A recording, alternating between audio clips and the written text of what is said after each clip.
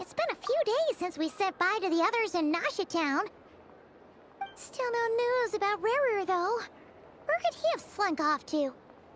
If only he was gone for good. But with all the trouble he stirred up before, there's no way we've seen the last of him. Hello! You must be the traveler in Paimon? Mr. Flint has been looking for you. Unfortunately, there's been a serious wild hunt attack over at the quarry. He thinks it's time to regroup and figure out a plan. The wild hunt? Oh, uh-oh. We better get over there, right away! Come on, let's go!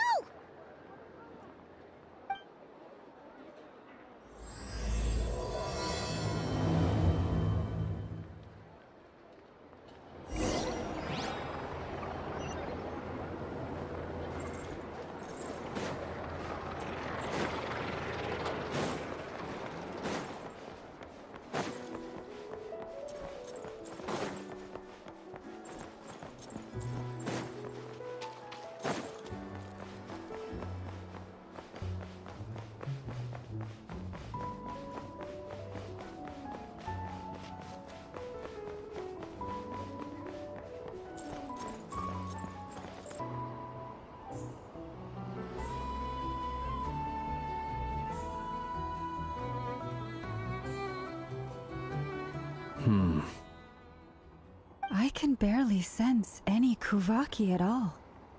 This whole area feels like a soulless husk. Looks like his appetite truly is insatiable.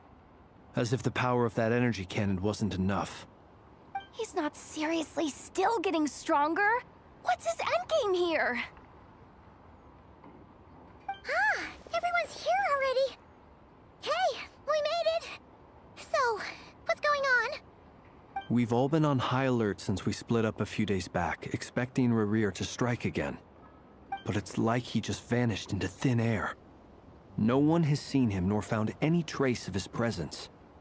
That is, until this morning, when a ratnik found signs of wild hunt activity while out here on patrol. As you can see, the Crystonite itself is physically intact, but the Kuvaki it contained is all but completely diminished. And we're sure that Rarir did this. Who else? He's the only one who could pull off a stunt like this.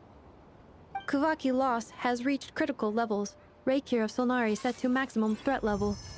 Warning, unless de-escalation measures are taken soon, he will pose a threat beyond our ability to contain. The consequences could be catastrophic. Traveler, do you remember when we encountered Rerir just after regaining his body? There wasn't a shred of sanity left. Nothing but madness and rage. Yeah, didn't he shout out a bunch of names? Then he started raving about how nothing in this world mattered to him. Oh, Paimon gets chills just thinking about it. Oh, but the thought that he's still out there, lurking somewhere in Not Krai, waiting for his chance to strike? Oh, even chillier. Last time we fought, we were already at a disadvantage. If he has such overwhelming strength, why would he suddenly go into hiding? Yeah, if I were him and I wanted more Kuvaki, I'd just take it by force. No point staying in the shadows. Unless something went wrong. His whole resurrection thing didn't exactly go smoothly. The other thing is, how does someone who's completely lost their mind still have the wherewithal to cover their tracks so perfectly? Beats me. According to certain medical studies, insanity does not always entail a complete loss of rationality. It may be that he is simply living in a world of his own. That actually sounds about right. He was ranting away to himself the whole time, like he had zero interest in talking to us. There are many unanswered questions here. He could be right under our noses, and we'd still be in the dark. Besides his name and title, we know little about him. Certainly nothing about his past, or what he might be hoping to achieve. Exactly. And we wouldn't even know where to begin looking. Even Boss hadn't heard of the Reikir of Solnari before all this. I'd be willing to bet that even if we gathered together every scrap of intel in Krai, we still wouldn't find more than, like, 3 useful facts about him. So, if we do nothing, he'll just keep getting stronger. But if we want to investigate him, we have no idea where to look. Last time we had Marionette and her big robo-buddy to help us, and we still barely held our ground. If we had to face him alone... Oh, Paimon's head hurts just thinking about it. What are we supposed to do against a threat this big? Well, I do have a little hunch about his next move. Given that he attacked the quarry, I'd say it's likely he'll target other places rich in Kuvaki. Somewhere like the Eye of Krai, or the Pillar of Embla. One thing's for sure.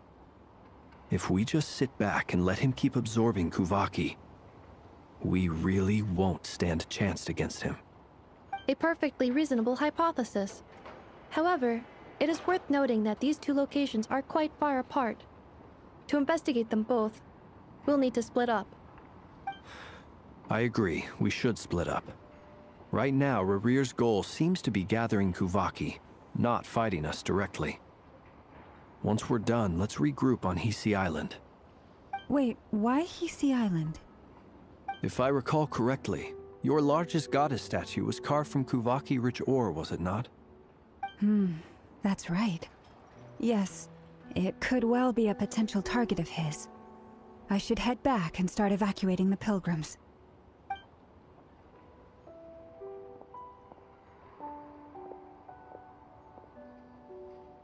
Splitting up's always gonna be risky. But I guess we don't have much choice, right? We're in a race against time here. And if we do run into Ririr, what then? That's when you follow the 3rd rule of treasure hunting. Run like the wind. Didn't you say the 3rd rule was go with the flow? I don't know. Did I? Anyway, whatever.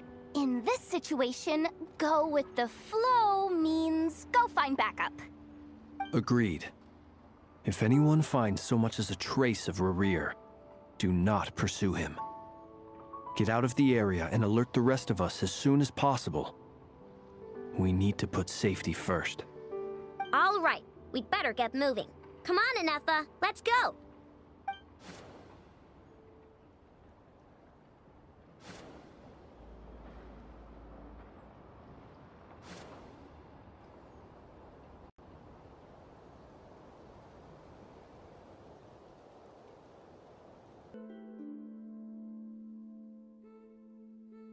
Any leads?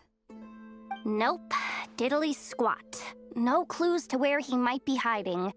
It's like he's a ghost. It feels like we're sitting on a powder keg that could go off at any second. Oh, I hate this feeling. I'd rather face him head on than be left hanging like this. So, you guys didn't find anything either? Not loving the word either. How about you, Flints? I questioned a few Ratniki and eventually narrowed my investigation down to one suspicious individual.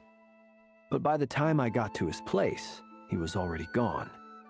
Almost as if he knew someone was on to him. Either that or he's just extremely cautious and doesn't stay in one place for long.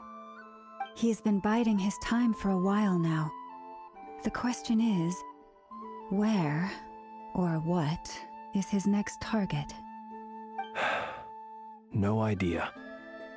Since regaining his body, he seems to have lost all interest in the fragment in my possession. If he did still want it, he's had plenty of chances to take it. All we can do now is hope that Aino and Anefa turn up some leads. Darn it, Rarir. If you've got the guts, come face me one-on-one! Wait, he's actually here? I didn't mean it! I swear! No, it's coming from Silver Moon Hall. The Lady Kutar might be in danger. Let's get over there, quick!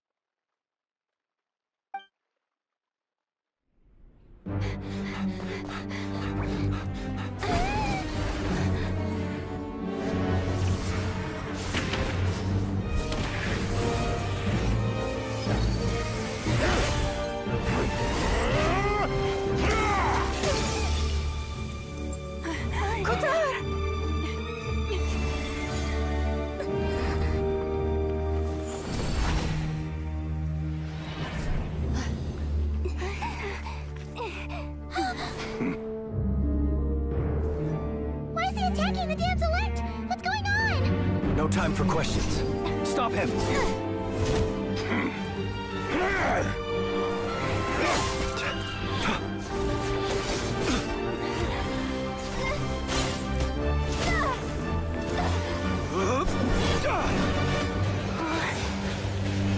This is insane. Yehuda, get Kutar out of here! On it.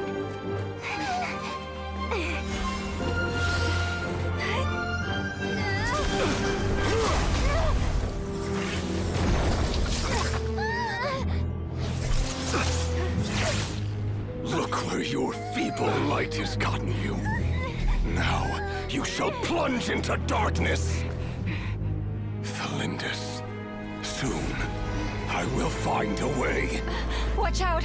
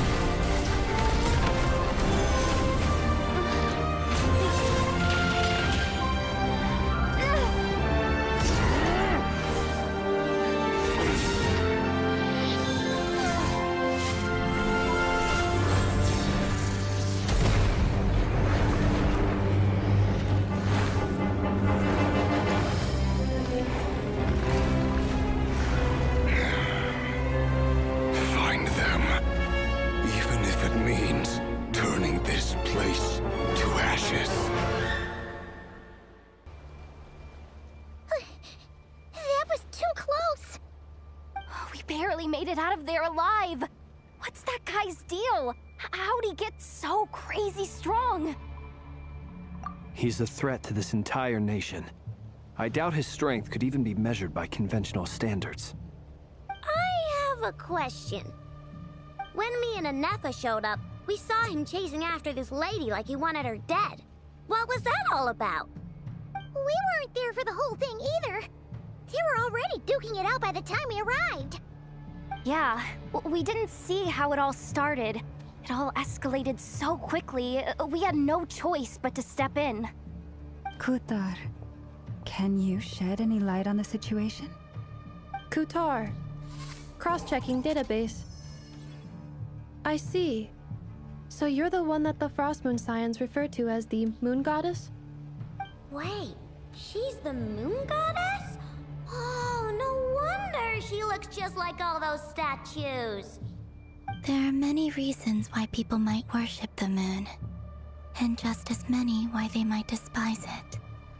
I've never met that person before, but there was no mistaking his deep-seated hostility towards me. Why he holds me in such contempt, I cannot say. But since he hunts the power of the moon, it's no surprise that I am a target. Kutar. There are many potential motives. For instance, you help the traveler escape his grasp. This could be his way of taking revenge. It is also possible that he covets the Kuvaki inside you, and seeks to take it for his own. The list goes on. But, right now, devising a counter-strategy should be our #1 priority. The likelihood of this location being discovered is close to 100%. A counter-strategy? But we don't stand a chance against an enemy like this. Surely our only option is to run. He's not gonna chase us to the end of the world, right? So as long as we can sneak out of Krai undetected. No, I can't say that. Come on, Yehuda. This is serious stuff. You can't suggest we all just chicken out. Running is our only option. Huh?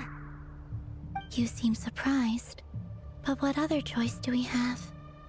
We are facing an enemy we cannot possibly defeat in battle. Well, I mean, yeah, but still. It's not too late. I can distract him, so you have plenty of time to make your escape. Wait, what? You're gonna act as bait? Doesn't that make sense? I'm the one he's after. There's no need for you to risk your necks on my behalf. A coyote doesn't stop for bypassers while it's howling at the moon. What is it, Loma? The Frost Moon Scions have already grown accustomed to life without their goddess. My presence here is no longer essential, and this is not my home, so you needn't ask me to stay. We can't just roll over and let him get away with this. That's not our style. Yeah, we can't just call it quits after everything we've been through together. Besides, she'd pretty much saved my life back there. If I just ditched her now, I'd never forgive myself. We can't overlook that you have saved our lives multiple times now. To talk of returning the favor would be a little crass for my liking. But suffice to say that we are friends, and friends look out for one another. River's true objective remains unclear. Even if we were to sacrifice Miss Kutar, there's no guarantee he would stop. But... Kutar, I know why you left the Frost Moon Scions so long ago. It was because people started treating prayer as a form of trade. They would make self-centered wishes, force you to accept meaningless offerings in return, and then expect you to perform miracles for them, as if that were their entitlement. If it were me, I might have walked away too. But I believe that time can change everything, and that sometimes it takes losing something precious to appreciate its true worth.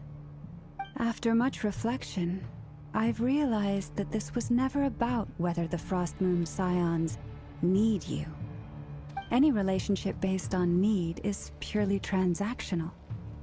What I truly hope is that you'll choose to stay, not out of obligation, but as part of our family. You were born here, and now you've returned. Who knows? Perhaps it was the moonlight that guided you home. Thank you, Lauma. But my power is on the wane. I'm afraid I will be of little use to you now. Very well then. I'll do as you say. Both times you saved us, we were transported across great distances in an instant. Is that one of your powers as the Moon Goddess? It is, but I find it very draining. I barely managed to pull it off just now, and it will be some time before I'm strong enough to do so again. Rejected by the world, my power is dwindling. Like a lake cut off from its source, slowly shrinking away. Now, it has almost run dry. What do you mean, rejected by the world? The three moons belonged to the ancient bygone era in which they came into being. From the moment I was born, the world itself has been steadily sapping away at my strength. The three moons are not one and the same. As the goddess of the Frost Moon, I cannot wield the powers of the other two. Yet moonlight has a way of blending together. Each can reflect the other's glow. So when our fingers touched, I was able to restore my strength by drawing Kuvaki from the eternal moon's marrow. But this method of recovery is painfully slow. If only we could find the...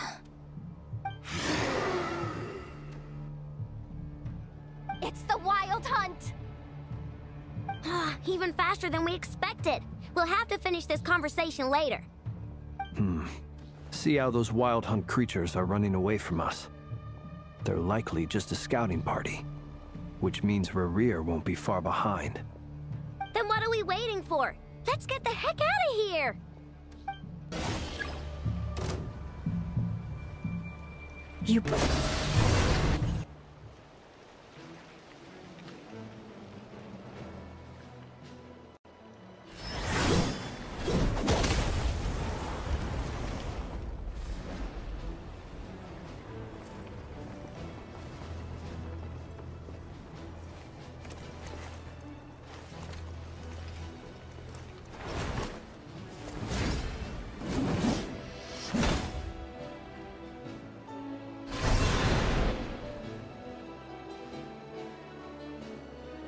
What's the matter? Bit off more than you could chew?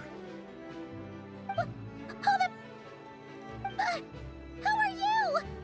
Uncle Varka! You're back from Amsvartnir? Whoa!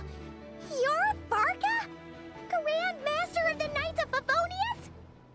We could save the intros for later. Right now, let's get you all out of this hellhole. Follow me. I know somewhere you'll be safe.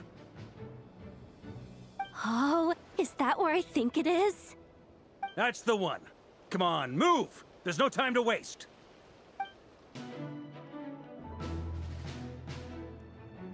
Wow! Where are we? This is so well hidden.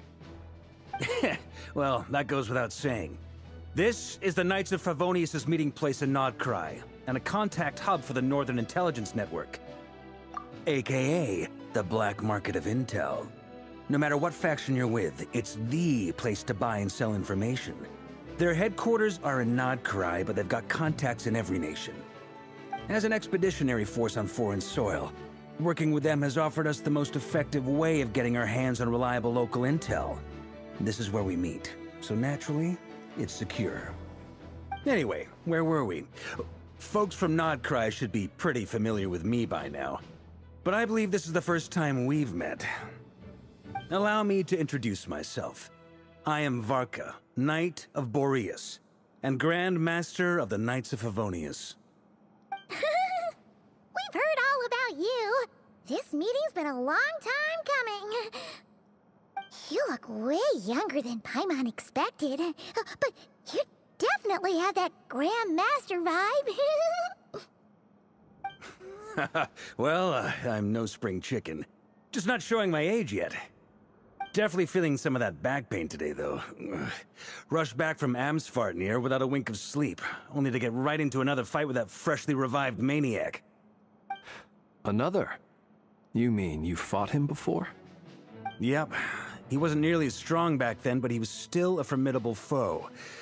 I brought some of the knights along to give him a little surprise, but he saw us coming from a mile off.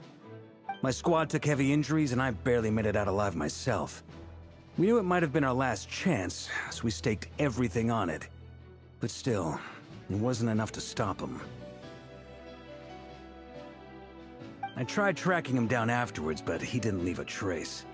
Even in his unhinged mental state, he's as cautious as any trained operative. So, I decided to come find you. And as luck would have it, turned up to find you being ambushed by the Wild Hunt. The rest, you already know. Is that why he's been frantically absorbing Kuvaki these past few days? Because he sees you as a threat?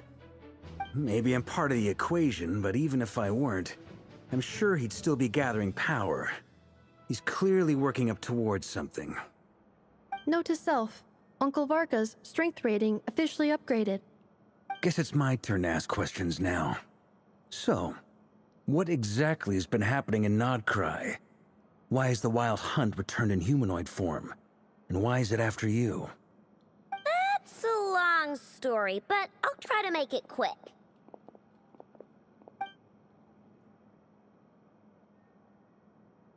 Wow, I had no idea so much had happened.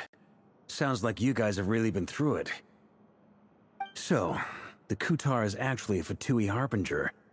And all this Wild Hunt activity in Krai is the work of the Raker of Solnari, one of the 5 sinners. That's a lot to take in. Need some time to wrap my head around it all. I'm truly sorry, Mr. Varka. You stood with us against the Wild Hunt, and did everything you could to stop it from escalating into a full-blown catastrophe. And then, the one time you're away, it all comes to a head and all your hard work gets undone. You've got nothing to apologize for, Miss Moonchanter. You can plan 100 steps ahead and still slip up. That's just life. No one knows what tomorrow holds. You can't predict which way the wind will blow next. And, to be perfectly honest, I can't say I'm surprised. For all the times we've defeated the Wild Hunt in the past, we've never been able to completely wipe it out. Turns out, we were just delaying the inevitable. But now that a new variable has come into play, fate may well take a different course. A new variable? You mean Us? Who else? And in a strange way, I think his resurgence might not be an entirely bad thing. The Wild Hunt is like an unrelenting force of nature, but Rerir is an individual with an agenda. He's gotta have a weak spot somewhere. That said, while I was explaining everything just now, some of the points that Mr. Flint's added caught my attention. You mean about our mystery ally? That's right. From what you've said, not only did they lead you straight to some key files, they also shielded Hisi Island from a lethal Kuvaki blast. I don't know who or what could pull something like that off. Heck, even Miss Columbina doesn't have a clue. I hadn't heard the story about those files. Would you mind repeating their titles for me? Wild Hunt Phenomena Log, a Nodkrayan Ratnik's Field Journal, and Kuvaki Survey Log. Oh. No. Still doesn't ring a bell. Another dead end. Guess all we can do now is hope that our mystery ally keeps showing up when we most need them. Still, it's safest to assume they won't be intervening again. From here on out, we'll have to resolve this crisis by ourselves. Your intel also explains something else I've been wondering about. The reason I led my team to Amsfarnir was because we'd had reports about a possible source of the Wild Hunt showing up there. But once we looked into it, it turned out to be a red herring. I don't know who was behind it, but clearly, it served its purpose. I doubt it's by chance that he happened to make his comeback while my attention was diverted. And from everything you told me, it sounds like his scheming began well before his return. So maybe luring me away was all a part of his plan. But is it even possible that he orchestrated all of this by himself? The Moon Maiden and the Raker of Solnari, Nodkrai of all places. The way everything is unfolding, it can't be a coincidence. So, what do we do now? Got any ideas? Right now, we've got at least 3 things to consider. Let's go through them one by one. First, we need to figure out how to take down Rerir. If we can't beat him in a straight-up fight, the rest won't even matter. To my knowledge, the bulk of Nodkrai's fighting force is already gathered here. But even with everyone united, we're still no match for Rerir in his current state, let alone with his power still growing. What if there was a way to tap into a new power of our own? How so? Have you thought of something, Columbina? 3 moons once watched over this world. The Eternal Moon was the largest. The Frost Moon was the brightest. And the Iridescent Moon was the most mysterious. They say that back then, the 3 moon goddesses wielded immense power.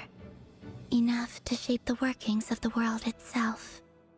I now bear the Frost Moon's power, and the Eternal Moon's marrow resides within the Traveler. Hold on. Are you suggesting? The Iridescent Moon, the last piece in the puzzle. That's right.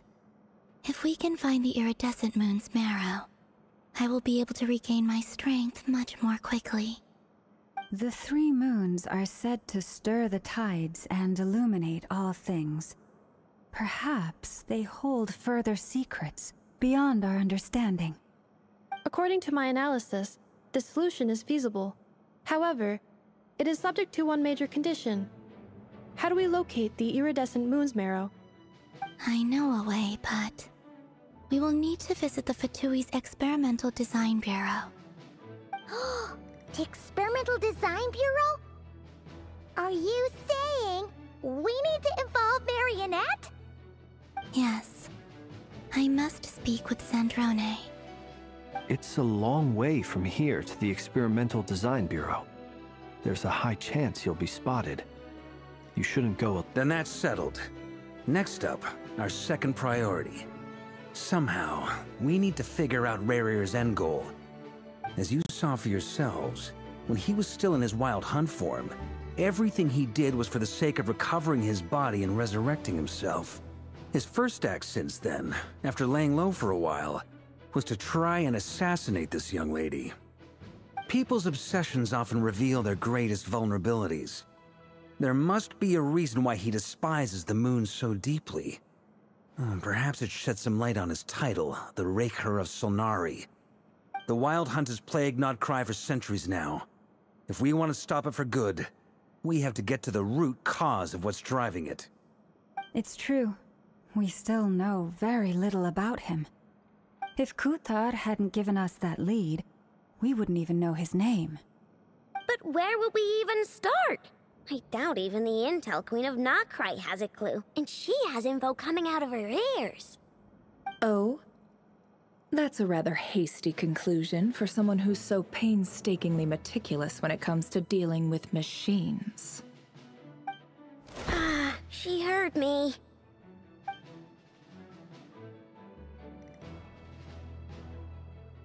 Boss! What are you doing here? I'm now asking myself the same question. I received a letter from a humble knight of Favonius, requesting a meeting to discuss a major business deal. But it looks like this humble knight had something else in mind.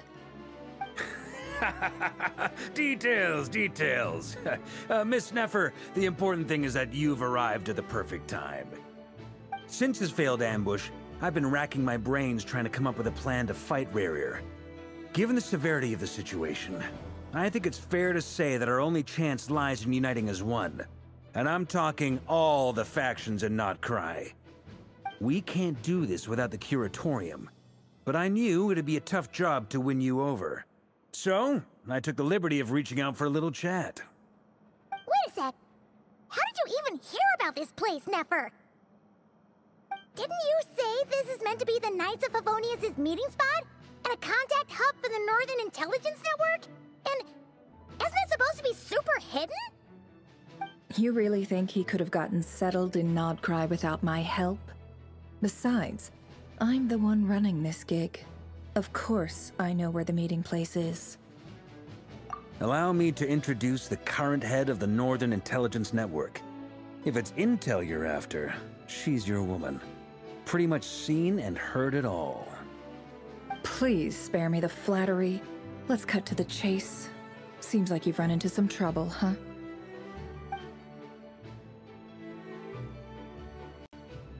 Well, this certainly qualifies as an unforeseen crisis. On behalf of the Curatorium of Secrets, I wish you all the best of luck. So you're just going to sit this one out?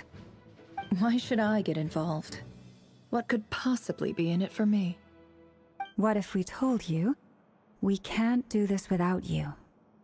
Oh? Then I'd say you'd better make it worth my while. I don't work for free. I can't put a price on something like this. It's just not in my nature. But then again, you and I have always been polar opposites in this regard. So I can't exactly say I didn't see this coming. If you insist on compensation, I will pay you. Consider this a formal commission. Sound fair? You just don't give up, do you? Too bad. I know you well enough to know you can't afford my prices. The riskier the job, the more it'll cost. And a Moonchanter's stipend isn't exactly generous. Unless you're planning to start passing the donation box around among the faithful. Boss, just a thought. If they come up short, maybe you can take the difference out of my next few paychecks. Things got really dangerous during the fight with Rerir. If this girl hadn't saved me, I'd be ley line fodder by now. I'd be gone for good, boss. If there's any way we can make this work, I'd really like to help her. Please? I'm begging you. This is why I'm always telling you never accept favors. They are the hardest debts to repay. You have to be careful who you get involved with, or you invite all kinds of misfortune. Very well, Yehoda, I will help. But just this once. Don't count on this happening again. Flynn's, that fragment that Rerir was after, do you still have it on you? Of course. Let me borrow it. I need it to follow up on some leads. Wait, you actually have some leads? Shh. This is top secret information. I get it. We all have things we'd rather keep to ourselves. Plus, I know we can count on you, so we'll leave the intel gathering in your hands. And that brings me to the third and final item. We need to find a way to distract him. We need time to make our move, so someone will have to stall him. I'm in for this part, no matter what. Anyone coming with? Count me in too. Come off it, you two. Quit playing heroes. I'm way ahead of you here. Nefa did a scan of the Moon Goddess's Kuvaki signature, and we're gonna use it to make some decoys over at the Kramkake craft shop. Anyone who's in, follow me. Once they're ready, we'll deploy the decoys across Krai. So as long as the rest of you keep moving, he won't catch on to your scent and won't be able to track you down. I like it. Genius idea. No biggie. All right then, we'll split into 3 teams. Once your team has finished their mission, return here and wait for the others. Dismissed!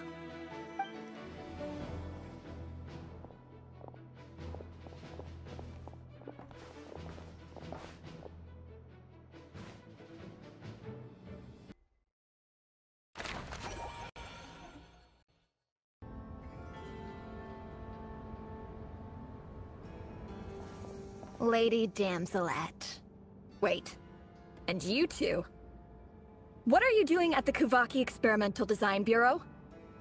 We've been doing our best to mind our own business lately. But if you're just gonna waltz up here like this, you're seriously pressing your luck. Don't blame us for doing what we have to. Huh. You really think that's gonna scare us off? We're not looking for any trouble. I just want to see Zandrone. Do I need to remind you that you're still a wanted fugitive for deserting us?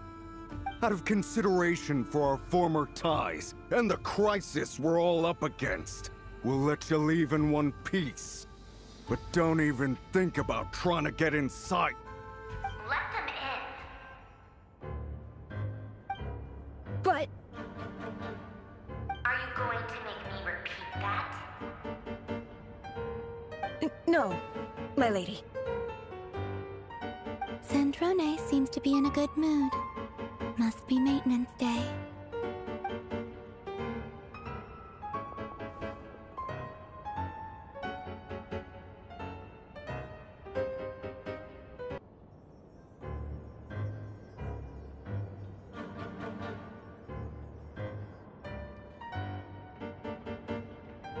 So tell me, to what do I owe the honor this time? Actually, before you answer that, just so we're clear, we're not colleagues anymore, Columbina. I don't owe you anything. I promise it's nothing big. It seems like you've gotten the wrong idea here. The only reason I let you in was because I was bored. It seemed like a way to kill some time and satisfy my own curiosity. Whatever miscalculations I may or may not have made in the past, I haven't lost the plot enough to even consider sticking my neck out for your sakes. I'd like to speak with Arlecchino. What? Huh? You mean the knave? I'd like to speak with Arlecchino.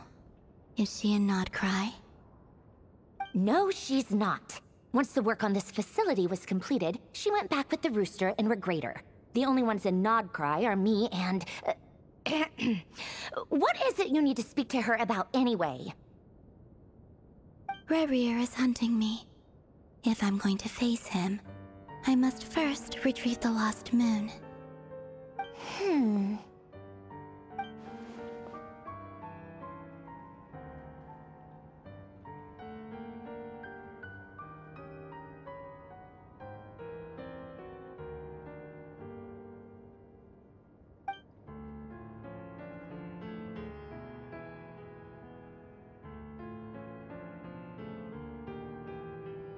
Is that a no, then?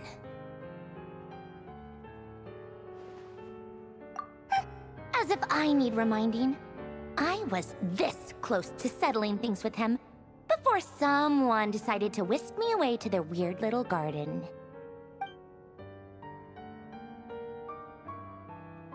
Have you held any tea parties lately? Tea parties? Yeah, obviously. You don't seriously think we'd pack it all in just because you aren't here. If anything, they've been more eventful than ever. Just me, Arlecchino, and a bunch of insolent, insensitive guests who won't stop asking where you've gone. Oh, they've been a real joy. I bet you served them the worst tea you have. Just like you used to do to me when I upset you. Who cares about how good the tea is when there's no one around to drink it? I keep losing people. First Rosaline, now you. I'm running out of people who can make me laugh. Honestly, what could be more ridiculous than the multi-centenarian goddess, who's only ever had the plain herbal tea she received as offerings? You'd always brew a different type of tea for me each time. Was it really just to see how I'd react?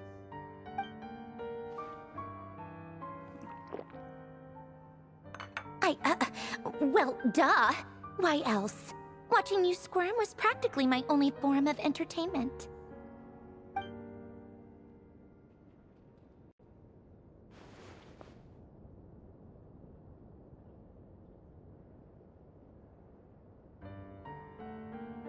Oh, yeah. And Capitano sometimes used to bring Tartaglia around, too. But I guess we won't be seeing him again.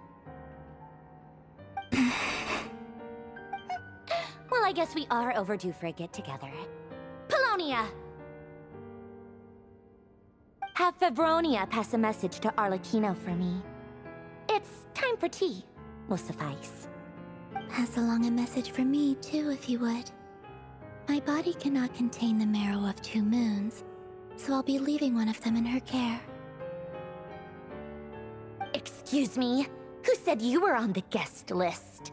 If my tea meant that much to you, maybe quitting the Fatui wasn't your brightest move. Back when you were under the Tsaritsa's protection, no one would have dared come at you so openly. But that protection didn't come for free. In fact, I paid dearly for it. At the end of the day, it was just another transaction. I just got tired, that's all. I never wanted any part in their grand ambitions, and I've had enough of being treated like a bottomless supply of power. It brings back memories from the old days, when I was still worshipped as the moon goddess. Centuries on, it may be a different group of people, but I see the same greed in their eyes. I figured you'd leave eventually. You didn't have as much of a reason to stay as I do. The Tsaritsa gave you shelter and protection, but that was it. Nothing more, nothing less. Meanwhile, the Fatui demanded everything from you in return, until it was more than you could bear. I get why you left. And frankly, I have no interest in dragging you back just because the higher-ups told me to. But if you keep hanging around with this riffraff, the next time we cross paths, we might be enemies for real.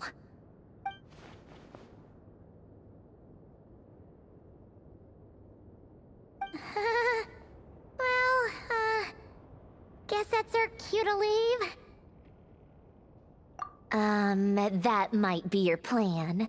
But it sounds like someone else wants you to stay a little longer. Huh? What do you mean? Listen.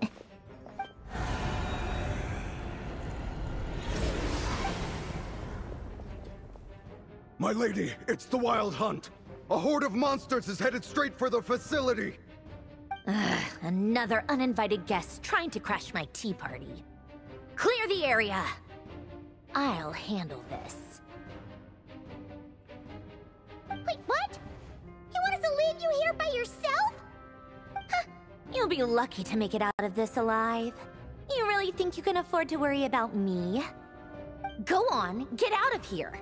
You may have stopped Polonia from crushing him last time, but I've made sure that won't happen again. The entire Experimental Design Bureau is rigged for war. stay and watch if you want. But it'll be at your own risk. You're not flagged as friendlies in a weapon system. Don't tell me what to do! Look, if you're leaving, make it quick. Or you'll just get in my way. There's a secret passage on the second floor. It'll take you right to the plains out back. Stare all you want, Columbina. You're not getting another invitation to my tea party. I know. But thank you anyway, Zandrone. This is exactly why you shouldn't hang around with those people. All their melodrama and sentimental nonsense is rubbing off on you.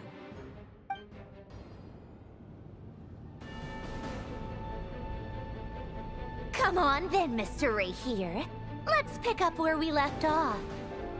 It's your Wild Hunt monstrosities versus my beautiful creations. Let's see who comes out on top.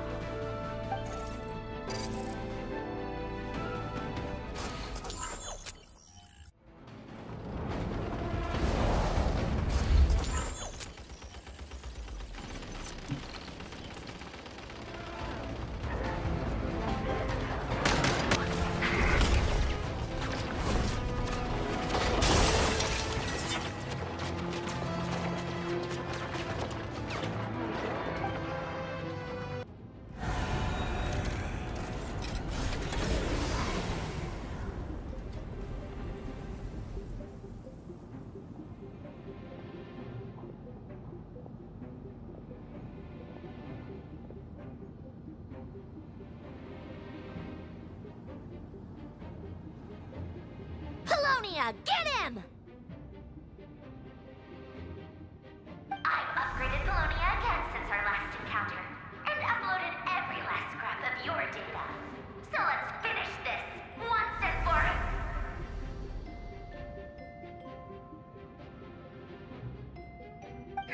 She's not here. Where did she go? Hey! Over here, you big... Cursed moon. Go. Keep searching. She cannot have gotten far.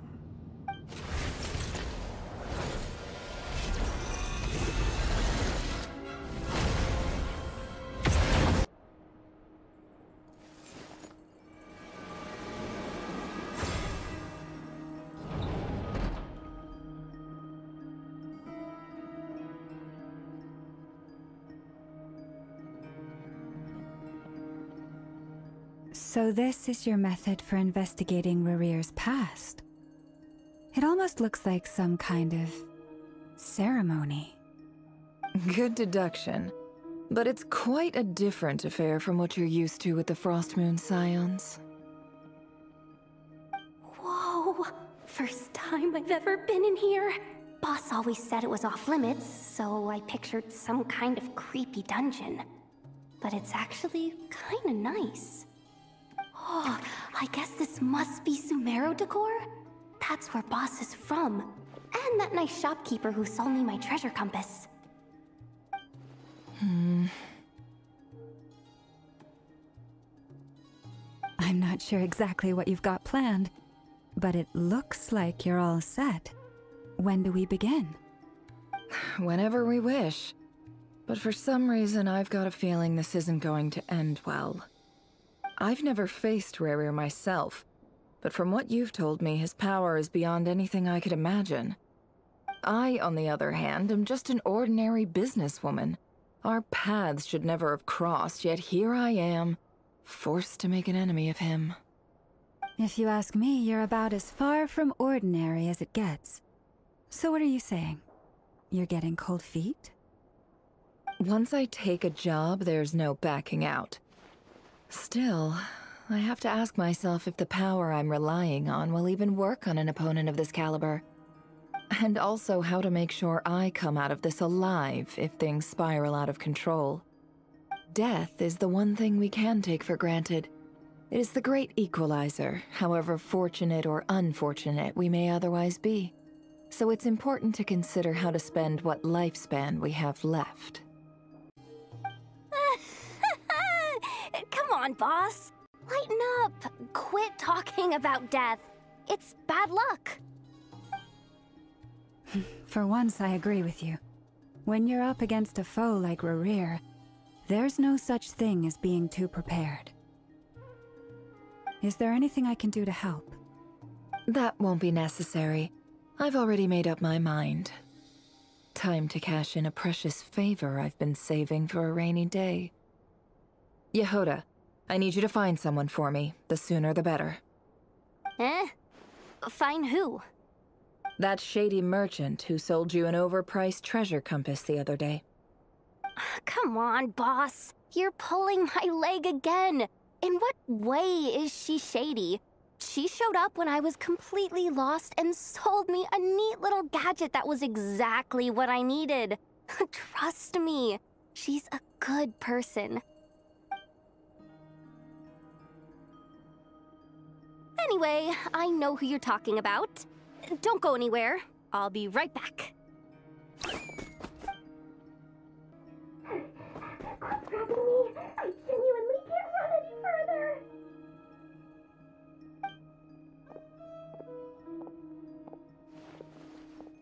Hey, aren't you? What is it? What's the big rush?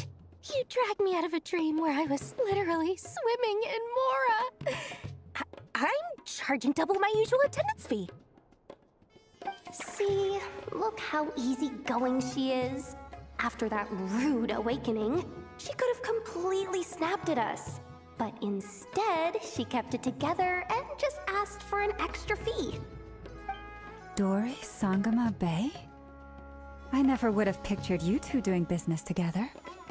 If you want to make it big in Krai, it's all about connections. Lady Nefer just so happens to have a lot of intel that interests me. And she also did me a big favor in the past. It was back when I first arrived in Krai. My trusty assistant, the genie in my lamp, had an adverse reaction to the Kuvaki and fainted. And wouldn't you know it, that's when I suddenly find myself in a life-or-death situation. Good thing my compatriot was there to swoop in and save the day. I've been giving her a 30% discount off all of my goods ever since. Now, so that no one here feels left out, I'm willing to extend a 20% discount to fellow friends of Boss Nefer. Plus, any other friends you send my way will enjoy 10% off. What can I say?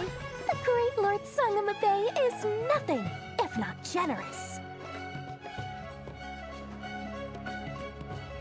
So, let me guess. You've run into some trouble? I've got everything you could possibly need. And the more you buy, the more you'll save. You guessed correctly. What have you got in the way of survival gear? The one type of gear I've never been short on.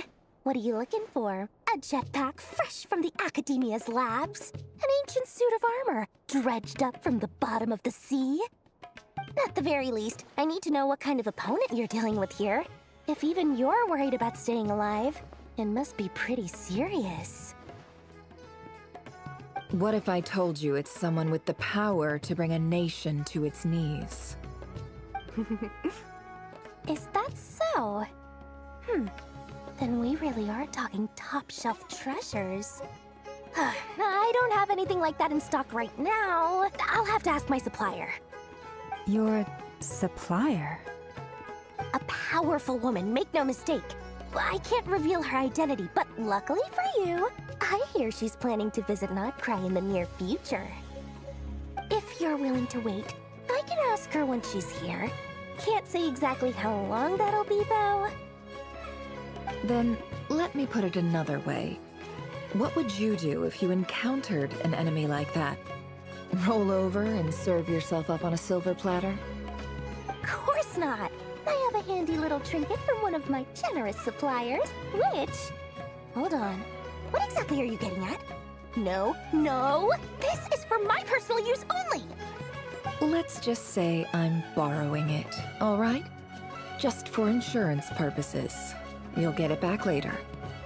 Favors are the worst kind of debt to owe, and now you've got a chance to repay one. A win-win situation, don't you think? Fine. You can borrow it for days. No, make that 3. And for every extra hour after that, I'm charging you 1,000,000 mora. Deal? Deal.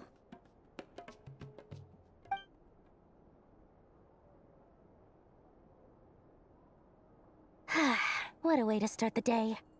Now, was there anything else you wanted? Or can I go back to bed now?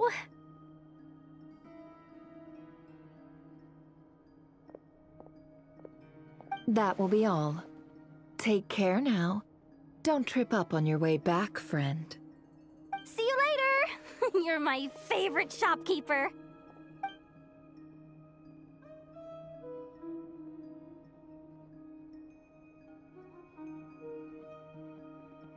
Excellent. Everything is well and truly ready. The ceremony can now begin. After initiating the ceremony, your minds will follow me wherever I go. You will see many strange things in your mind's eye. So remember, don't be frightened, and don't make a sound. Now then, let us peer into the Raker of Solnari's past. I made it. I don't recognize this style of architecture. Must be Conrian.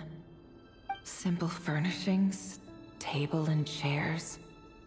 It's a more ordinary house than I might have expected. Looks like the fearsome Raker of Solnari came from surprisingly humble beginnings. Unless this passed for luxury in Conria. Unlikely. It was said to be a very prosperous nation in its heyday. Anyway, I'll keep exploring.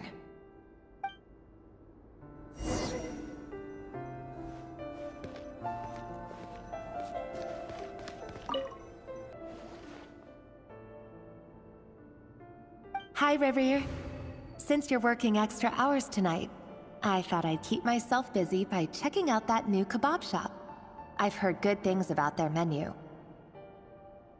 I'll test it out, and if it's as good as everyone's saying, let's go back together sometime. P.S. New stash from the Universitas Magistrorum. I brought some goodies home. A few teacups and a pin rack. Hope you like them. They didn't sign their name, but they must have been close. Sounds like they were living together.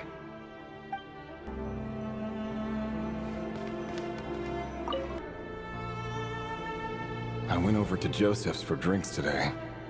They have a fine collection, but I went alone.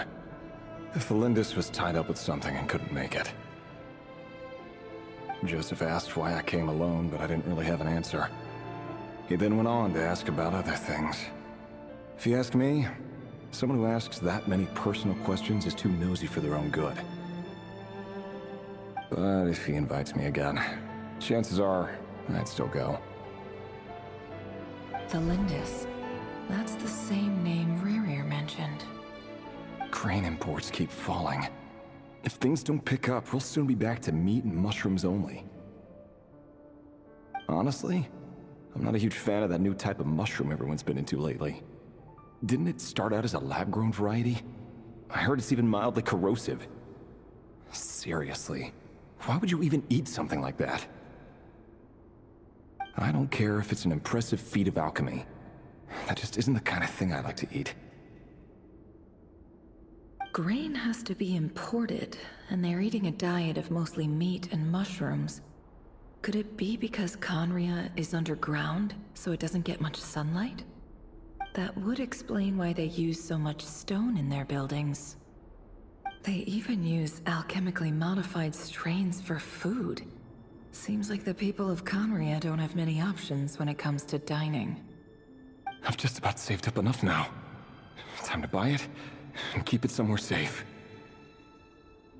Making a big purchase. I wonder what it is.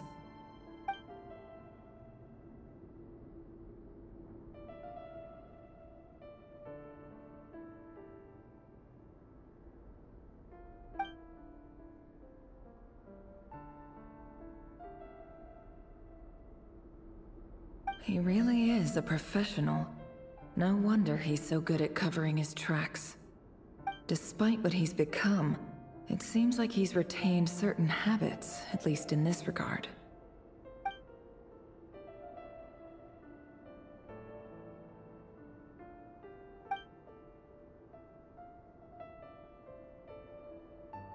Did Rary rip it out himself?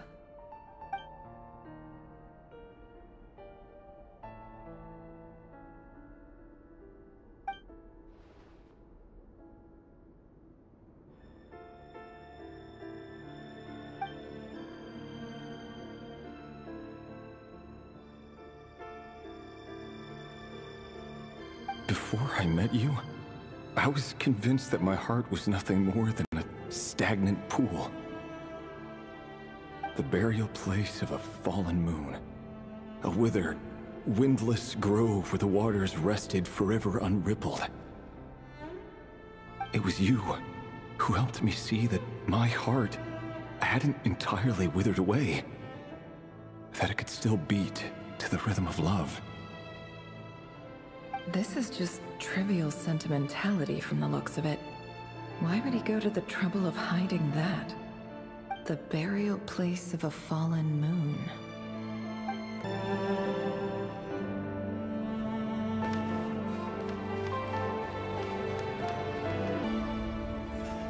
Revere, over here. Dane! Oh, and, Vedaflin here? What a surprise to see you here, sir. Hello there, Revere. You need not address me so formally outside of court. He doesn't get that much free time, so I invited him over for a drink. Even the court prophet deserves a break every now and then, right? Well, I'm flattered. So, what are we discussing today? Hey, don't look at me. As far as I see it, we don't need an excuse to have a few drinks. Come on, don't give us that. Didn't you say you were about to pop the big question? How's that coming along? Who'd have thought the great Twilight Sword was an even greater gossip? I just didn't expect you to be the first one to settle down and get married, that's all. Yeah. If you told me that a few years ago, I wouldn't have believed you either. So, are you planning to come clean about your job then? I'm guessing you still haven't told her. Sure, I'll have to tell her at some point. But I'll need to pick the right time and place. To be honest, I have no idea how she'll take it. Come on, stop being such a pessimist. For all you know, she could be thrilled. I bet she'll be much more impressed by your actual job than the one she thinks you're doing now. A member of the King's Guard. Quite the cover story. Does the king himself even know? Of course he does. Anyway, enough about me. How have you been? Me? Same old, nothing much to... Huh? What's up, Ved? It's nothing. Vedaflin, Dainslift's elder brother. Renowned throughout the court of Conria as the Visionary, and said to possess a wisdom far beyond the reach of any ordinary man. And yet, despite the gulf between us, he seems to have something to say about me. Does he even know me? Does he see me as a friend of his brother, or just another of the Vinster King's blades? Why did he react so strongly? Was it really to do with what we were talking about? Brown, curly hair and brooding blue eyes. So this is what Rarier looked like back in the day. Perfectly normal. No different from anyone else. As frightening as this monster is in the present, there's something even more unsettling about seeing the human he used to be.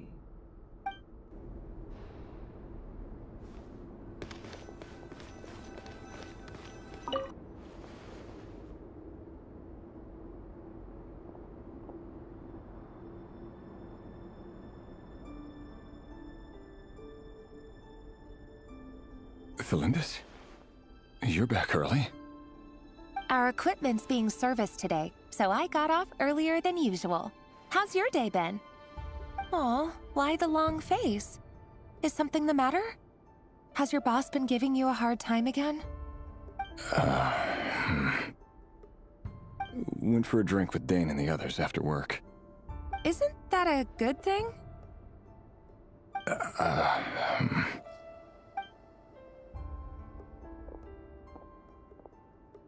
Vedifnir showed up today, too. You know, Daneslif's older brother. Ah, Mr. Vedifnir. Yes, I've heard of him. They say that everything he says ends up coming true.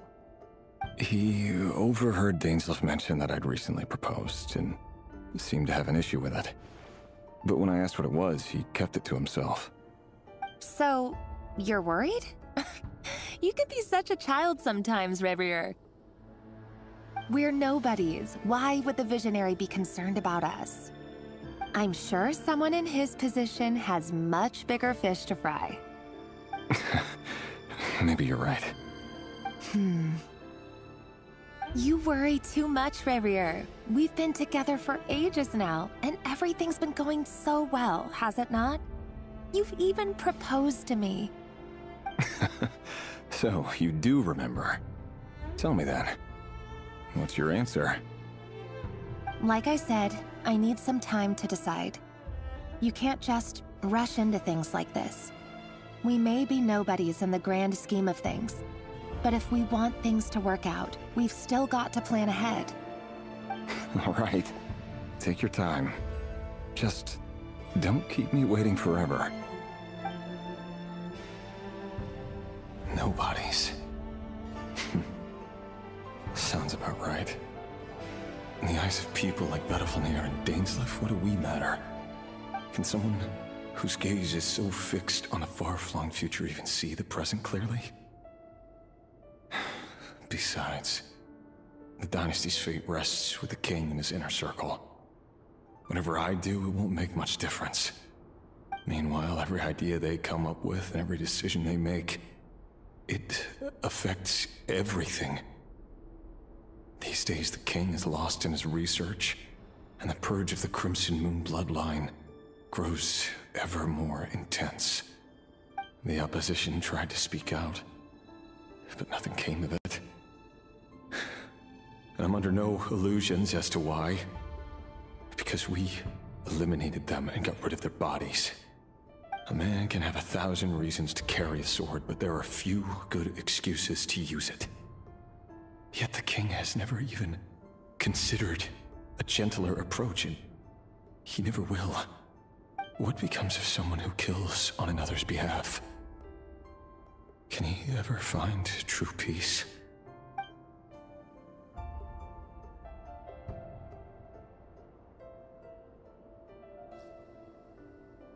Thelindis,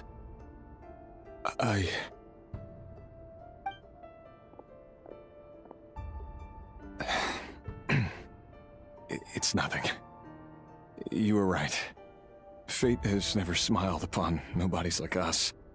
But by the same token, it's unlikely to bear a grudge against us either. There's no reason we can't keep living happily together, cherishing the simple joys of each day as they come. See? You just need to stay positive, Revier. I can feel your warmth, your breath. You're right there, right by my side. Just seeing you makes me happy in a way I can't explain. And that's something that no one could ever take away from me. So smile, my love. Let go of that frown. You're right, Thelindis. I've just been overthinking things. That's better. Getting caught up about things like this will only ruin our evening. Speaking of which, all set for the ball tonight? I need to go get ready. You go ahead. I just have a few things to take care of, then I'll come join you. Even busier than the big shots, huh? Fine, I'll go get started. But don't be late. If you keep me waiting too long, I won't be a happy bunny. Relax. I'll be there. Seriously, though, you drive a hard bargain. You're really gonna leave my proposal hanging and still expect me to take you to the ball? Well, that goes without saying. I already told everyone I'd be coming with a dance partner.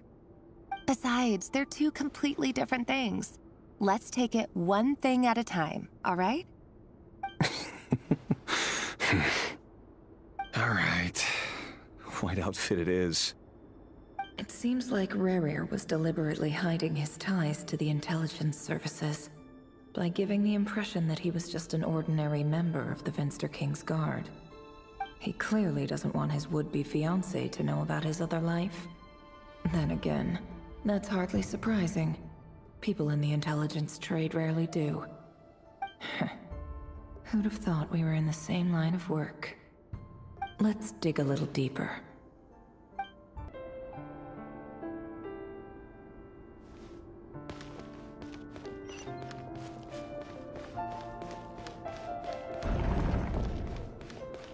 Our last operation was a resounding success, and all thanks to you, Rahier of Solnari. In total, we apprehended 32 dregs of the Crimson Moon, and 67 accomplices. After all these years since the dynasty's fall, so many of them still linger on. Indeed, it cannot be denied. Yet it was destiny that the Crimson Moon should be overcome by the eclipse, and that His Majesty, the all-seeing Vinster King, now guides our nation on the path to prosperity. Khaenri'ah has no further need for a dead moon. But alas, there will always be those who refuse to see the truth, choosing instead to romanticize the past. That's not entirely true. Much about the Crimson Moon era was worthy of remembrance, and that's exactly why they keep trying to see it restored. Many of its secrets remain unsolved to this day. As it happens, that's precisely the field of study my partner is devoted to. You still haven't told her what you really do for a living. Where would I even start? How do you tell someone that you're one of the king's hand-picked executioners? That your hands are steeped in blood? You didn't choose this life, any more than I did. Orphans like us don't get a say. But I'll sure as heck be the one to pay for it. Speaking of which, we need to be more rigorous in the way we identify direct descendants of the Crimson Moon. Someone, it seems, has strong opinions about my future plans. Most likely my marriage in particular. I have a feeling that we may soon become targets of the Crimson Moon's retribution. Your concerns are not unfounded. They've taken out many of our colleagues these past few years, and for that very reason. These are no helpless lambs we're leading to the slaughter. They're wolves in sheep's clothing. Take care, Rahier of Solnari. I look forward to toasting you at your wedding. Thanks, Thorkel. You look after yourself, too.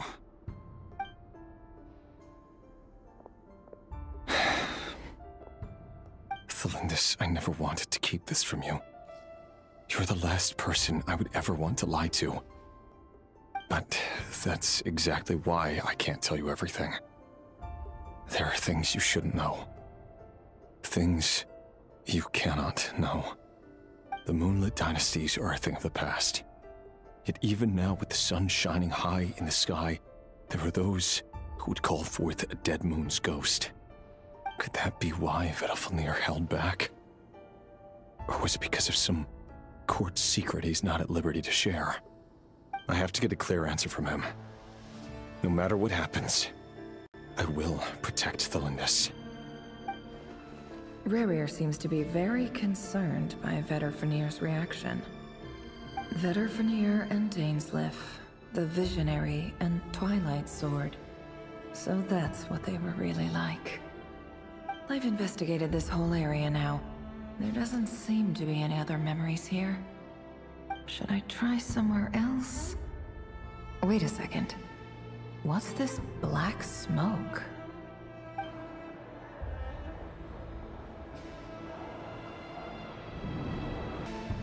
So, he's late after all. Just you wait, Rerir. You're in for it. Big time. Are you waiting for someone, ma'am? Could I tempt you into buying some flowers? Oh, sure. Pick me out a pretty bunch if you would. Thank you. But I'm afraid none of them are as pretty as you. For someone so young, you sure have a way with words, don't you? I'm only telling the truth. Look me in the eyes. You'll see I'm not lying. May we have a word in private? Who are you? And what do you want? It doesn't matter who I am. Too many of our kind have fallen lately, so I decided to take the risk of reaching out. Not long ago, the Ray here of Solnari led an assault on one of our strongholds. We suffered many casualties, and many who came to our aid lost their lives as well. Sorry, I don't know why you're telling me this. And I don't want to get involved. Wait, hear me out. This time we finally got a clear look at his face and learned his true identity. His name is Rarier, and he claims to be one of the King's guards. What did you say? A cruel irony, isn't it? The man you're set to marry leads a double life as a brutal executioner. But surely, you must have caught a whiff of the blood on his hands.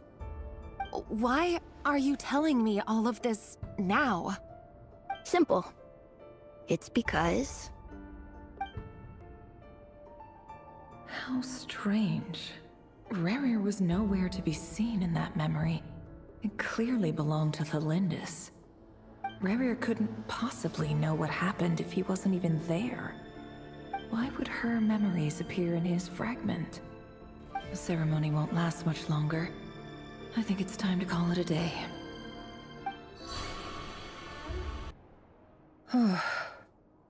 So that was your doing? Did you just pull us inside Rarier's fragment to spy directly on his memories? Any more questions, and I'll have to start charging.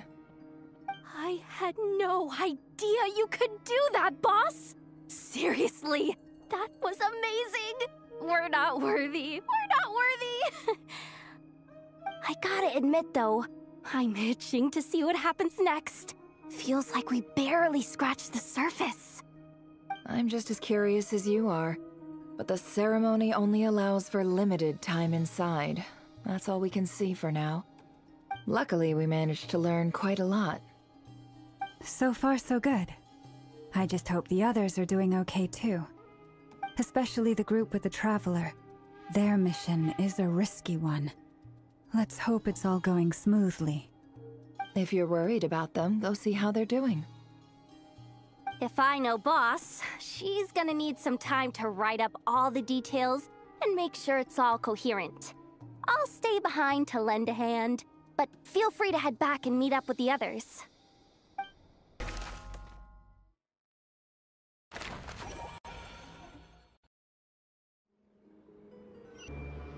Oh, they've been prowling around for nearly 2 days now. These things just won't quit. Oh, they might not have seen us yet, but them constantly sweeping the area, our way out is completely blocked. Oh, that's never gonna work. One little slip up and it's game over. If they spot us, they'll run straight back to Rarier, and once he knows we're here, it won't be long before he's breathing down our necks again. Oh, guess you're right. All right, time to zip it.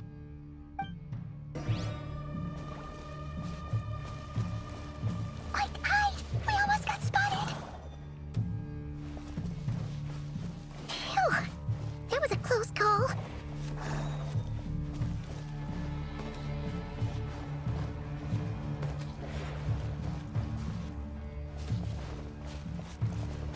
Watch out! It's coming this way!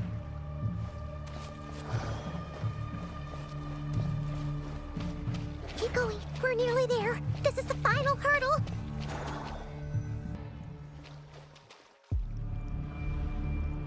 Oh, there's no end to these things!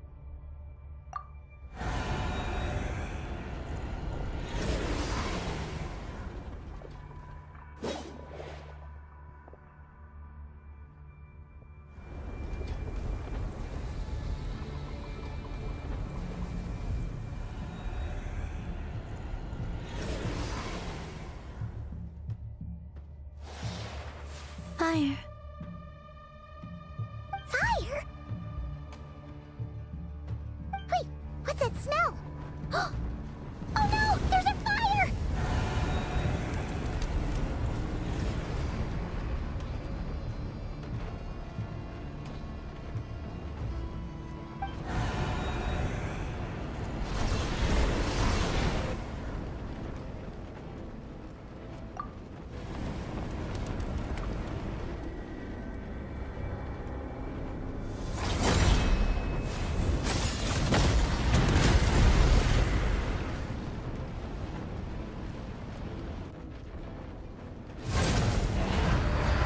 Sandrone was right.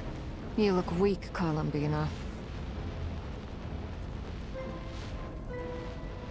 The old you would never have let such lowly creatures bar your way.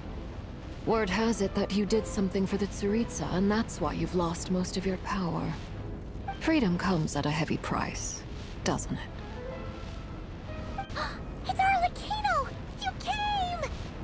Hello again, Columbina. And greetings, guests of the House of the Hearth. It's been a while, Arlecchino.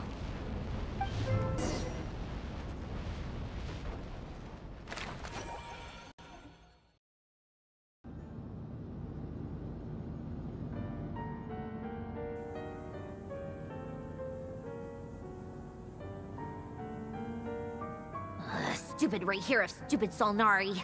Ugh, whatever. I've got all the data I need.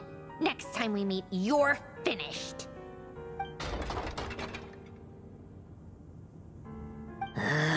He sure doesn't pull his punches.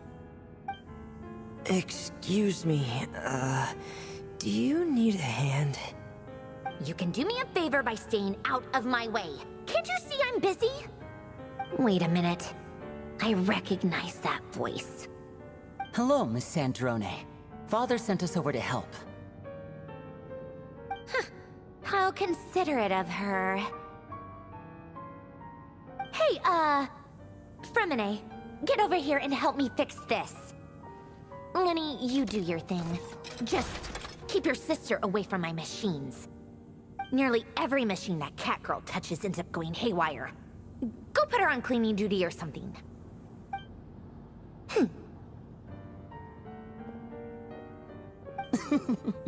Then let's start downstairs. Fremine, we'll leave this place to you. You've got it. Wait a second. Pretty sure there's still some tea in the cupboard. If you want some, you'll have to make it yourselves.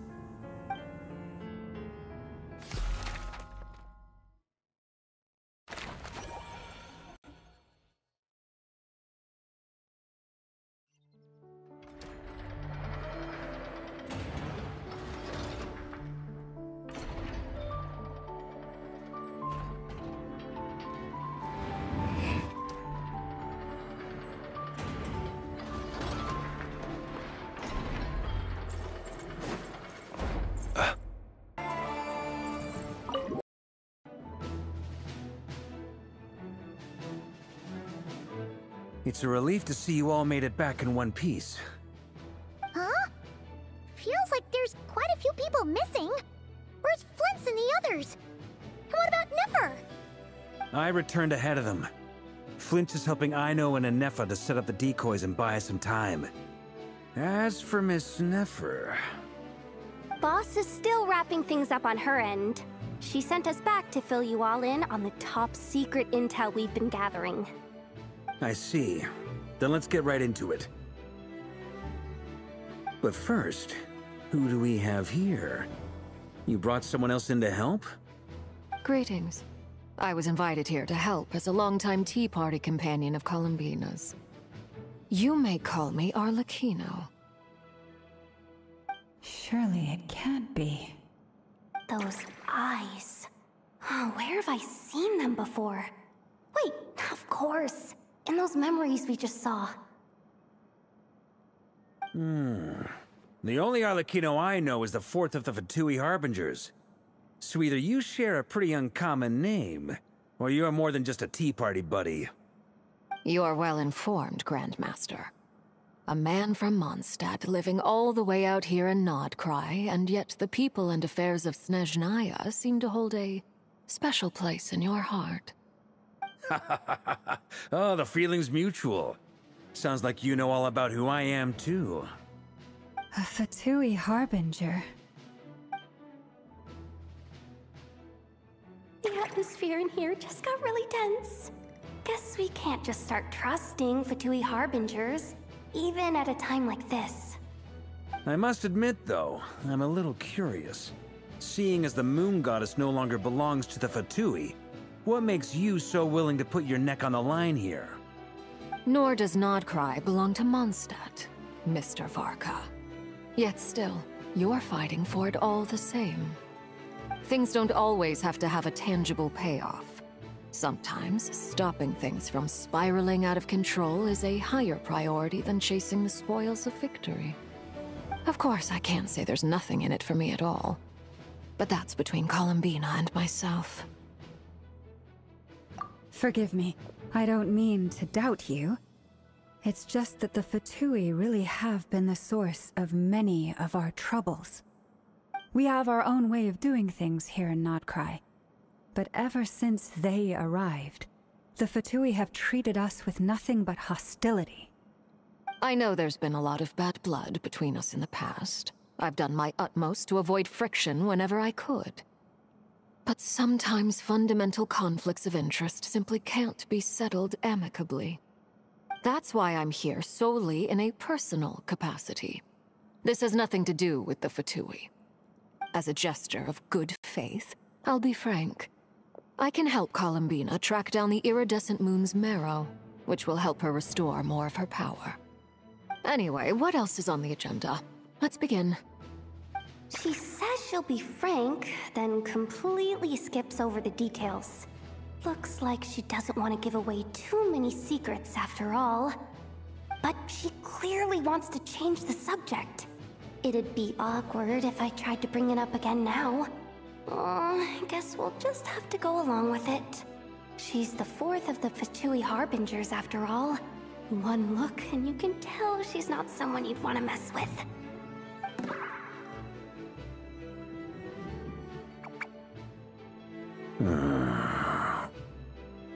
Well, since Miss Arlecchino sounds confident in her ability to handle that, we'll proceed to the next topic.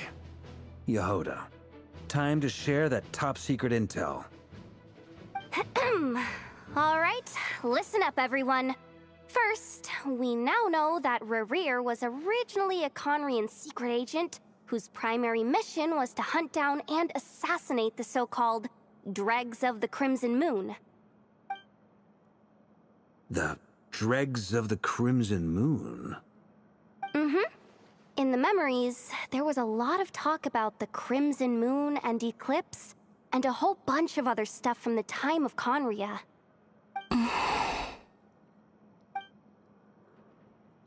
To my knowledge, those were the names of two different Conrian dynasties.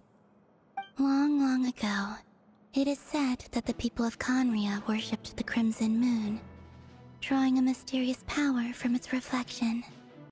But one day, a coup saw the Crimson Moon eclipsed, hence the name of the new dynasty that replaced it, and how it became the new emblem of Conria. Still, long after the Crimson Moon dynasty had fallen, the last ruler of the Eclipse dynasty, the Vinster King, still coveted the secrets it left behind. So, he sent the Reikir of Solnari to secretly hunt down the Crimson Moon's few remaining followers. In those days, Rerir showed no signs of madness. In fact, he was as normal as any other person.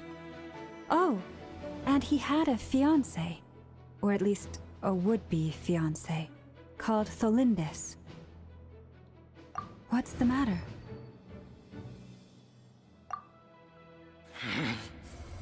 Verfnir, Rheindaughter, Flinders.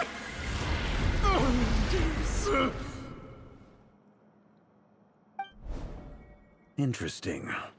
Anything else? What about this would-be fiancé of his? Do we know anything about her? Well, she was a researcher at the Universitas Magistrorum, but it felt like she was hiding some kind of secret. Oh, and one more thing. For some reason, Rerir's fragment also contains some of Tholindis' memories, though only a very small portion. Well, no shortage of potential leads, I'll give you that. In any case, it sounds like we can conclude that while Tholindis was still around, Rerir appeared to be lucid and quite normal. Tholindis, it seems, must have been the one thing in this world that he couldn't let go of. Tell me, though, were these pure-blood Conrians we're talking about here? Why do you need to know that? was a pure-blood Conrian. Oh yeah, just like how it was with the captain.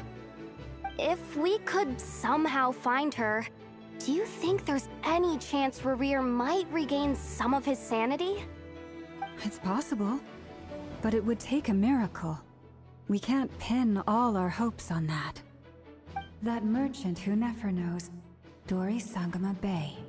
Maybe we could hire her to look into it. All right then. Let's keep working in our separate teams. Traveler, Paimon, Kutar, and Miss Arlecchino will go look for the iridescent moon's marrow. As for the others... On the way over here, I noticed that the Wild Hunt monsters had grown even more frenzied in their search for Kutar. At this rate, the people living here will be in grave danger too. So I'm thinking of gathering together some of our followers to go wipe them out. I'll head back to the Curatorium and meet up with the boss. Feels good knowing we've all got something to be getting on with. Given that the Wild Hunt has been a lot more active lately, the Lightkeepers have likely begun their own operations too. If that is the case, someone will need to pass the news on to Flint's. I'll hold the fort for now, then discuss our next move with Flint's, Aino, and Anefa when they get back. Alright then. Well, the clock's ticking. If that's everything, we'll be on our way. We'd better get moving too. We'll try to buy you as much time as we can. Relax. Just do your thing. Now, I decided to call in some backup since things are getting so hairy. Our reinforcements should be here any minute now. Stay safe, everyone. Dismissed.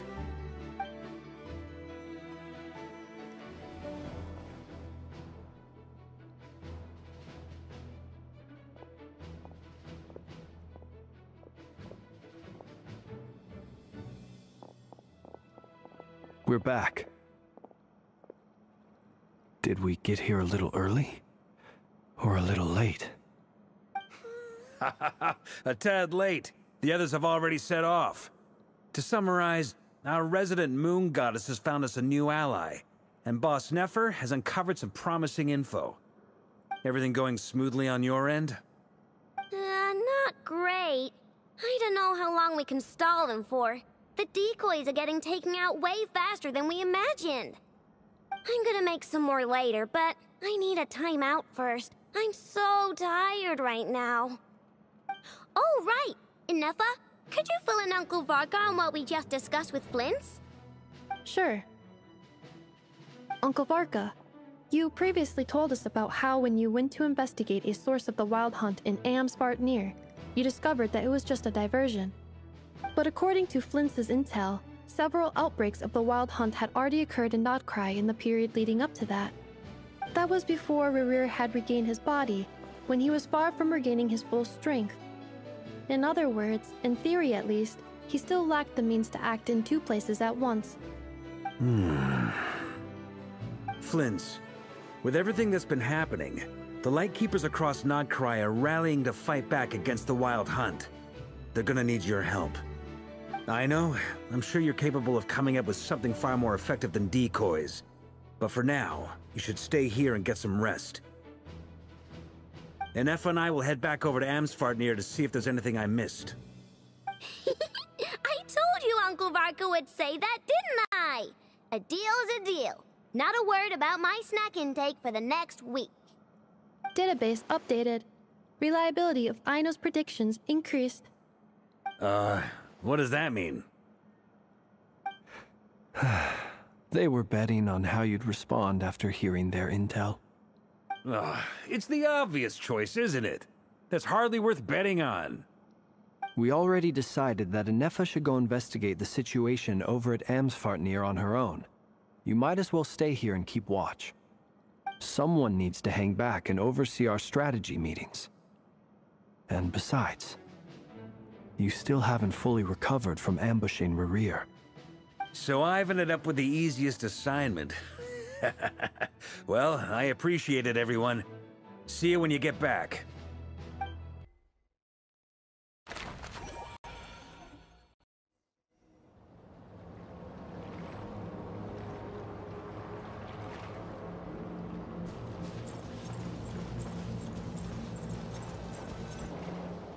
Here, this will serve as a good spot to cross over. Arlecchino, hold up a second. Since you brought us all this way, would you mind telling us what you've got planned? We still haven't got the slightest idea what's going on here. And if even Columbina doesn't know where the iridescent moon's marrow is, how do you? Simple. Because I am an inheritor of the royal bloodline of the Crimson Moon. And one of the last surviving embers of the Two Worlds' flames. Huh? Are you serious? As in, you're a descendant of that Crimson Moon dynasty we were just talking about? The one from ancient Conria? Your surprise is understandable. I was also taken aback when I first learned of it. But the more I thought about it, the more I realized the signs had been there all along. When I was young, I discovered I could wield a very special kind of fire. It coursed like blood through my veins and smoldered away inside my nerves. What's more, whenever I experienced strong bursts of emotion or drew too deeply on this power, it was like some kind of presence within the fire would begin to gnaw away at me, consuming me from the inside out. Exactly. That is why my hands are like this, too. At first, I saw it only as a curse, but once I became a harbinger, the Jester apprised me of the truth. Together with my own investigations, over the past few years, there are several things that I have gradually come to understand. For instance, take the so-called Crimson Moon. In truth, it is nothing more than the shattered remnants of the iridescent moon, fused with the Abyss to prolong its lifespan. Since this blood flame was bestowed upon me by the Crimson Moon, it is a fusion of the iridescent moon's former power and the corruption of the Abyss. You all understand the nature of the Abyss well enough. I draw upon its power, and in return, it hungers for my soul. This strange blackness is the mark of corruption it has left behind. If I recall correctly, you once told me that if the corruption ever made it to your heart, you'd become a completely different person. Yes, and that's the reason I'm always careful not to push my power too far. It's essentially a never-ending tug-of-war. Whew. Sounds intense. Anyway, the rest of my story can wait. Is there anything else about the Crimson Moon or the Iridescent Moon that you're unclear about? Paimon has a question. So, the Crimson Moon that the Carians used to worship was actually the Iridescent Moon, right? Which was one of the three Moon Sisters. Does that mean that the Carians were to the Crimson Moon as the Frost Moon Scions are to the Frost Moon? So much of that history has been lost. We have no way of knowing exactly what they were like. But I would suspect that the Conrians weren't as devout in their moon worship as it might appear. The iridescent moon's remains simply served as their link to the Abyss. Later on, perhaps someone discovered a way to make direct contact with the Abyss. Or maybe there was some kind of ideological divide. Either way, a dissenting faction staged a coup and drove out the royal heirs of the Crimson Moon dynasty. Still, even with the dark sun looming high overhead, the Crimson Moon's glow never truly faded. If you want living proof, it's standing right before you. The first time we met, I sensed something familiar in your presence. When I looked at you, I felt I could see that mysterious red moon in the corner of my eye. In your flames, I saw its broken image, surrounded by a strange black aura. Well, I appreciate that you kept it to yourself. Much about the Crimson Moon is still a mystery, and I'd prefer not to end up as the object of an insane research project. Anyway, time is against us here, so if there's any other questions, they'll have to wait. I just want to make sure I've got one thing straight.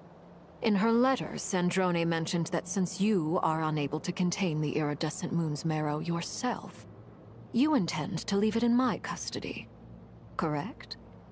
That's right. For now, It's the only way I can pay you back for your help. The iridescent moon is already part of who you are. So with its marrow in your possession, you'll be even more powerful than before. Deal. Then let's get started. Get what started? What does this place have to do with the Crimson Moon? When I first became a Harbinger, the Jester gave me a book called Paranhari, also known as Leobranto Innamorato. You should be able to buy a copy next time you're in Fontaine. It's a love story set in the Crimson Moon era, but setting aside the tangled romances of its characters, it also records a few interesting details. In the Crimson Moon era, or so the story goes, there was an orphanage that received children from beyond the bounds of this world, and subjected them to a peculiar induction ceremony. Beyond the bounds of this world? For real? And what kind of induction ceremony? The Crimson Moon sages looked beyond this world for beings with powers that surpassed the gods. But fearing they might lose control, they subjected these children to a process of refinement. They made these children crawl up a fireplace and kept asking them, "Have you died? Did you see it?" Until they finally admitted to having died and seen a crimson moon. The adults embraced the children who passed the ritual, telling them, "Within the fireplace, you have traversed the flames between two worlds. Here and now, you are born anew."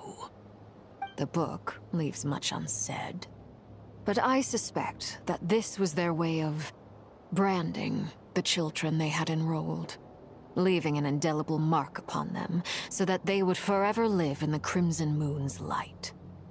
That explains why I can't sense the Crimson Moon's marrow in this world. It makes sense that it would be sealed in a special space that can only be accessed temporarily. But there's no fireplace here. Do you see a chimney anywhere? Oh, are we supposed to build it ourselves? Okay, fine. Paimon will go find some bricks. That won't be necessary. The fireplace is purely symbolic. The key to the ritual is crossing the flames between two worlds. In other words, the flames that burn within me. Those burned away by such flames leave behind a kind of ghostly afterimage in the world. In the days of Conria, people believed they could be used to bridge the gap between the two worlds of life and death. In short, I can open a passage to that space for you. That's the easy part. The catch is I'll need to stay on this side to keep the passage open, so I won't be able to come with you. Once you're inside, you'll have to find your own way. Very well. Then I'll open it up. Traveler, spare me a little more moonlight if you would. I may need it.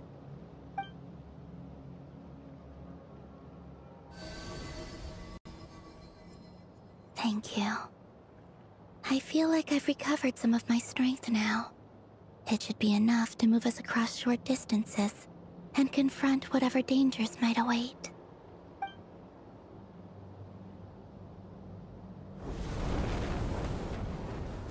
Mistress of the seven hues of ages past, great mother of the present, crimson-clad sovereign of the two realms, by fire severed, by fire renewed, I offer myself now and beseech your descent.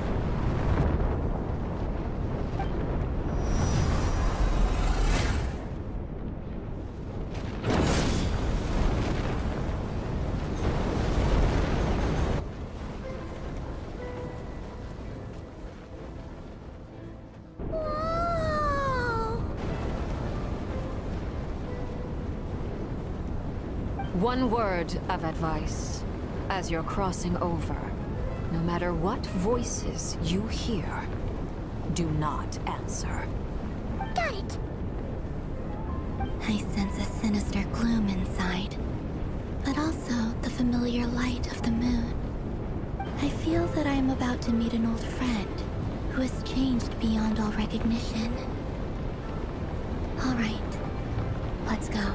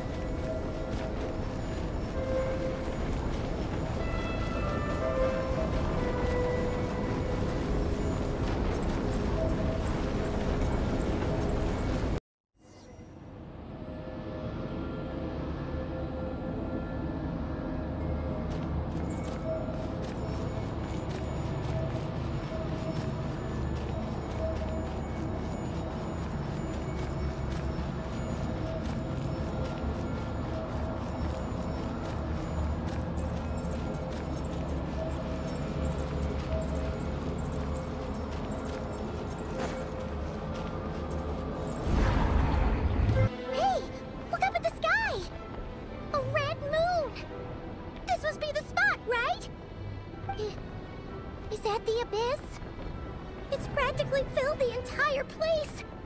What now? What a tragic sight. Fragments of your broken body, seized by the abyss, and hung up aloft like mummified remains. Iridescent moon, was this truly what you wished for? Careful! There's something spooky about this place. Feels like something is lurking in the fog. Paimon's right behind you. Whatever you do, don't run off without her.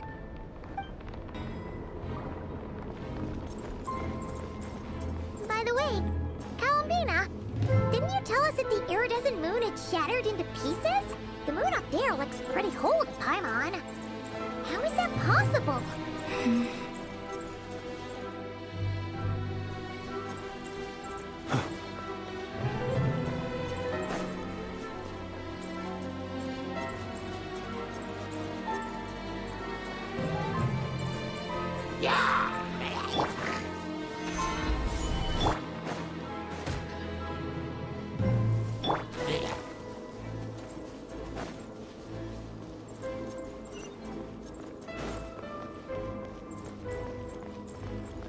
Just like I thought.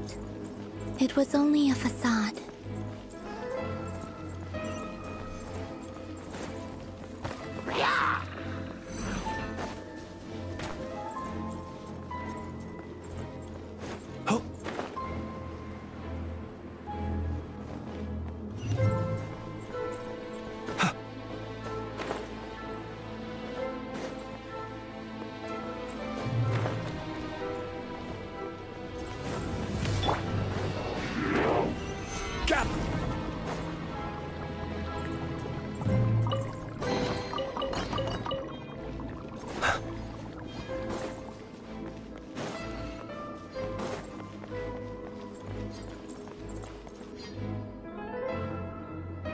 Huh?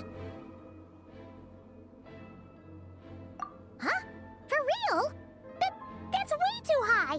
There's no way we'll be able to reach it! No. I'm not sensing anything up there. It's coming from under the mountain. Let's see...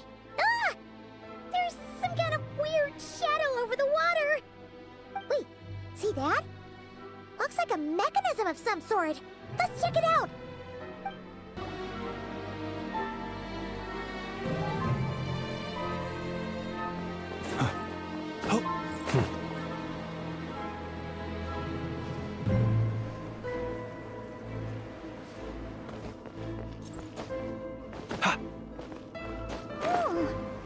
Looks like a device from the time of Kalia. Maybe people once came here to study the Crimson Moon's domain, and then...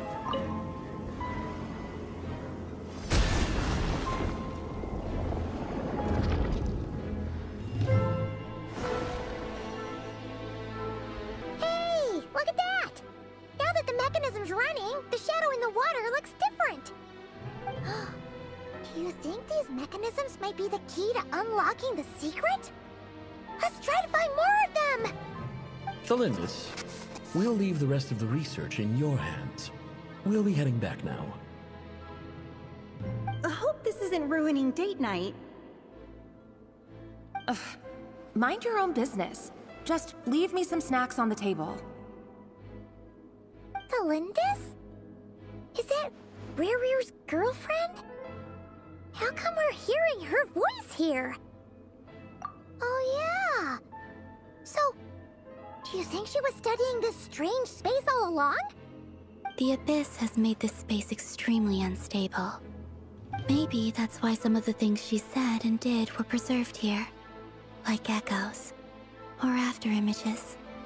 Whenever I see this view, it takes me back to a poem from my childhood.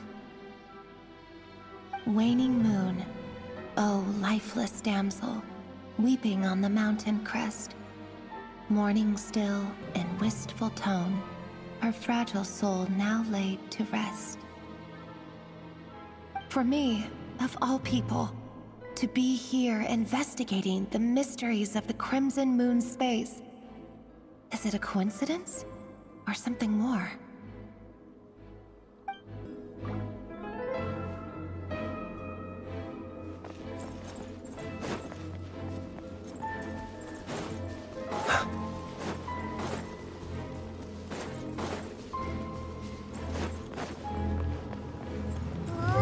Looks like the Abyss has messed up this mechanism. We need to find a way to get it working again. Let's see if there are any other devices nearby.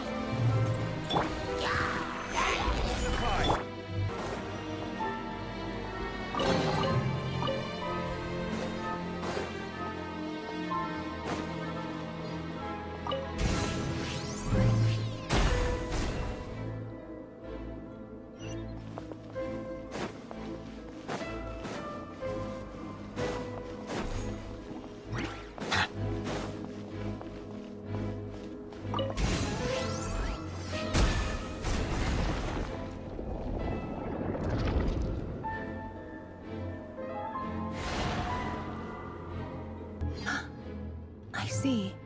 So the moon marrow, or rather the power of the 3 moons, is the key to unlocking... If it really does exist, then maybe this madness can finally be put to an end.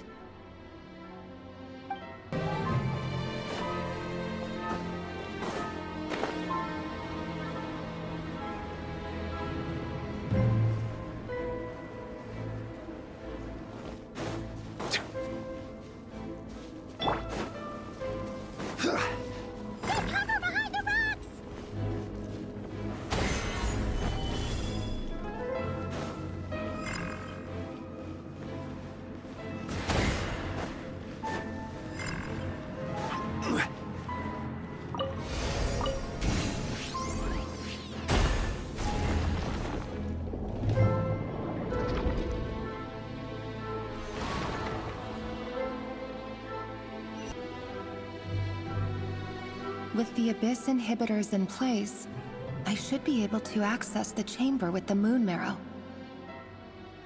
Oh, Rerear, with every step you take, you're drifting further from what you truly desire. But you're not the root of the problem. Ever since that outsider set foot in Conria, the Vinster King has sunken deeper into madness. If only I could get my hands on that outsider.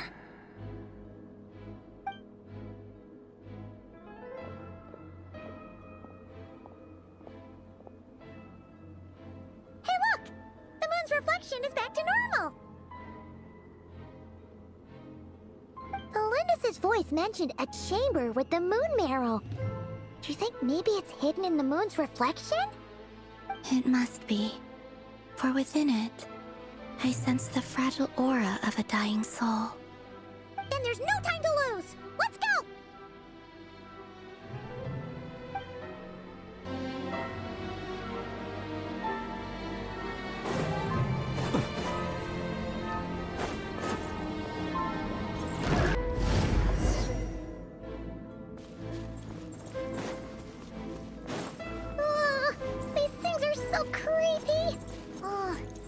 Looks like we'll have to destroy them if we want to get to the iridescent moon's marrow.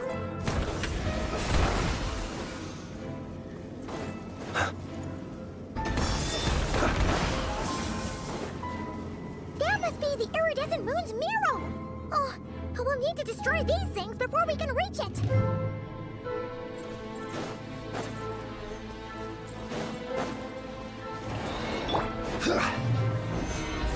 Solidify! Close your eyes.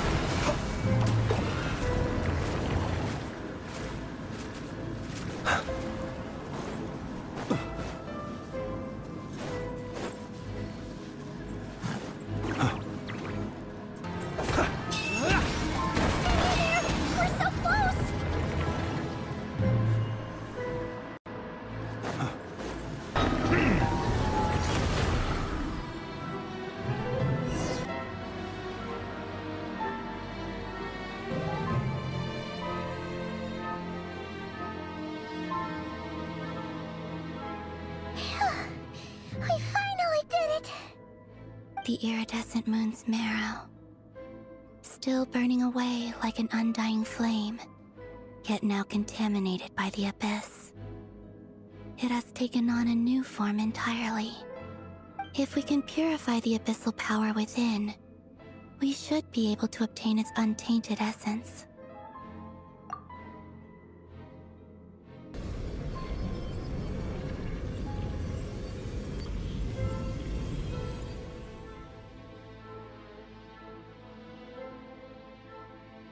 It's so cold.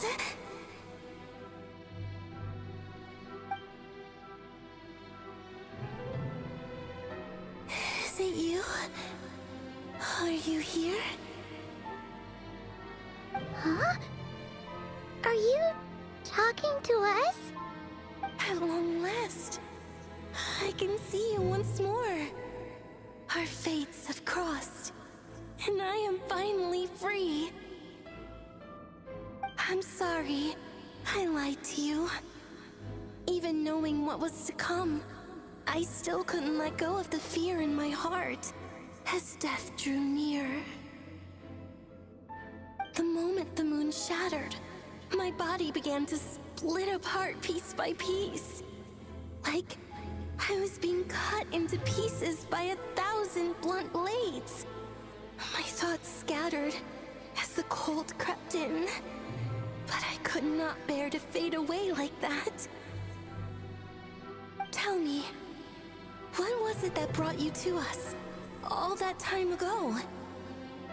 If only I had possessed your courage, then I might have been spared this torment more painful than death.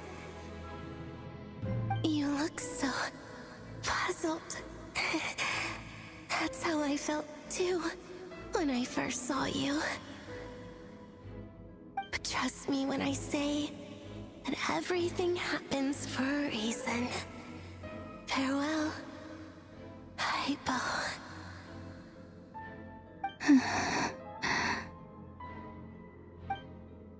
What was that all about?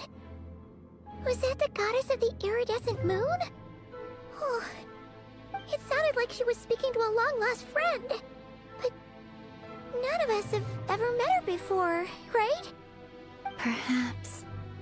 She took me for the goddess of the frost moon she once knew. For a fading soul like hers, our auras must be too similar to tell apart. But anyway, we've got the iridescent moon's marrow now. That should help you regain your strength, right? Alright, time to leave this place and meet back up with Arlecchino. Let's go!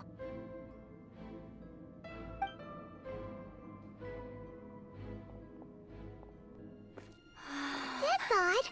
This place looks different than when we came in. Waning moon, huh? O lifeless damsel. Oh.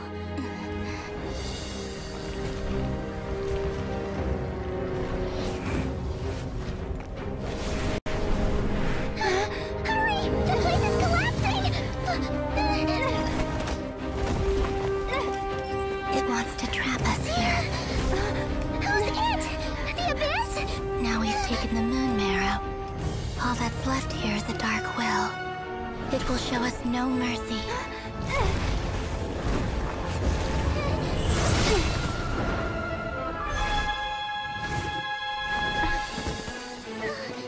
Give it back! The crimson moons! My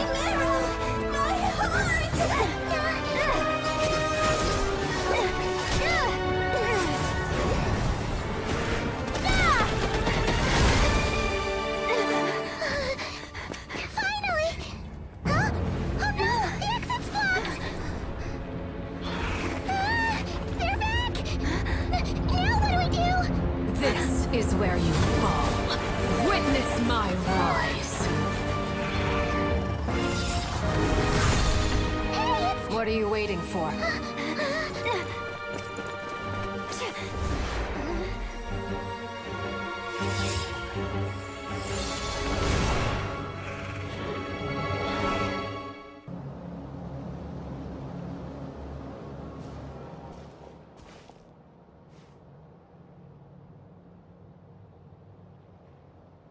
Is that you, Arlecchino? Did you save us?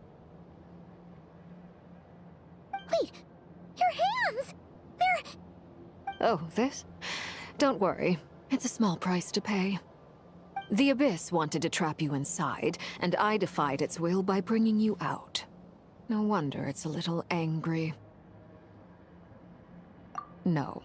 I have paid the price, albeit a small one, and it cannot be undone. My hands have already fused with the Abyss. Purification would simply destroy whatever's left of them. But surely... Oh... We're so sorry, Arlecchino. Paimon can't believe you'd make a sacrifice like this for us.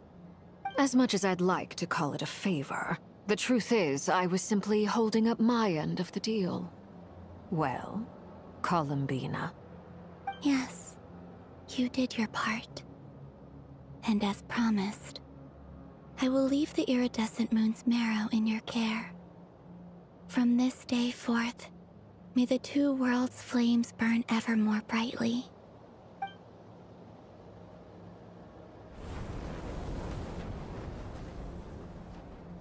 I'll take that as a blessing. Now, Columbina, give me your hand. Accept this moonlight I offer in return.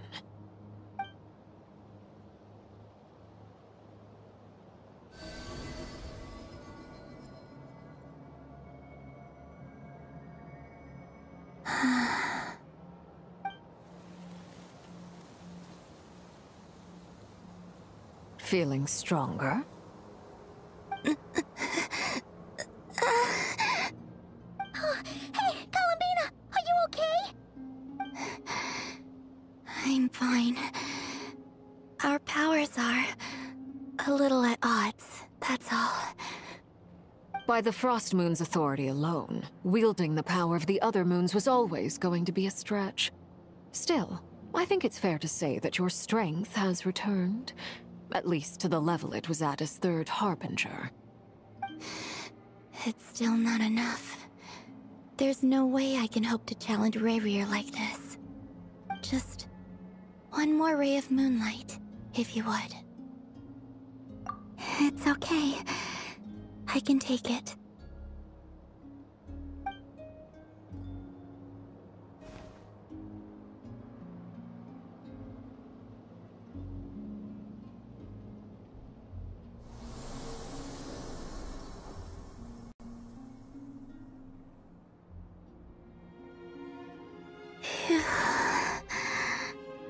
How about now? Fighting fit? At the very least, I won't have to stay hidden like before. I want to see him gone from Krai. The Rayir of Solnari and his wild hunt must be sent back where they belong. Well, it's good to have something to aim for. You certainly seem more alive now than you did earlier. When I first met you, you didn't strike me as a ray of moonlight. More like a wisp of fog drifting in from who knows where, ready to scatter at the first sign of a breeze. But now, you're full of vitality. Just like the Frost Moon, once the brightest of them all. May you keep shining, Columbina. This is who you are. Thank you. Look after yourself too, Arlecchino. I know you have plans of your own, and that's why you're always seeking to grow stronger. But whatever you're after, don't let the Abyss take a hold of you. I do not wish to see you go down the same path as Rayrir. I appreciate the concern, Columbina. Although perhaps it's time you took a new name. A new name? Kutar, the Moon Maiden, Columbina.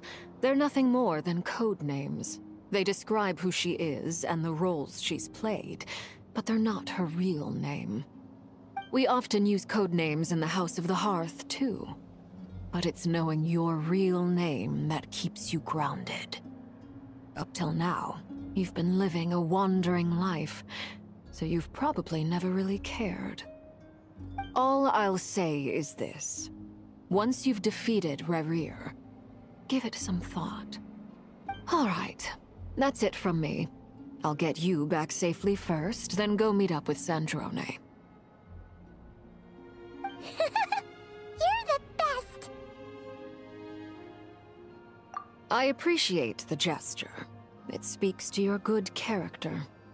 Anyway, let's get going. There are more urgent things to do right now than trade compliments.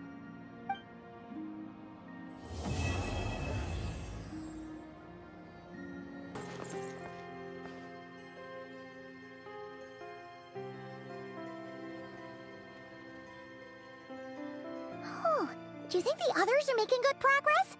Hope it's all going smoothly. Oh, hey look! They made it back as well! Flintz! Llama! How did it all go?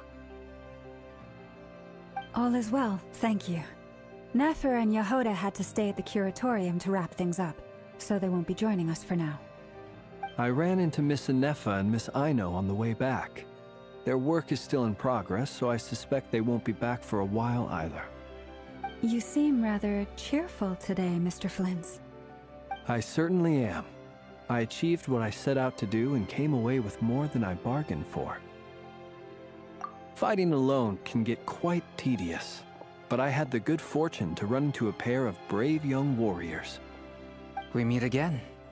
How have you been? Albedo! What are you doing here? Thankfully, tracking you down turned out to be a lot simpler than we envisaged. These two courageously lent me a hand while I was fighting the Wild Hunt. When they told me they were Servarka's colleagues, it all made sense. And given how people of outstanding talent tend to cross paths, it's no wonder you're already acquainted. So, who's your travel buddy, Albedo? Why don't you come and introduce yourself?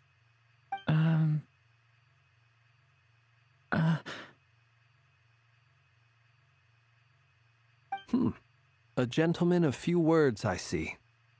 And a rather stern countenance. I presumed you were acquainted with him. Is that not the case? It's nice to meet you. Again. We've technically met before. Wait a sec! You're Minnie Durin! That's right. It's me. I'm glad to see you again. By the way, he says it's okay if you drop the mini. Yeah, I'm not as mini as I used to be. Interesting, isn't it? The first step towards blending into human society appears to be reflecting on whether one's name really reflects who they are. Wow! You look so different! In a good way, of course. It's great to see you looking so healthy. Thank you, Paimon. And although you're as mini as ever, I understand that diminutives don't always convey endearment. I'll be sure to simply call you Paimon, as a sign of my great respect for you. Wow! You're such a smooth talker now. Paimon could get used to this. From now on, you may refer to her as your esteemed guide, Paimon. Personally, I think our little Paimon is the perfect size. When people call her Little Paimon, it's just because she's so adorable that they can't help themselves. If that's not a sign of endearment, what is? You're absolutely right, Miss Lauma. My brother still has a long road ahead of him when it comes to understanding human relationships. Anyway, speaking of long journeys, didn't Columbina, leave with you? How come she isn't back yet? She's been catching up with old friends. Wouldn't be surprised if she stopped for a cup of tea or 10 on the way back. Uh-oh. People are talking about me. Hope it's nothing negative.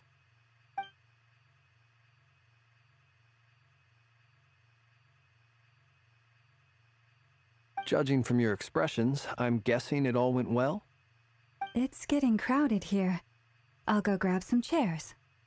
No need. This is a job for an alchemist. I'll whip some up momentarily. Thank you for your hospitality, ladies and gentlemen, but I was merely escorting my friends back. I'll be meeting Sandrone shortly, as we still have some things to discuss. It's been a pleasure, everyone. But this is where I'll say goodbye. We really appreciate your help. Oh, come on. Spare the formalities. I'm just glad I could help out some true friends. I understand. Well, bye for now, Harlequino.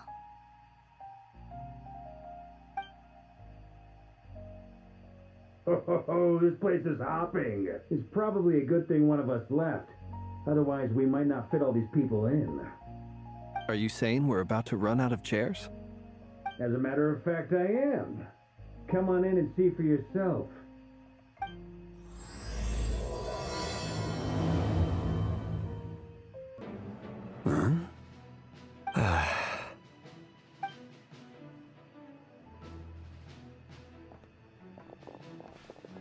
I overheard your little chit-chat outside, by the way. With Miss Columbina's colleague gone, we should be back to the original crew plus the other colleagues I brought in. Though, it looks like we have another new face. Someone else managed to rope in a colleague too? Frankly, you and Paimon are the only people I know here. This here is Deansliff, colleague of Teyvat's greatest guide, Paimon, and greatest adventurer, the Traveler. Well, not exactly colleagues, more sort of friends. When someone else jumps in to do the announcing, you know you're speaking to someone important. Let's hear what he has to say. Note to self. Once Paimon knows your name, the rest of the world will soon follow. When he comes looking for us, it's usually something important. Paimon's guessing you've heard about the Wild Hunt, then. From the looks of it, you're about to hold a meeting. If I were to say that the Wild Hunt is our mutual enemy, would that earn me a seat at the table? As the saying goes, the enemy of my enemy is my friend. Mr. Dainsliff, there's a seat with your name on it. Though, I can't promise the same for everyone else. Hey, Albedo, think you can rustle up a couple more chairs? After all this time apart, Grandmaster Varka's first order is to rustle up a couple more chairs. I've missed this. Is he being sarcastic? Hey, he's your brother. Why are you asking us? I've still got a lot to learn about the nuances of human conversation. Trying to decipher Albedo's way of speaking has been like jumping in at the deep end. Oh, good point. Paimon gets you now. Don't sweat it. There are people who go their whole lives without getting the hang of it. You're ahead of the game already.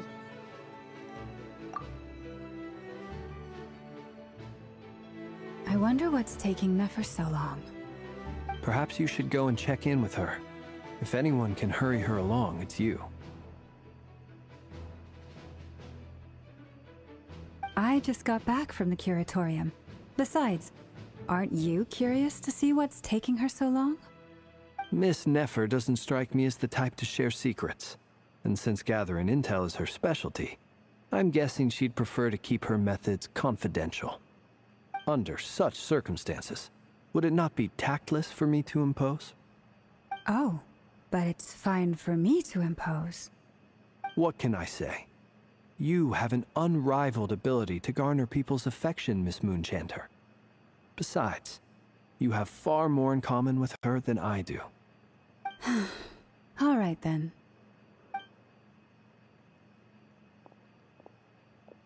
Impressive. She barely fought back at all. I admire your powers of persuasion, my friend. As I'm sure Miss Lauma will realize soon enough, the trick in life is to always pitch in with other people's responsibilities so that you can be selective with your own. Another trick is to simply hide in the background. Spoken like a true sage.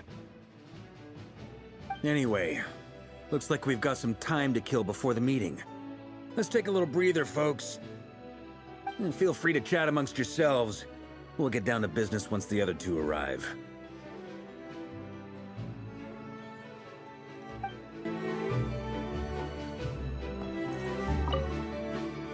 You're both awfully quiet. Why don't I start us off with an icebreaker?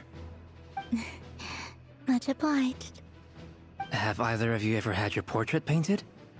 If not, I'd be glad to help. That sounds like a lovely idea. You know how to paint, then? I dabble occasionally.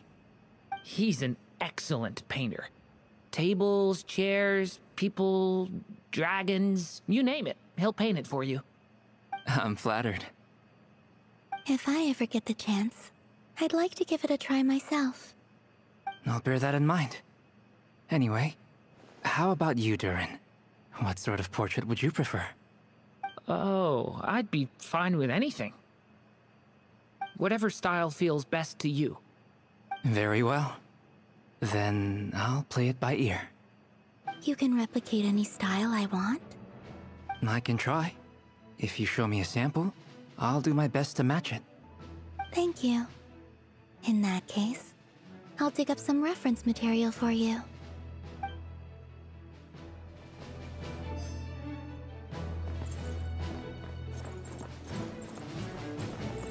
Is there something you'd like to say to me? Yeah! For starters, why'd you just show up here without even giving us a heads up? If you think back to our previous interactions, you may recall that that's hardly out of character for me. You do have a point there. Oh yeah! You'll need to find somewhere to stay the night too, right? Want to tag along with us? You never know. We might get a group discount. Sure, let's do that. Great! Paimon will handle it! And in return, we can get Dainslift to be our very own personal bodyguard. If that's what you had in mind, you should have said so sooner. I'd be happy to help. Oh, okay then. Paimon was only kidding, but good to know. Anyway, since we're all here together, we might as well watch each other's backs. That's just what friends do, right? Indeed. Thank you.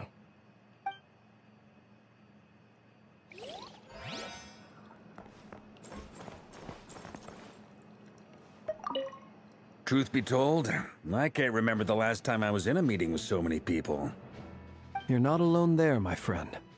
The Lightkeepers also struggle to bring everyone together for a serious discussion. I don't doubt that. I've only ever met two Ratniki, one being you, and the other being that young guy, Eatlua. Eatlua is a good apple. I'll give him that. He's kind, honest, and regularly delivers supplies to my lighthouse. A true Ratnik to the core. In that sense, he puts me to shame. So you're what? A fake Ratnik? That's what it sounds like you're saying. But I get the feeling that's not quite what you meant.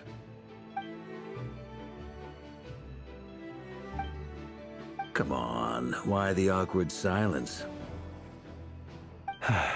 Sorry. I'm not even gonna bother trying to hide it. You've known all along, haven't you, my friend? Now that was an awkward silence. Let's just keep this between ourselves. Probably best if Eatlua doesn't know, huh? That goes without saying. Gotta be careful what you share with youngsters, after all. Anyone else in the know? Let me guess. The Traveler and Paimon? It's dangerous being too sharp for one's own good, you know. Then, in the name of the Animo Archon Barbados himself, I swear, your secret's safe with me. When we went for drinks, you said that you and Barbados were practically best buds. In the light of that claim, do you really expect me to take your oath seriously? Of course. Just as long as you don't go spreading around the fact that I'm close with Barbados, all right? Fair enough, then. Nothing like a bit of mutual leverage to seal the bonds of friendship.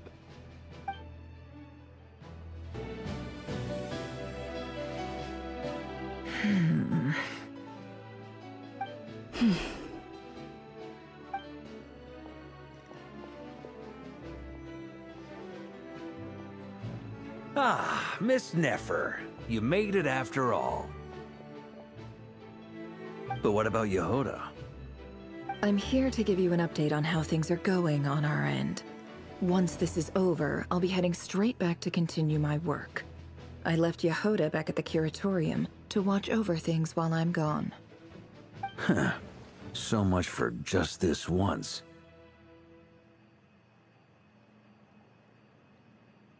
Shh! Not so loud! We're on a roll here. What if she remembers and suddenly decides to back out?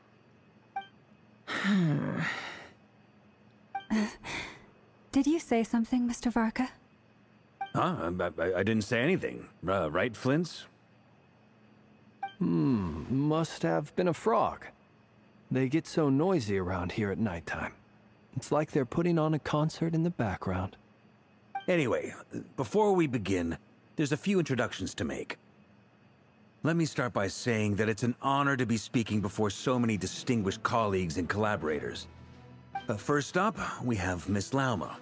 As Moon Chanter, she's the leader of the Frost Moon Scions, a local religious community in Krai. Then there's Miss Nefer, boss of the Curatorium of Secrets, an intel gatherer extraordinaire. Nefer is leading the investigation into Rerer's background, assisted by Yehoda and Lauma. From the little I've heard, they're making some great progress. Over here, we have Mr. Flintz, a ratnik and guardian of the abandoned lighthouse. In our last operation, he courageously distracted the wild hunt to buy time for the rest of us.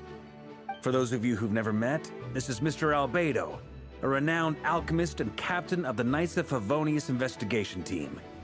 By his side is a new face for us all, myself included, Mr. Durin, who has come to lend his aid. Next up, we have the Moon Maiden and former Fatui Harbinger, Miss Columbina. Then we have the Traveler, who's earned more titles than I could possibly hope to list out, so I'll spare you the rundown. And Paimon, the ultimate travel companion and quite possibly the best guide in all of Tevat. Wow! That's a lot of people! Great turnout! Miss Nefer, it looks like you might have another job coming your way, so, congratulations on the booming business, I guess. You think I haven't got enough on my hands as it is? Who's looking for me now? That would be me, Miss Nefer. I have a commission for you.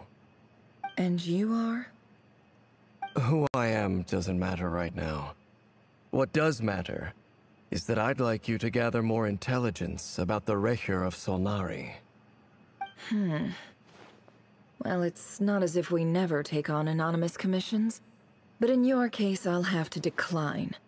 I'm gonna take a wild guess and say your job's probably more hassle than it's worth. Something about you seems like bad news. It's my eyes, isn't it? Conrian, I assume. And what's with the mask? Are you trying to hide your identity? In any case, the fact that you're even still alive raises an awful lot of questions for me. My name is Dainsleif. And yes, I am from Conria. As I'm sure you're aware, the Recher of Solnari's real name is Rerir. He was once an acquaintance of mine. Really? Then you must have been quite an influential figure yourself. You flatter me, but none of that matters anymore. My point was simply to clarify why I have asked Miss Nefer to investigate Rerir's background. So you're both from Conria, and it sounds like you used to be friends? What am I missing here? Surely you already know how he became one of the Five Sinners. I'll tell you everything I know. The history of Conria, the names and identities of the Five Sinners. I remember it all like it was yesterday. I have never spoken openly of this before. But the truth was exactly as people say.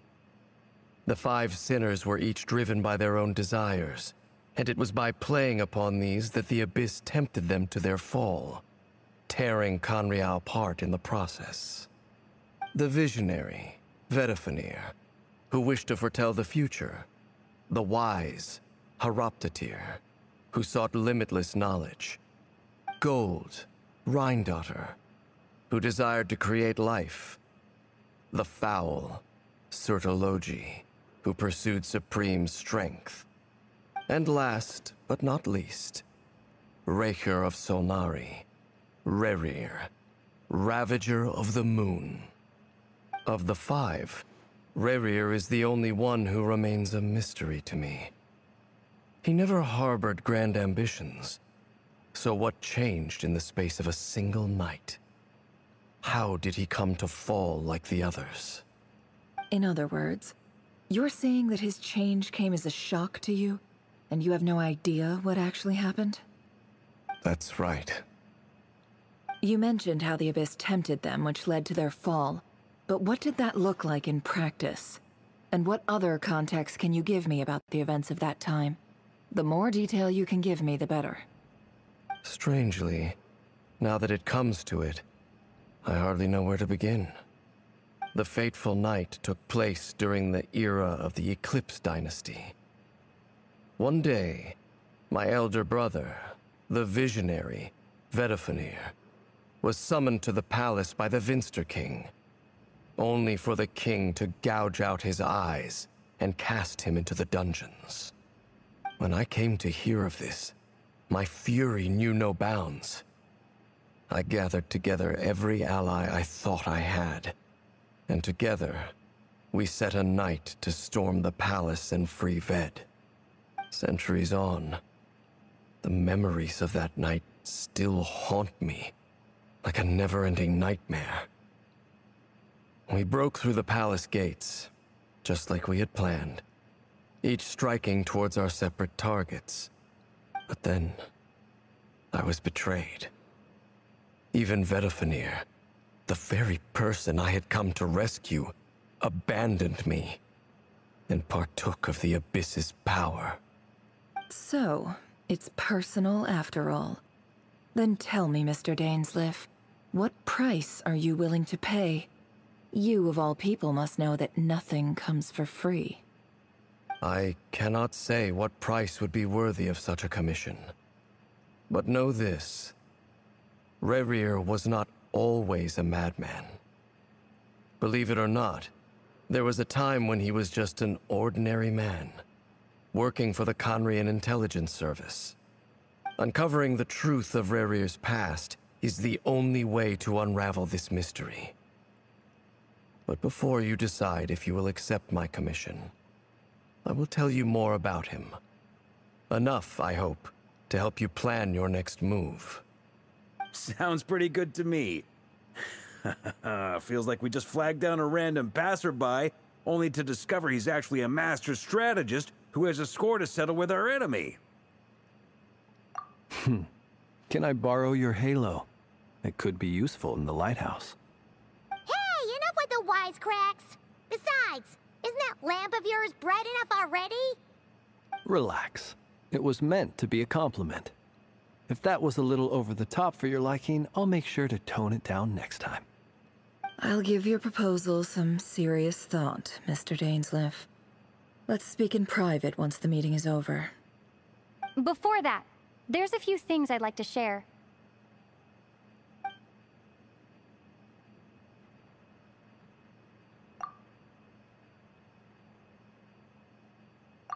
Now that we've united the hearts of the three moons, your power should be greatly enhanced.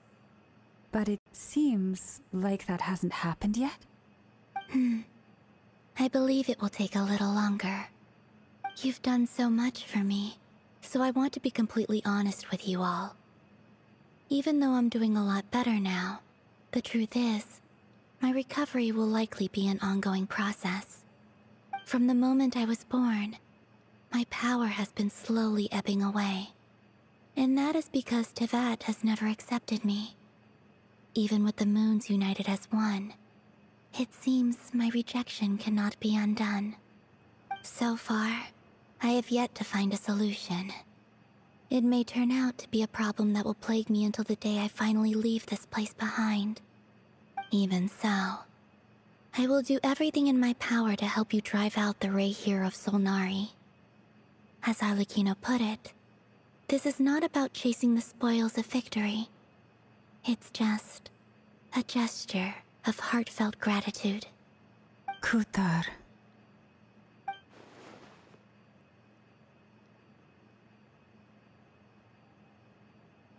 Defeating the Rahier of Solnari will be no easy task. While my strength slowly recovers, we'll also need to gather more intel. Naturally. We should take all the help we can get if we hope to defeat him. We've considered several viable plans now, but our choice hinges on the answers to a few key questions. Is it even possible to kill Rahier? What experiences shaped the person or monster he became? And what's he really after? Given Albedo's expertise in alchemy, I think we should leave him to try and answer the first of these questions. Understood. As for the other two, I'm afraid we'll have to count on you again, Miss Nefer. Believe me when I say it's not my wish to burden you. But right now, relying on your skills is our only option. So you're placing all your hopes on me, huh? We can't thank you enough for agreeing to help us. Honestly, I can hardly believe how lucky we are.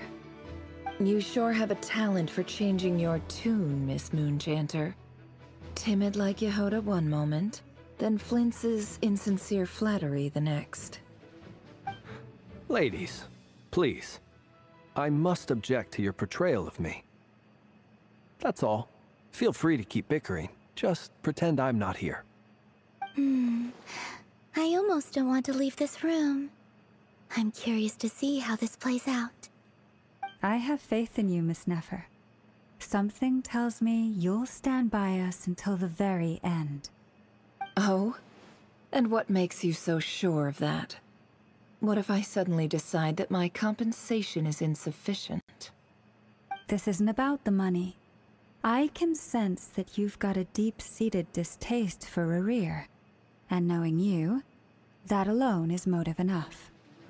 Look at them getting along so well. Like two peas in a pod. And I'm the one they accuse of insincere flattery. There is no justice. Miss Lauma, you have to understand something.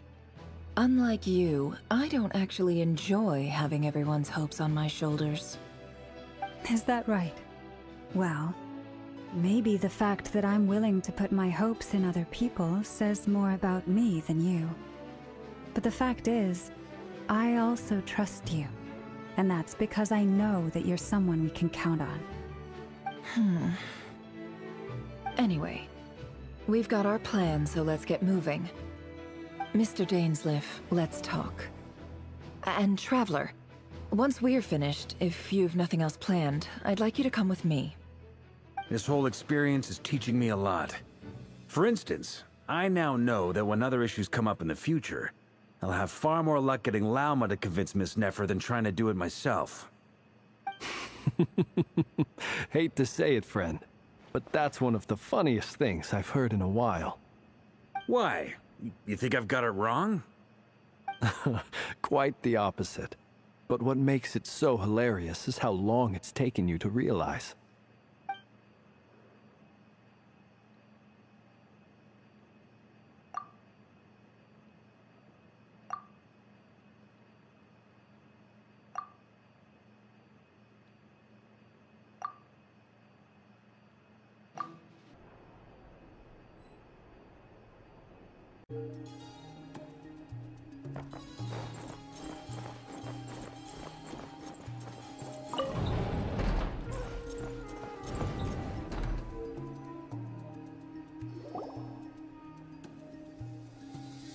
Thank you for waiting. It's okay. We actually used the time to help Dainsleif get a room at the hotel. That's very considerate of you. Now, I trust you share my curiosity about Rahier's past, and you seem fairly familiar with Mr. Dainsleif already. We spoke at some length after the meeting. He was the one who suggested I should invite you to join this operation. He feels confident that these secrets will be safe with you. Dane has a lot of faith in us, that's for sure. Likewise. I appreciate that you got right on board without interrogating me about why I invited you. It shows that you trust me to explain everything in due course. That's because we know what you're capable of. We appreciate you too, Nefer. You might have been forced to help in the beginning, but this time, it was your choice. That's one way to put it. Another is this, that once a decision's been made, it's set in stone. After that, my only goal is to see it through. Alright, so here's how it is. I'm going to access Rerir's thoughts again using my confidential method.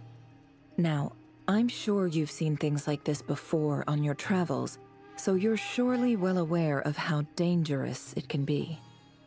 The reason I've gathered you all here is to ensure my safety during the proceedings. I plan for us to enter the fragment of his consciousness together, and once inside, I will focus on searching for information. Think of this as a diving expedition into someone's brain. If I'm the diver, you are my safety equipment, tasked with keeping me alive while I'm under the surface. Once the ceremony begins, we will all be spying on privileged information. But in the interests of safety, you must remain absolutely silent at all times. We will discuss our observations after the ceremony has concluded. Lastly, any individuals of a weaker constitution are advised not to partake in the ceremony. In any case, Paimon has her own job to do, which requires staying in the room but not joining the ceremony.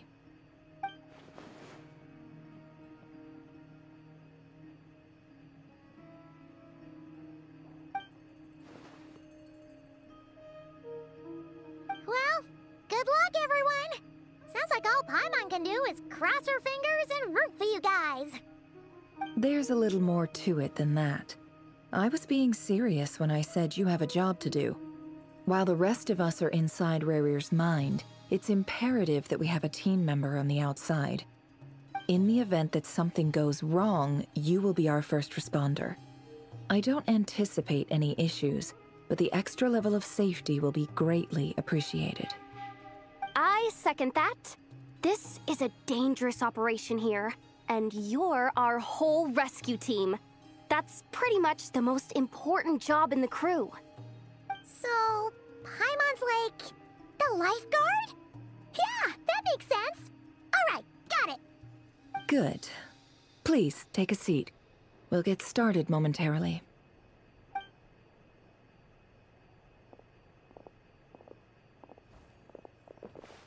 So, did Mr. Dainsliff tell you anything else? He told me that he believes Rerir kept some big secrets in his life. He's not sure that they were the cause of his eventual downfall, but he's asked me to uncover what those secrets were all the same. But surely you're not planning to go through with this, no matter the cost. If you think that, you'd be overestimating me. I'm a businesswoman, not a mercenary. But I do have my own professional reasons for taking this job. You think I'd turn down the opportunity to get a first-hand glimpse into Conrian history? No chance. Well, as long as you don't let morbid curiosity get in the way of safety concerns, we're good. We'll do whatever we can to help you. You're such a killjoy.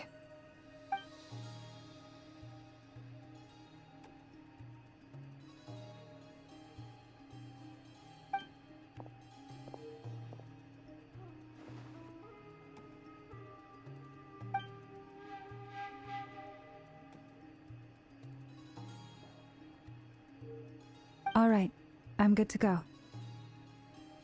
All set over here, too.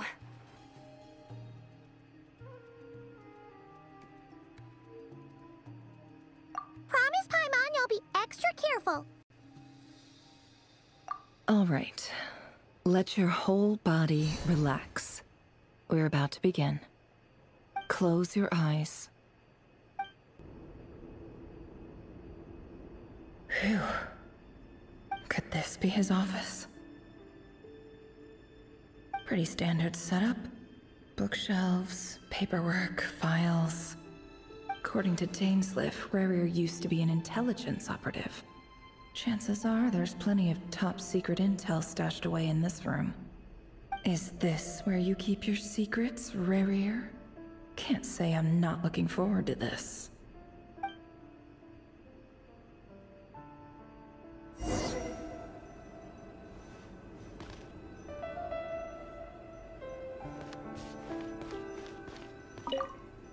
He looks even gloomier than last time.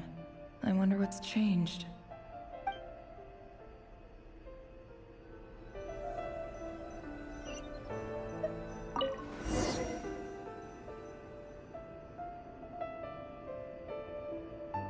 Today's files are in.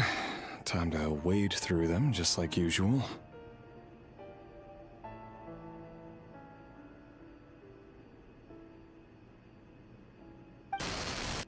Male, 51. Occupation, cook. Confirmed Crimson Moon descendant. Has maintained frequent contact with other descendants over the past year. Poses a threat to the dynasty. Neutralized on...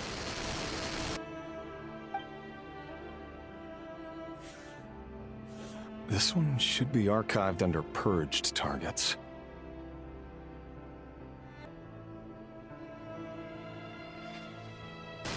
Female, 23. Occupation, office clerk. Confirmed Crimson Moon descendant. Has maintained frequent contact with other descendants over the past year. Poses a threat to the dynasty. Neutralized on...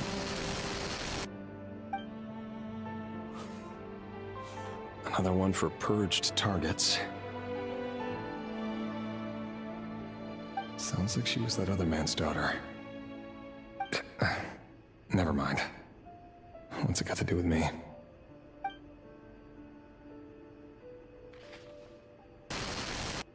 Male, 40. Occupation, teacher. Confirmed Crimson Moon descendant. Has been observed making contact with other descendants during the past year. Poses a threat to the dynasty. Neutralized on...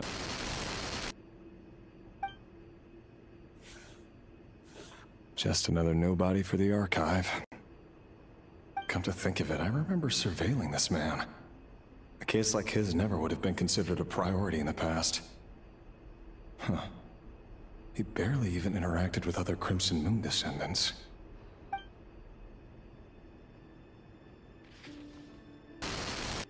Female, 16. Occupation, none. Orphan and confirmed Crimson Moon descendant. Has been observed making contact with other descendants during the past year. Poses a threat to the dynasty. Neutralized on...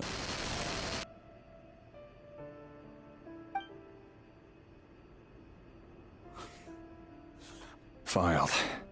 I have no recollection of this girl. None whatsoever. She doesn't seem to be anyone important, but then again, how many of them really are?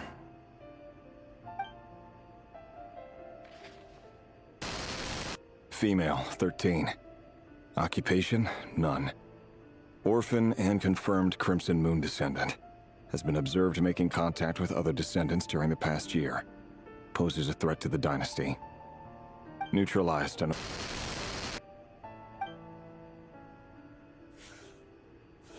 Filed.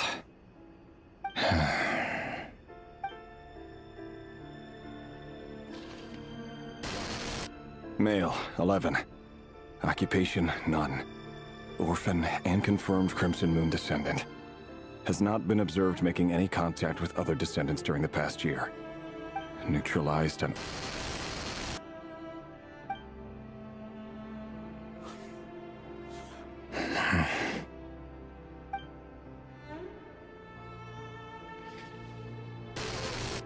Male.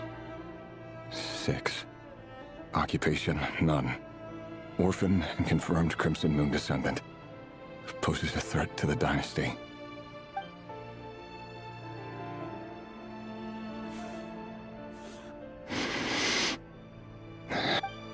It's funny, isn't it? Your job is becoming both harder and easier at the same time. depending on how you look at it. Sooner or later, the Crimson Moon descendants will be completely wiped out. But as their numbers dwindle, they become harder and harder to track down. That's not how it is. Fortunately, however, most of the able-bodied adults have already been taken care of. The remaining weaklings will be increasingly easy to deal with. No! No. My job is to ensure the survival of the Eclipse Dynasty. And the only way to do that is by eliminating any and all potential threats. It's a perfectly legitimate line of work. Every single one of my colleagues can attest to my fairness. And if my friends were aware of the facts, I know they'd back me up too. Assuming, of course, that they were aware of all the facts.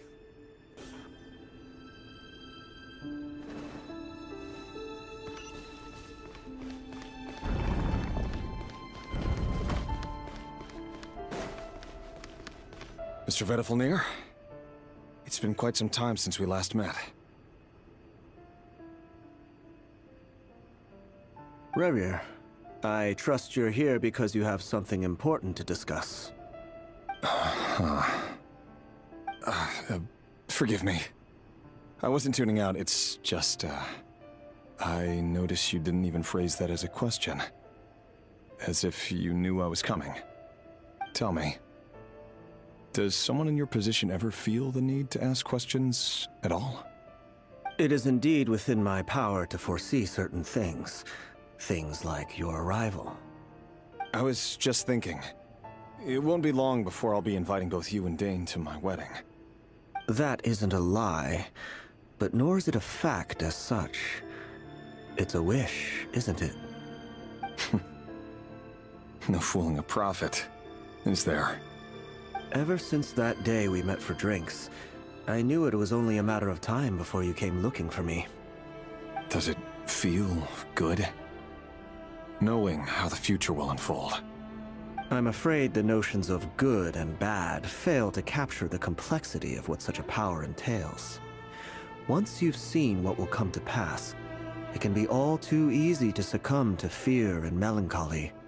Unless, of course, you learn to abandon these feelings.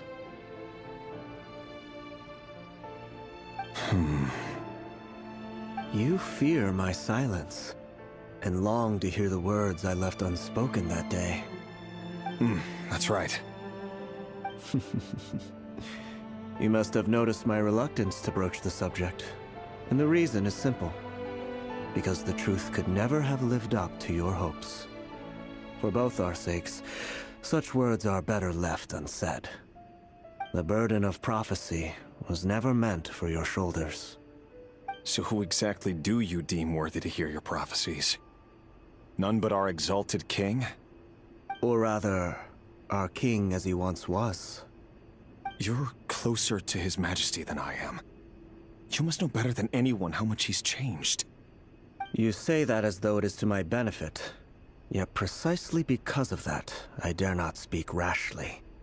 A king can turn out to be the most virtuous of rulers, or a tyrant more terrible than the most vicious of dragons.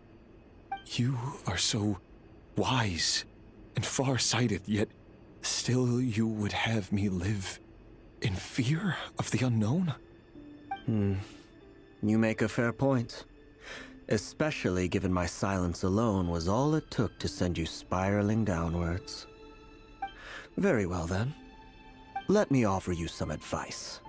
And I say this not as a prophet or a visionary, but simply as the brother of your friend.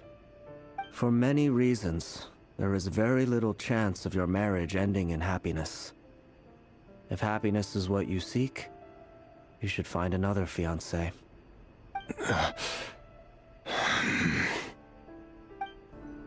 Hold on. There's that same black fog again.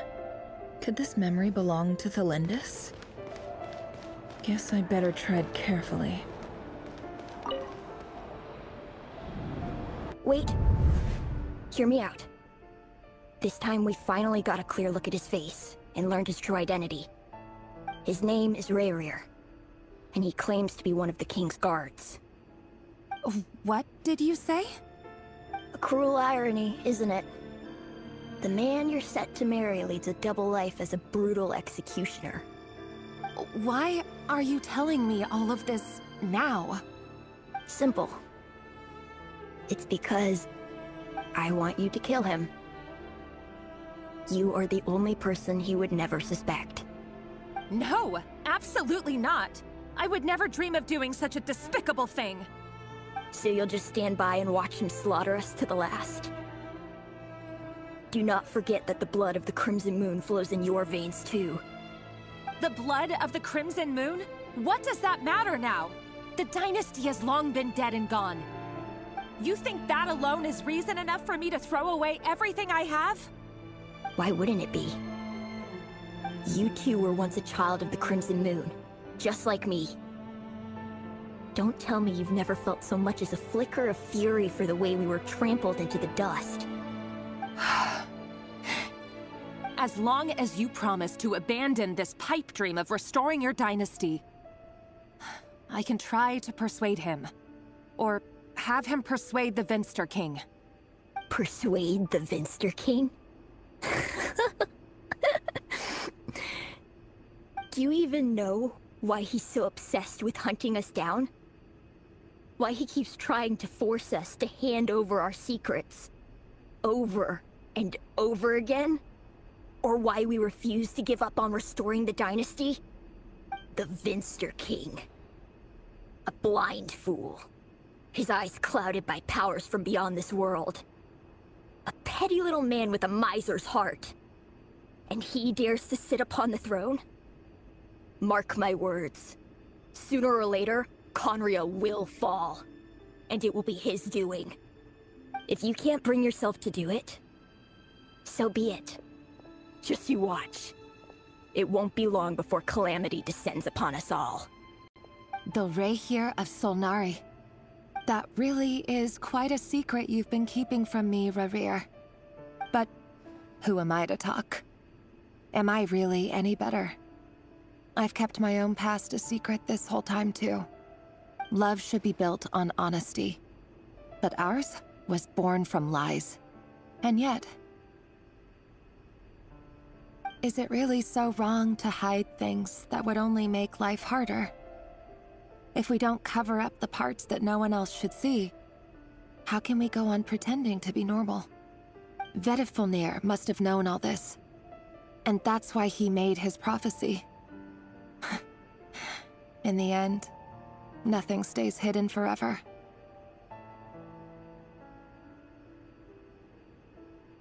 But I won't just sit by and watch this disaster unfold. I'll do everything in my power to protect what I cannot afford to lose, no matter who I have to face.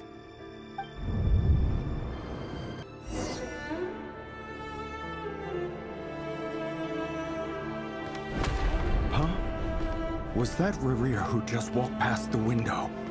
Doesn't it give you the chills that he still takes the same road to work every day? As if nothing ever happened. Those people at the deli. Enough already. They're clearly pretty taken by their own disguises, so just smile and play along. Pull the rug from under beasts like that, and you'll risk having your throat torn out. Deli? Oh. They're talking about those people from the opposition. Right. I'd almost forgotten they used to run a deli.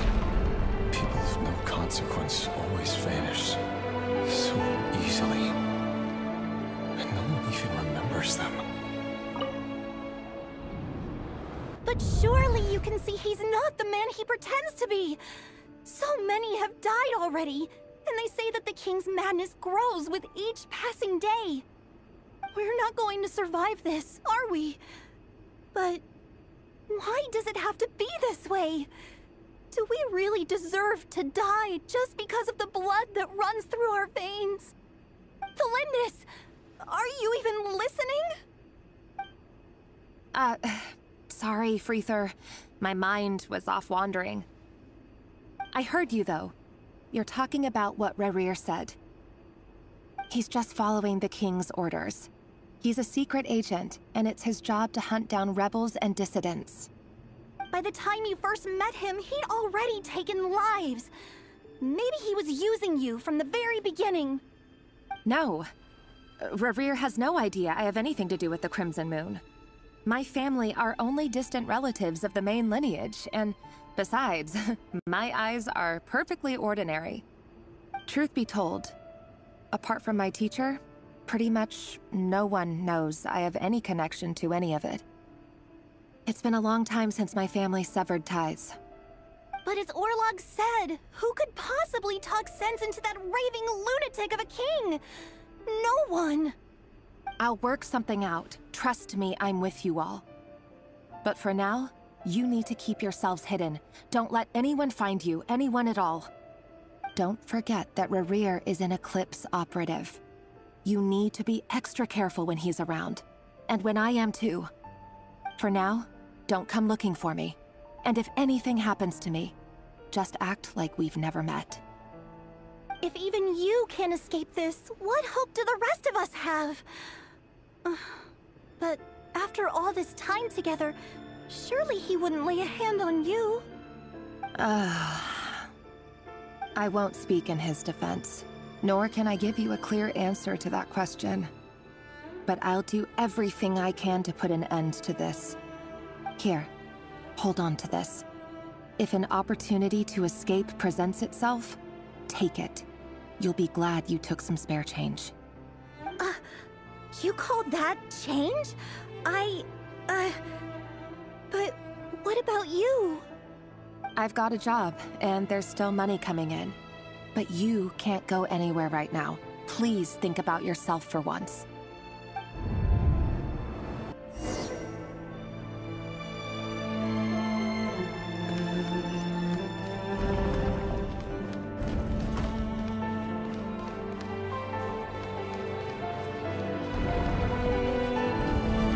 Another day, another round of assassination training. Training ground is just beyond this hidden passageway. When you kill a person, doesn't it bother you when you end up covered in their blood? Why would it? Aren't we all just walking blood bags? But not everyone is accustomed to hunting. Make sure you have a firm grip on the handle. Then choose your angle well. Keep your movements light and brisk. And the prey won't sense a thing. I know that. I'll bet no one's ever died of fire. Work clean. No traces. Doesn't think it's open and above board, though. The king just happens to meet you right now. He doesn't. That won't happen. He's changed. Ever since he fell into the spell of that power. In the beginning, you only had your take on a handful of the guilty. But now... The ones I've dealt with have always been guilty. And I've carried out my work flawlessly. You know why Felinda your proposal, don't you? Was it because he didn't trust you? Or something else? Enough!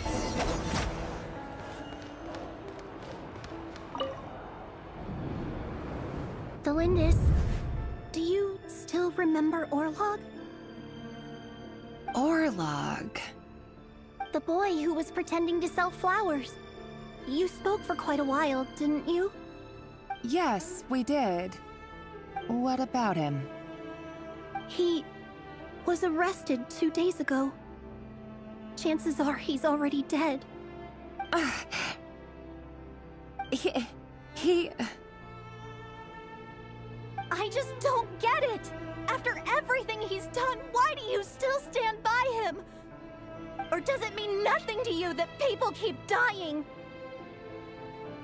No, that's not... Just hear me out. I need to go now, Thelindis. They're looking for us. You take care too. If you ever need a place to hide, come find us.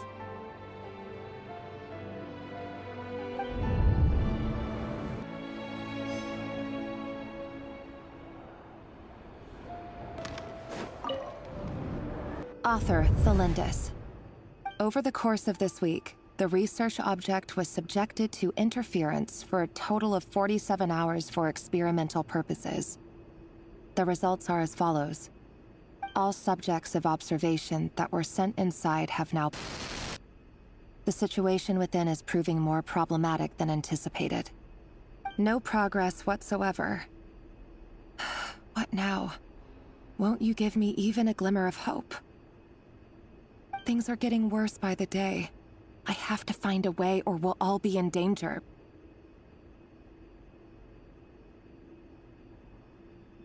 But I... If all this research comes to nothing, what then? Sooner or later, it'll be my neck on the line. But could he really bring himself to kill me? No. Surely he wouldn't have the heart.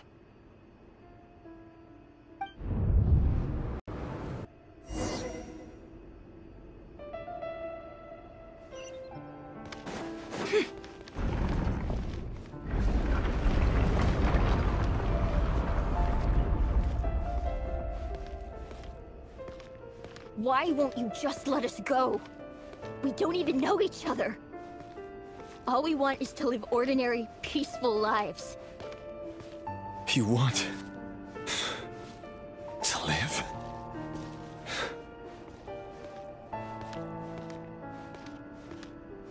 Yes. I just want to go on living. Is that really such an unforgivable crime?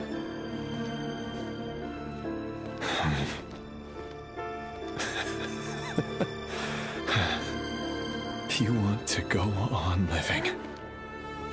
I want to keep living too. To keep living forever.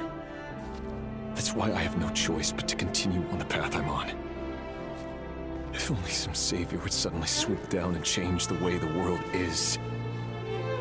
Too bad that's not going to happen. Imagine that. If there really were such a person, you and I wouldn't be standing here like this, would we?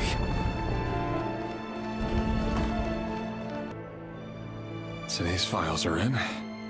Time to wade through them just like usual. No, I don't get tired of it. It's my job. And not only am I lucky to have it, I'm good at it too.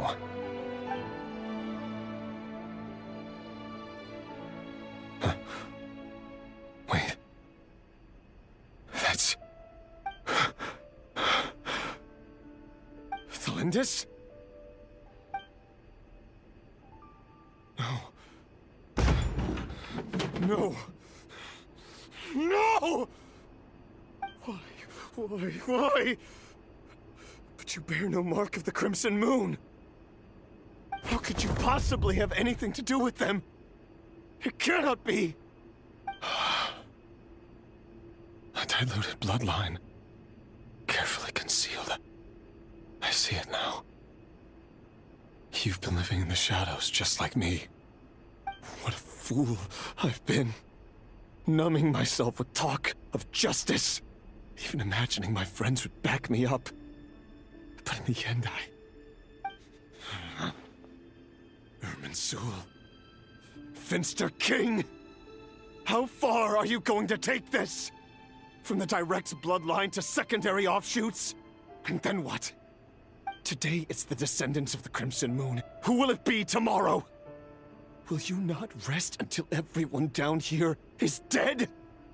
No. This cannot go on. This is where it ends.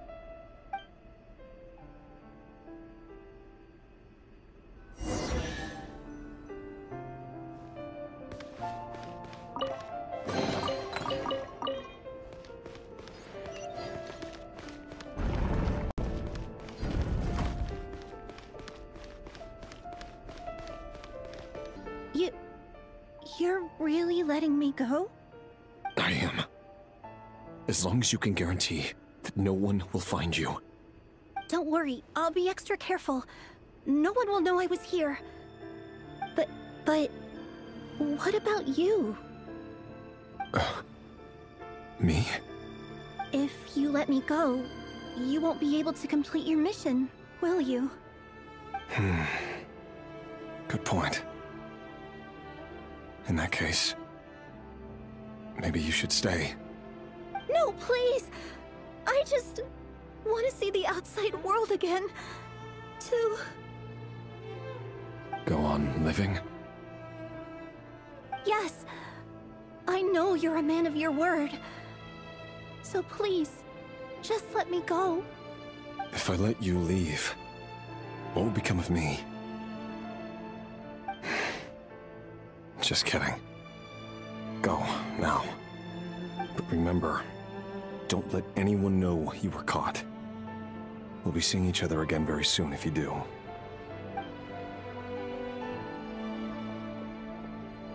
Even shadows in the dark must live by a code. But you can't save everyone. You've been whispering in my ear for days now, Vedifalnir. What are you trying to do? Break me down? I only say this because you long for an answer to your problems. Let her go, Rerir, or you risk losing everything. I will not abandon Thalindis. Then you'll need a little more vigilance and a lot more power. The world is changing, Rerir. Keep your eyes peeled for your moment of opportunity. That voice used to be so unclear. But now I know exactly whose it is. It's Vedifalnir. He won't tell me how to actually resolve any of this, but he keeps trying to manipulate me like a puppet. What's his game here? Tell me then. What will this moment of opportunity look like? And... no answer. He's like a ghost. Always disturbing me when I'm on edge, but never answering when I need him most. So, the Eclipse Dynasty was purging, well, massacring the descendants of the Crimson Moon. And it seems like it was all connected to the Vinster King's research. The King's obsession with abyssal power left the future of Khaenri'ah hanging in the balance. No wonder every aspect of Rerir's life was so unstable. And it looks like this Thalindis, Rerir's would-be fiancée, herself belonged to a sub-branch of the Crimson Moon Dynasty's descendants. It almost defies belief that a couple like them could hide the truth from each other for so long. If the Vinster King hadn't intervened in such a drastic way, they might have gone on deceiving each other for the rest of their lives. And why does Vedifalnir, Dainslif's older brother, keep talking in Rerir's head? This guy kept more secrets than I ever imagined.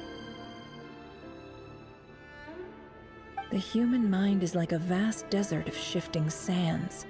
When you follow the flow of someone's memories, you only ever see the parts they're willing to let surface. Time for something a bit more creative. We've been inside Rerir's mind this whole time, building up a picture of his psyche. There's already enough clues on the board to start reading between the lines and mapping out the rest. Now, we can finally begin to put the pieces together. Sure, it'll only be a reconstruction, part simulation, part reasoning, but it's usually pretty accurate.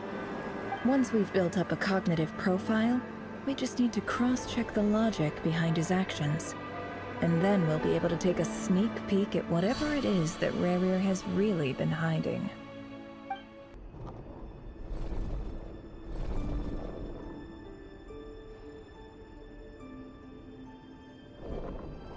Rerir, are you there?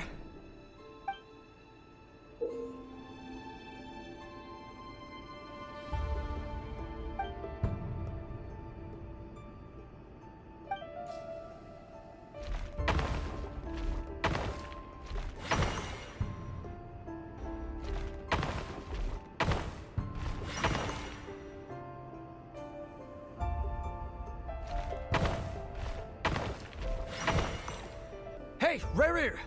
Come out, it's urgent! Dane? What's wrong? Quick, come with me. I'll explain everything once we've met up with the others. Okay. I'll come. but the Lindis is still over at the Universitas. I'll need to leave her a note. All right then, but make it quick. I've never seen Dane so worked up before. Whatever this is, it must be big trouble.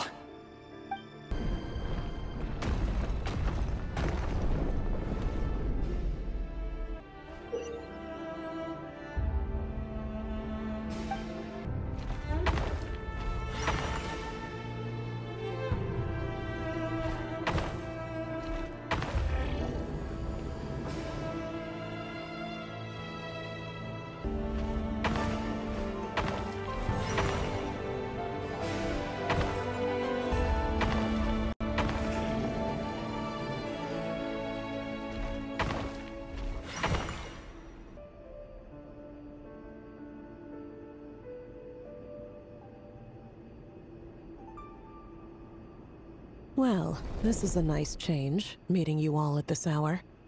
When men and women of ambition can speak face to face in broad daylight, I say that's a big step forward for our dear Khaenri'ah. Don't be ridiculous.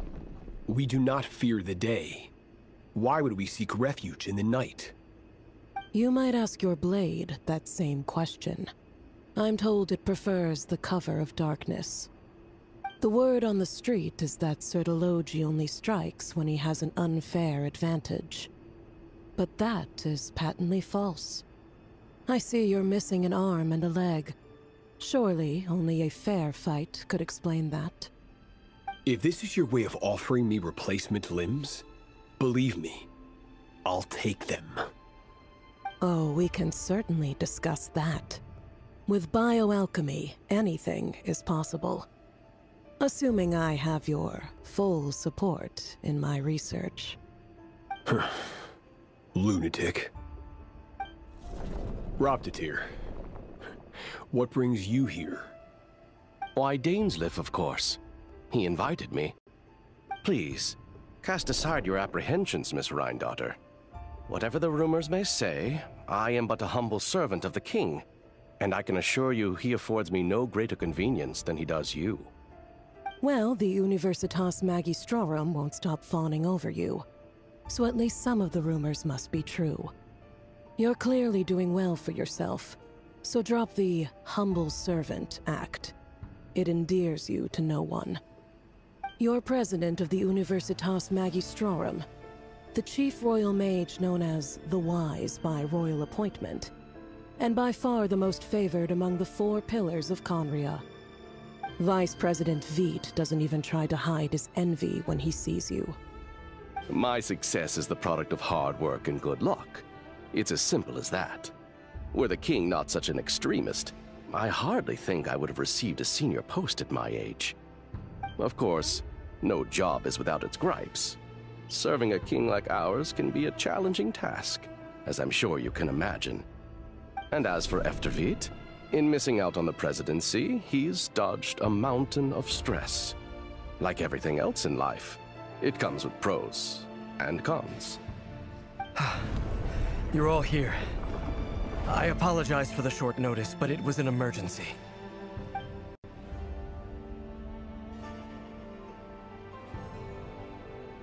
You must be Rerir. Mr. Sertologi. Yes, I handled your case file during your sentencing. Nothing personal, of course. I'm pleasantly surprised that you remember me. You're clearly a person of substance if you've been invited here. But Dainsleif, you'd better have a very good reason for convening this little gathering. It's my brother, Vedalfenir. After he spoke at the court this morning, the king was so infuriated by his words that he had him blinded in both eyes and thrown in prison. Vedalfenir in prison? Strange. I thought the king trusted him and Roptatir more than anyone else in the world. Does this mean the king's circle of trust just got even smaller? It has nothing to do with trust. It's about what the king wants, which is as clear as day to anyone paying attention. I simply appease him, because it's in the best interests of the Universitas Magistrorum. And also because you're slimy. Vedalfenir, perhaps less so. But still, a visionless visionary? It rather inclines me to think that qualifications are not what get you ahead in Conria. Do you honestly think this is an important discussion to be having right now? Dane, what are you planning to do? Rescue Vedifenir, I assume. Correct. It will mean storming the palace by force. Tonight. I need all of you on my side. That's far too dangerous. And don't forget, Dainsleif, you're captain of the Royal Guard. You swore an oath to the throne. Hmm?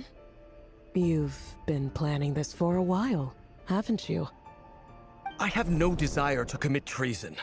But whatever critique the king may have of Vedifenir, disfiguring your most loyal subject for putting the best interests of his court and nation first, this is not the conduct of a wise ruler.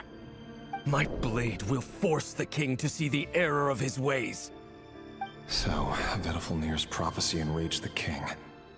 I'm sure it wasn't what he wanted to hear, but if he won't take counsel even from the visionary, that is deeply troubling news.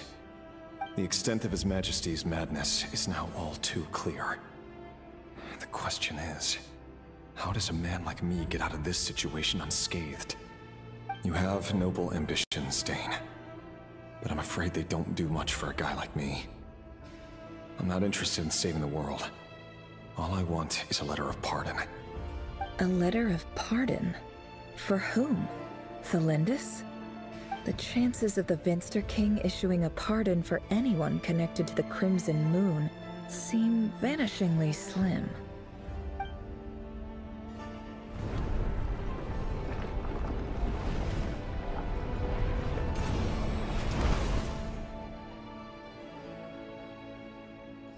This black fog over the board must have some connection to Thelindis.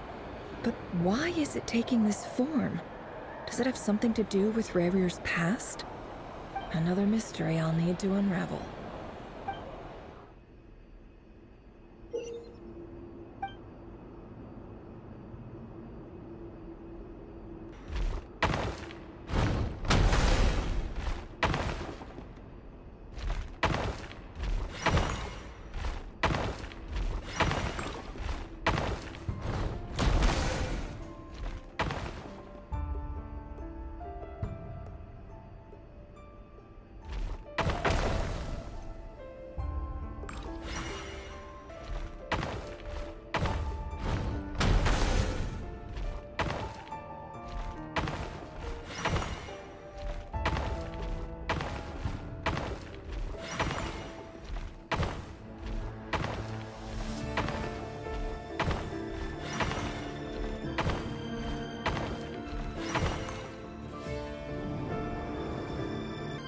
Author Thelindis.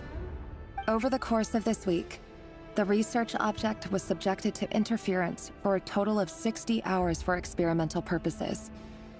The results are as follows. Research dating back to the Crimson Moon Dynasty has established 2 points regarding Moon Marrow.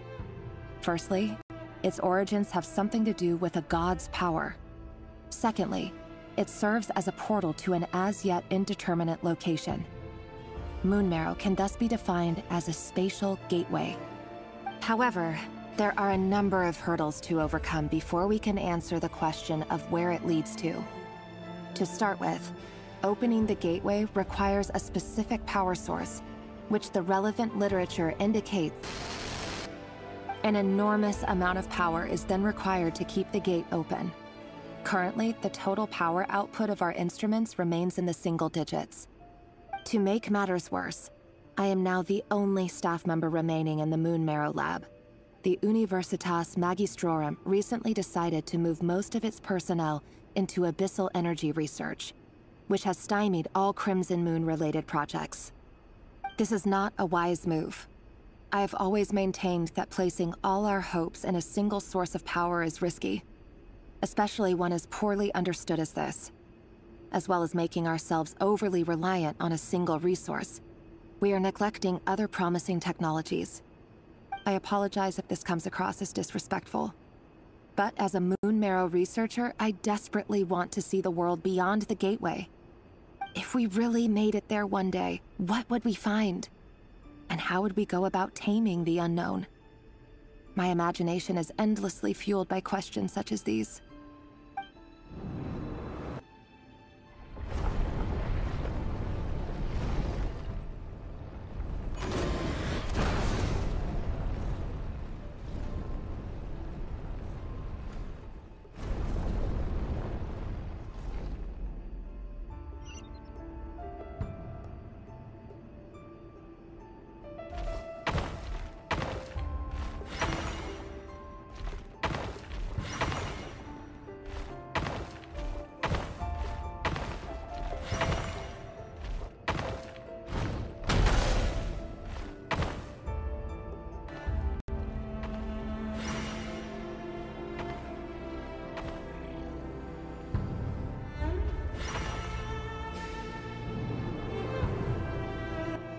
This is for you. I heard you're gonna leave the city with your parents. The Lindis... Did you hear about what happened? I've heard nothing. Rerir got back very late last Friday, and he was acting a little unusual, but he slept pretty well, so I'm guessing whatever he did was a good deed.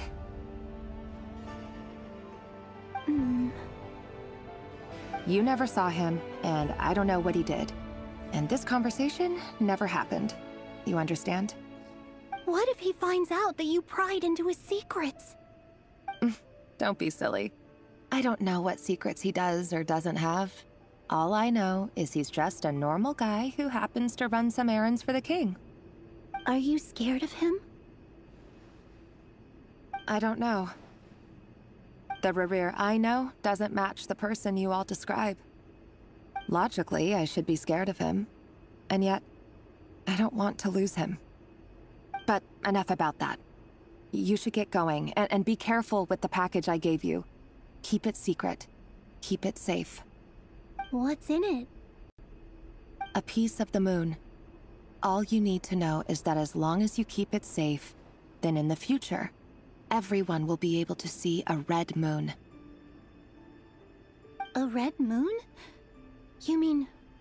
our moon? That's right. Our moon. Promise me you'll look after it. I promise, Tholindis. The Crimson Moon bloodline will never die out. Its light, the color of blood, will become like a fire that flows in our veins, no matter how long it takes.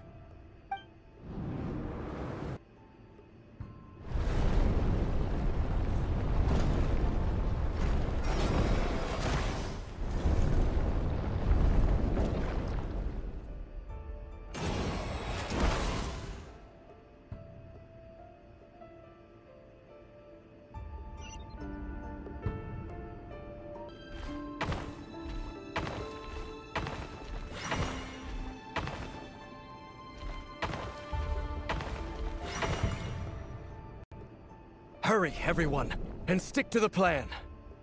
Sir Dainsleif, what are you? Is this treason? You know what happens to those who betray the throne. Please, don't do this! It is the king himself who has betrayed the throne.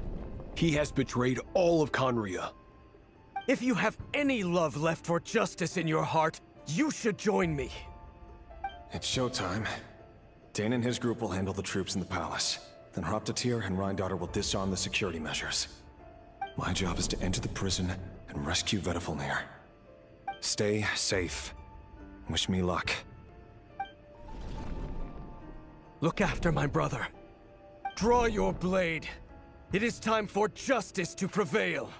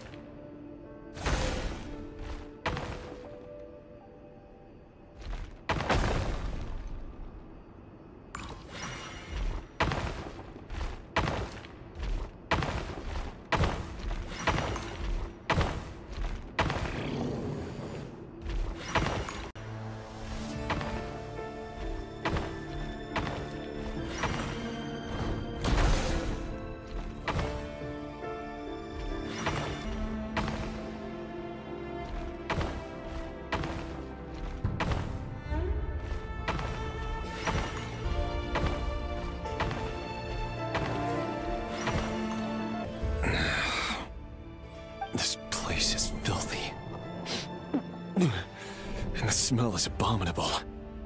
Clearly, the king doesn't allow his prisoners a single shred of dignity. This is dire. Found you. Hello, Mr. Vedafilnir. Ah, it's you.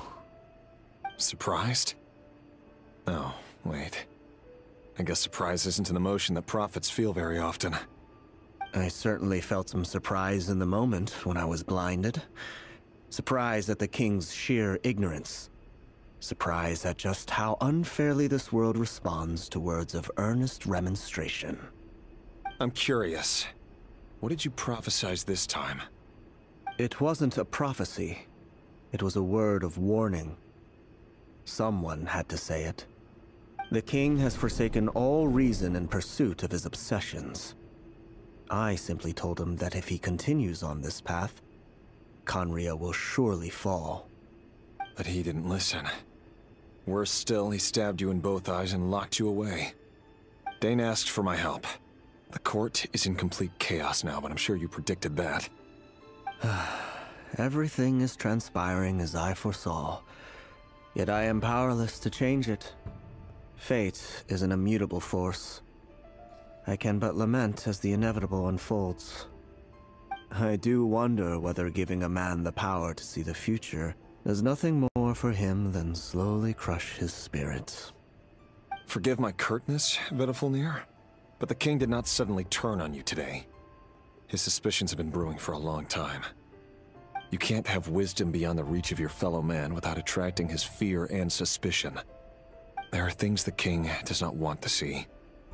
So, he doesn't want you having visions of them either. He blinded you because he thought this would make the visions stop. He wasn't entirely wrong. I did indeed lose my power to see the future. Right up until... Until what? Just now. I believe I saw something new. Well, tonight could go a lot of different ways. 5 of us banded together to storm the palace, also we could rescue you. This will go down as the most tumultuous day in Khaenri'ah history. I sense hatred in you. But also hope. A desperate hope that with the tyrant deposed, that will be the end of the story. But this is not the end. It is the beginning of a new chapter, in a whole new story. There are many men of honor and courage in this world, Rerir. But you are not one of them. You're not here for justice, are you? You're here for yourself. Is that a dagger? Interesting. Why not the polearm? It was always your weapon of choice. With your abilities, I don't doubt that you were able to recover some of your sight. But I also doubt that you want to make an enemy of me right now. Of course not. We're on the same side, aren't we? We could be. But I need you to be honest with me, Vedafilnir. At this point, you're my only hope for the future. You mean your future? With your beloved, Felindis? Yes.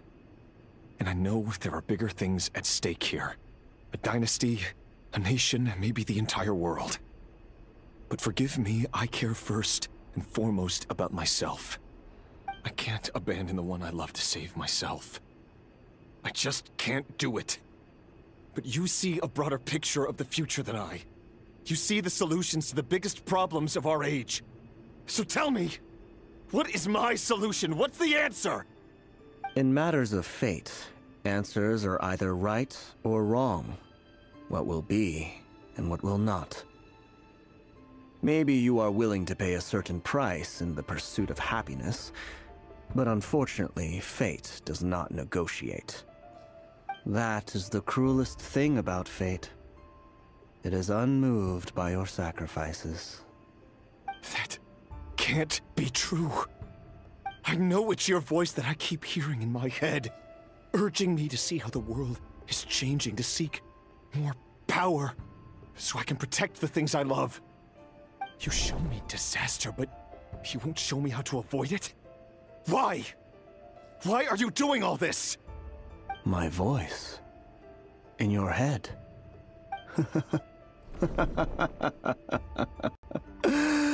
So, you hear it too.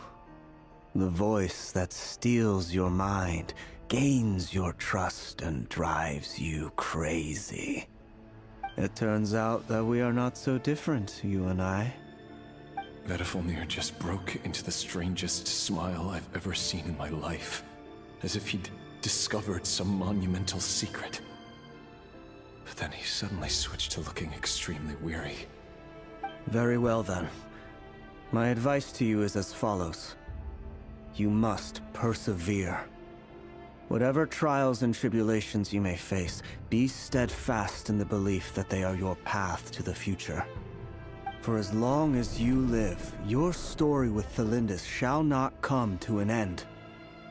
That is the only chance you have of fighting back against fate. It is up to you whether you believe my words. Regardless, that is all I will say on the matter. I have no right to intervene any further. I will hold you to your word. Thank you for setting me free. In return, I will tell you one more thing that you cannot afford to ignore. Just then, a strange wave of energy rippled through the city. We had no idea what it could mean. If I were you, I would head to the Universitas Magistrorum. The Universitas? Oh no! I'm sure we'll be seeing each other again very soon, Rerir. Whatever Vedifalnir said, I didn't catch it. I didn't even help him out of the prison. There was no time to lose.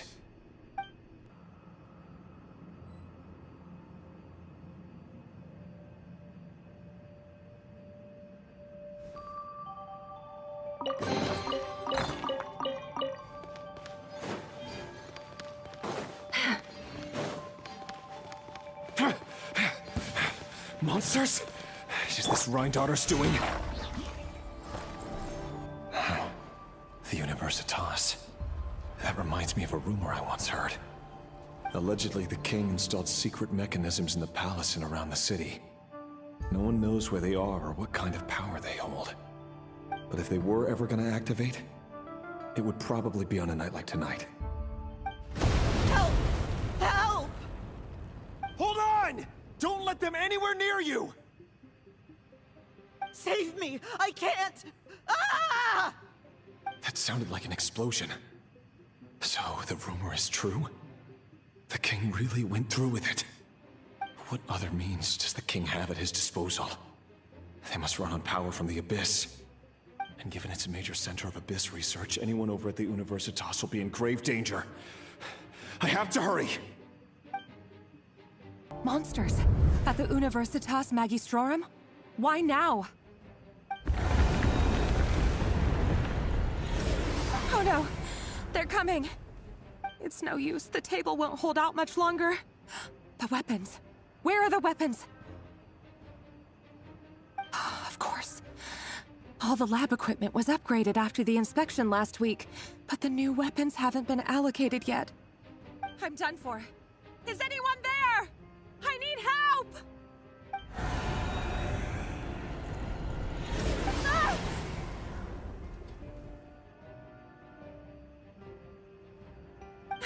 Stay back! Please stay back! Please!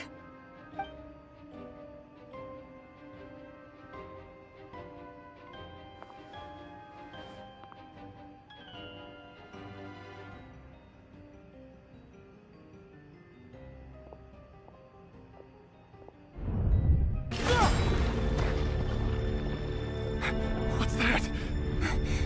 Rerir! So the rumors about your work are true. What? No!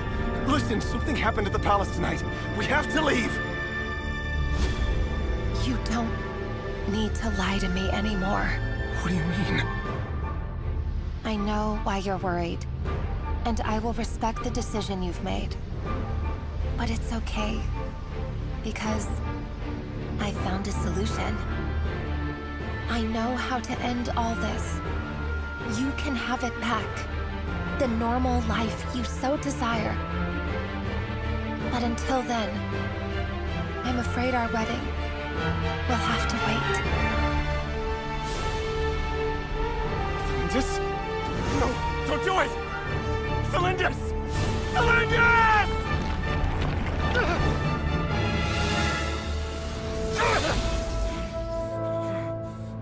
I told you, Rarier. Let her go. You will find someone better.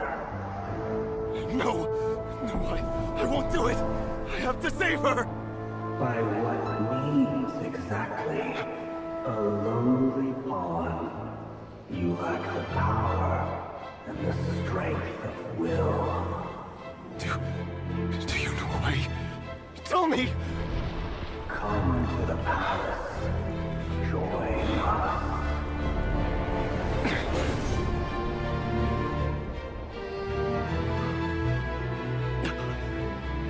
Rarier, thank goodness we...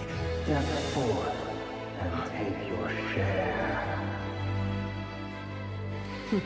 You made it. Not you too.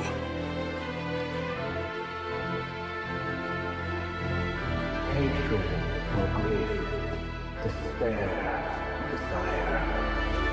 We all have our own.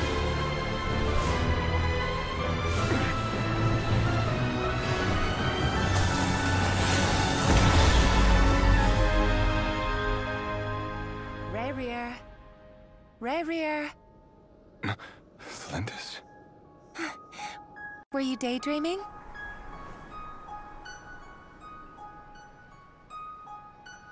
You still remember, Rarier? That question you asked me a couple of weeks ago? Oh. You mean the proposal? Yeah. I'm wondering, where do you think would be a good place to discuss it? Maybe in the garden? Or were you thinking a fancy restaurant? It's your choice.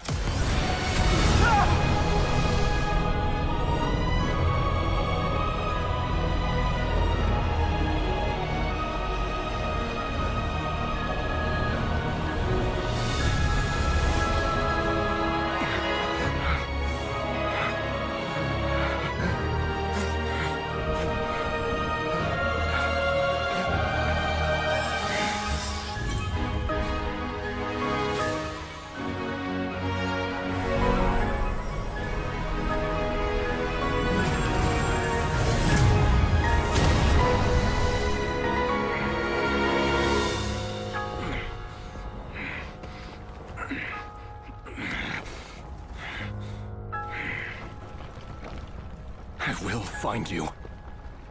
And then, you can give me your answer.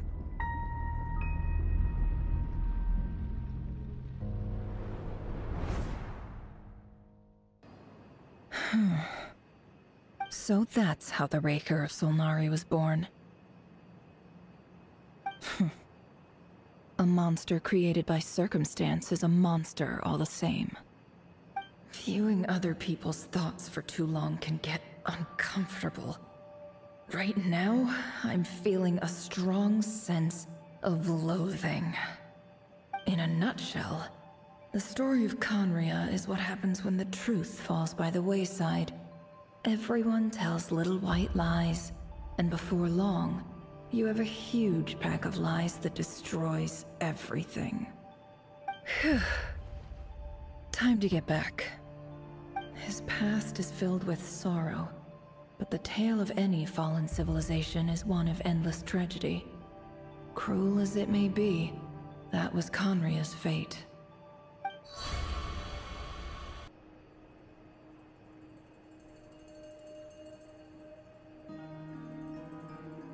Everyone, I'm back. Can I get a standing ovation? Never! How are you holding up? Feeling okay? She's fine. Boss is a pro.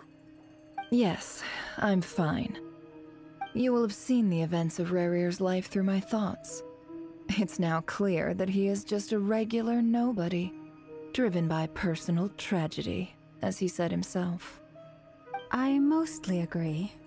There's only so much we can know about him from his memories alone, but they did give us a clear glimpse into his life in Conria.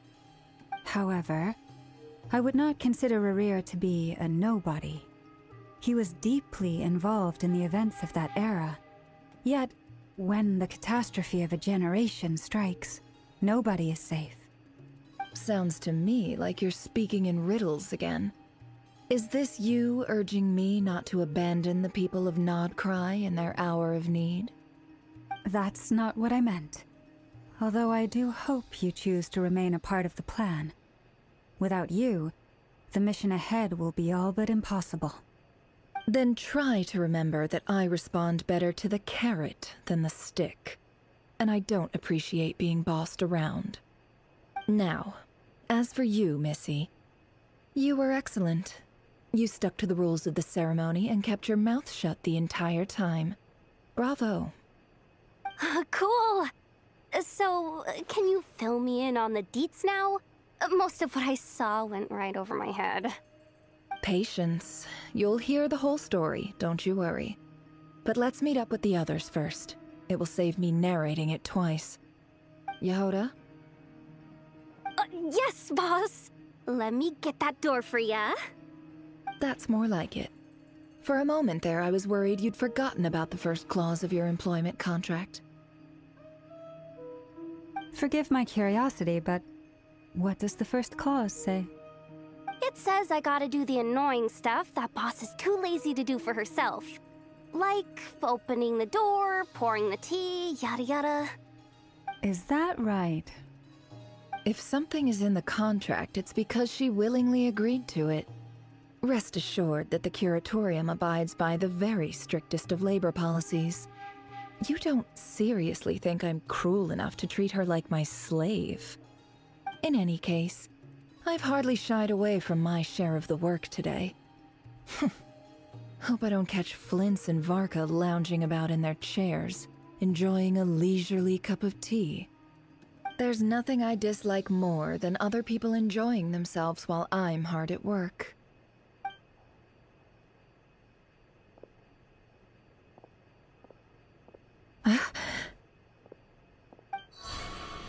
Oh no. Sorry to disturb you, but we seem to have run into some trouble. Evidently so. Don't worry, I'm not about to leave you to fend for yourselves. I'm not that kind of boss. And it would go against the Curatorium's labor policy. I'm sorry?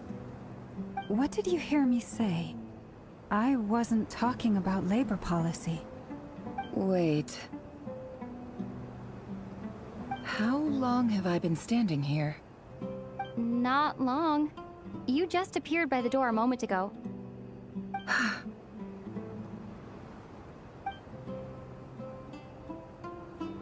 Boss, what's wrong? You look like you've seen a ghost. We've been tricked. We never left at all. Somehow I hallucinated that whole scene back inside the office. Hallucinated? But how? How indeed. This place should heed my will alone. All thoughts and actions that occur in here are just a result of pawns moving across the chessboard in a carefully calculated manner.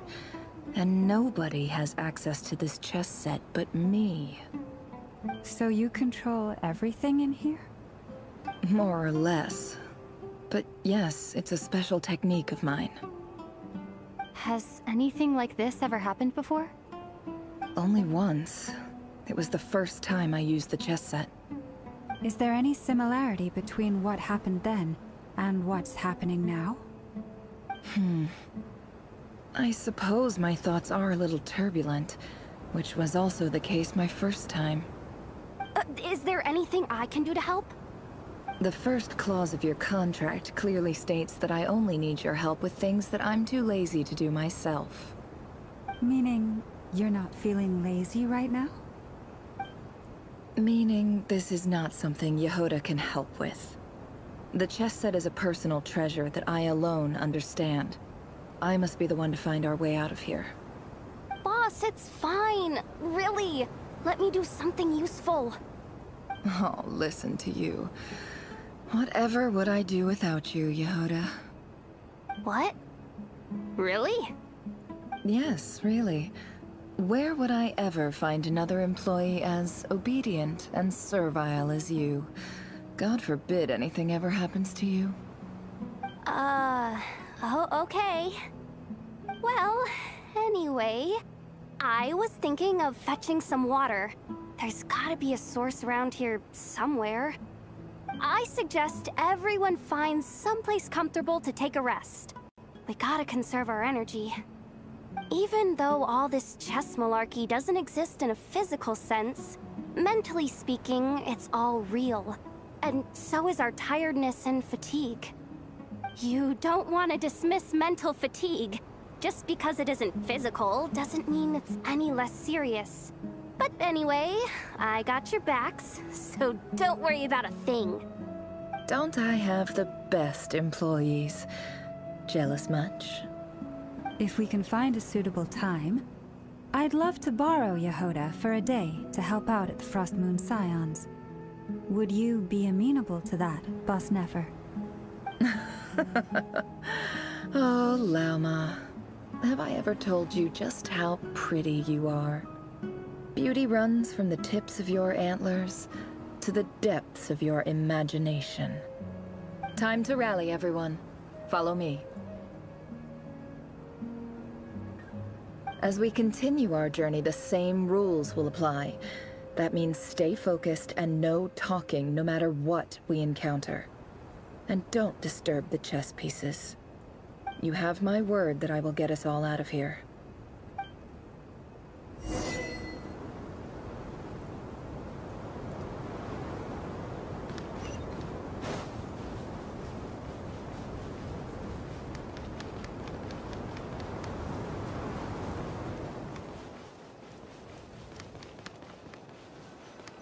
This place looks familiar. That's not a good sign. I wasn't expecting visitors at this hour. Wait, is that? Oh, it's him. There you are! Sinue's been looking for you all day. I think he has some news for you. Oh yeah? What were you doing just now, Uncle Retinue? Hiding away some more loose change? I know I saw some Mora. What do you mean, loose change? Oh, come on, I'm too old for this. Just pretend you saw nothing.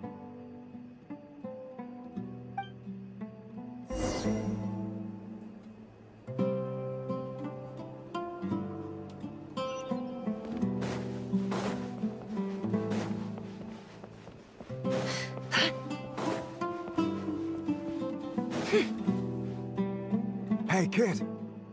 Mind telling me what Sinuhe's been up to recently? I'm trying to get in his good books and I need a way in. Get in his good books? Why? What do you want with my dad, Uncle Apepi? I've written a new song. I was hoping to showcase it at the next festival, but I'll need his approval. A new song, huh? I'd love to stay and listen, but unfortunately, Uncle Retinue says my dad's looking for me. Well, there's plenty of time and I'm not going anywhere. See that pile of stones? I'll be sitting there warming up my vocal cords. Come find me when you're done. Pile of stones. Got it.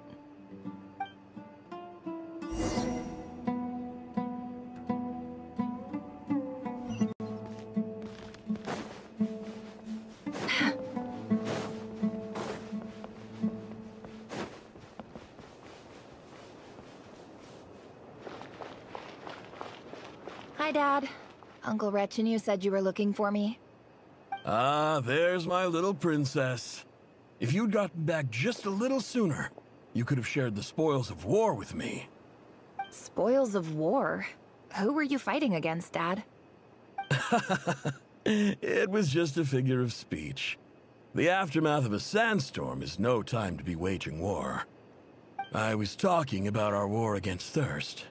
I went out to fix our water supply problem, and now I'm back. Which means... We have a well again. That's right. I found a new one and brought back as much water as I could carry. It should last us for a good while.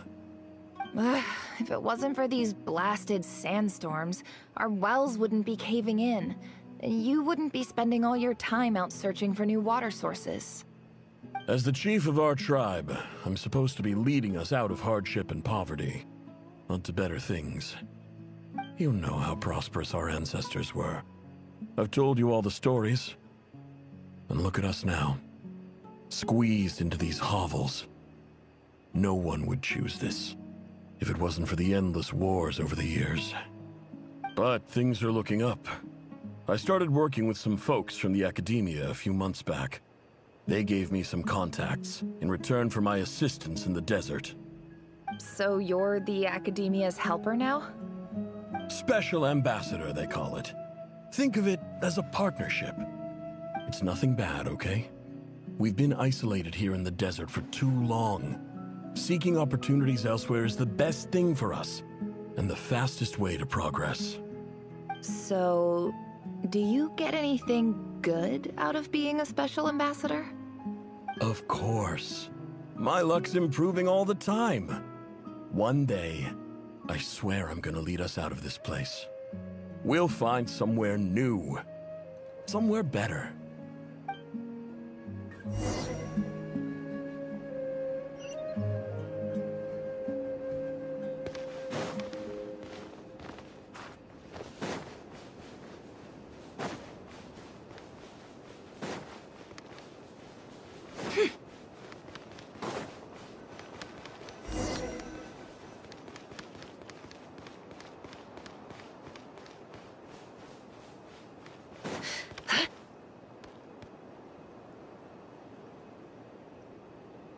That's our well, and you know it. You stole from us. Well, you've gone from chief to thief, and now you have to face the consequences.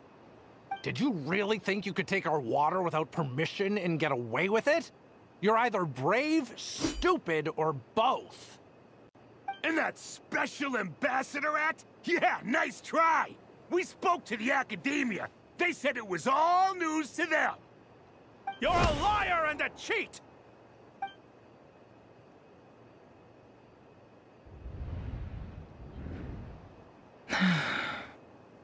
I heard Yehuda gasp, but I don't blame her. Most people are terrified by the sight of blood. Corpses strewn across the ground. The wounds are clearly from scimitars and daggers. The desert dwellers' weapons of choice. There's a handwritten note on the ground. Let's see what it says. Halil, this is Sinuhe, chief of the Shimti tribe. Surely you remember me. I was the one who helped you and your colleagues avoid the quicksand in the desert. This is my second time writing to you. I assume my last letter must have gotten lost in the mail, as I didn't receive a reply. I hope this one makes it to you safely. I'm writing to you because I need some help. That sandstorm the other day completely blocked up our well, forcing me to look for another water source in Iab and Unut territory. It was a matter of survival. Praise the gods. The well of the Iab tribe was intact. It was my last resort. I drew what water I could and left, but not without being spotted. I fear they will retaliate. You told me to write to you if I ever needed help. You said you'd be my ally in the academia. I urgently need you to formally recognize my title of Special Ambassador and send some of your people to assist me for a few days. It's the only way I can convince them that this was the academia's decision and prevent them from retaliating. This is an emergency. Please send help as soon as possible. Looks like this letter never got sent. The writer died a grisly death, and the letter was trampled into the ground. It's badly defaced. Some parts are barely legible. What a ridiculous lie the surviving Shimti tell. Their whole village was butchered over a sip of water. Ah, officer. Welcome. Welcome to our humble village. I thought you would at least have the courtesy to provide some respectable libations. This is the finest wine Aru village has to offer. I promise.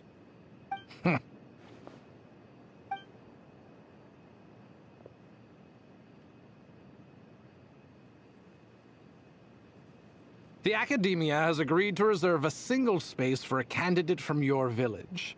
But I remain skeptical of this entire endeavor. I highly doubt anyone in this desert possesses serious academic potential. Please, have faith. If not in us, then in our god. The child we found shows great promise. I beg you, take her away from this place. Give her a chance. Don't let her talent go to waste. I don't recognize her. New arrival? She showed up here a few days ago and we took her in.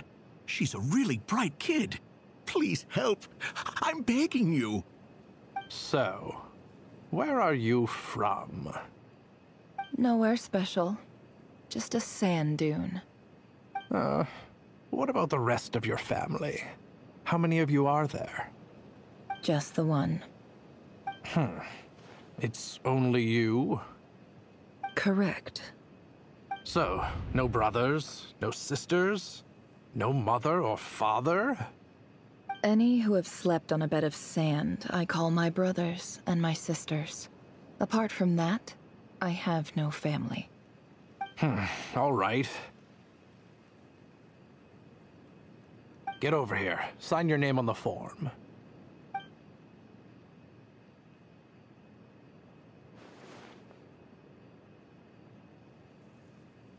Never? You're rather fair-skinned for a desert dweller.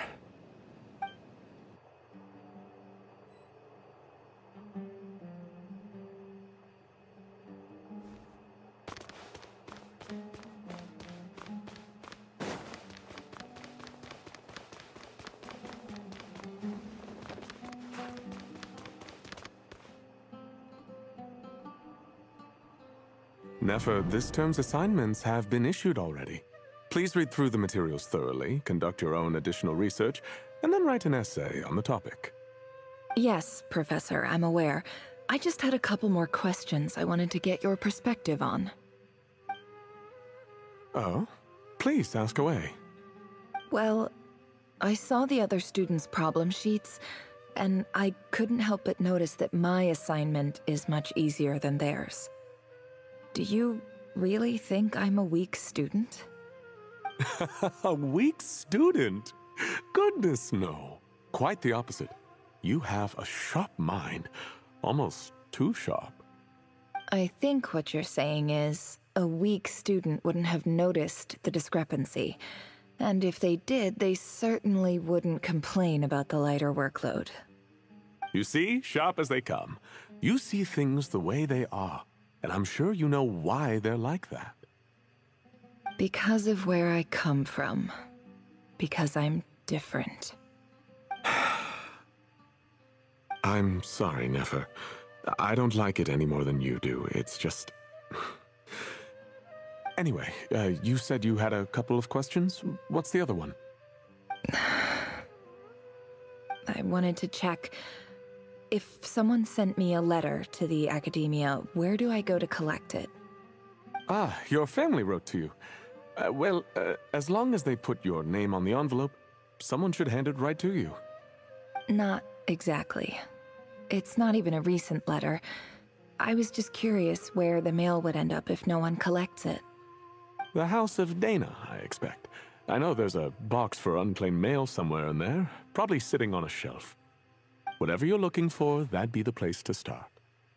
Okay, got it. Thank you, Professor. Oh, don't mention it. Honestly, I feel like I failed you. I'm supposed to be your teacher, but I haven't taught you anything. Hey, don't say that. You're a great teacher, and you do your best for all your students. But the rules are the rules. You're not allowed to teach students like me. It's not just the Academia either. The whole world bends over backwards for the successful, and leaves the losers to suffer and die. Oh, my dear child. Don't tell me you've given up on life already. I haven't. I just think that if you want to make it in this world, you have to find a way to become successful.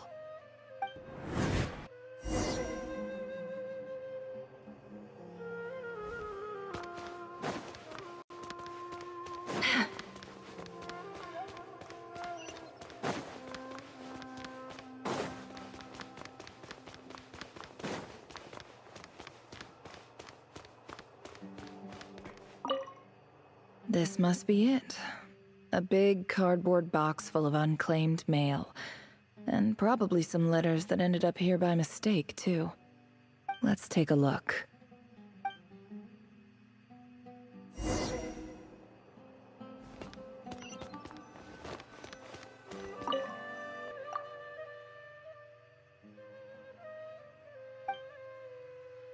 A dilapidation survey from Port Ormos.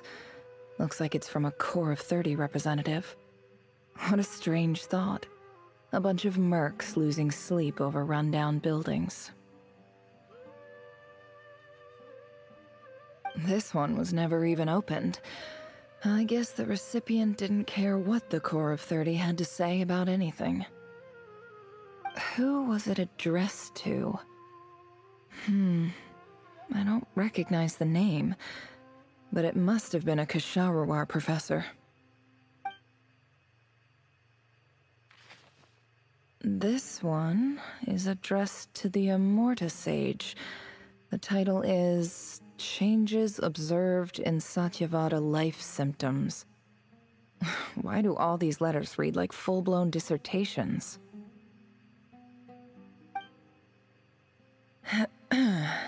Guided by the incense, we became lost somewhere in the forest. All the barriers between levels of consciousness disappeared as our minds soared around in circles, looking for a branch to seek refuge on. In clinical terms, these symptoms fit the description of incense poisoning. The Immorta Darshan strictly prohibits the use of hallucinogenic substances, but I believe there are still people getting away with it. For example, my neighbor who always breaks out into song and dance after using incense. This seems like something the academia would want to know about. Why wasn't it collected? Wait, what's this written on the back? It's so small. The note says, "The sender authored this letter while under the influence of mushrooms. I would send it back, but no return address was provided. Stamped by the Grand Conservator of the House of Dana."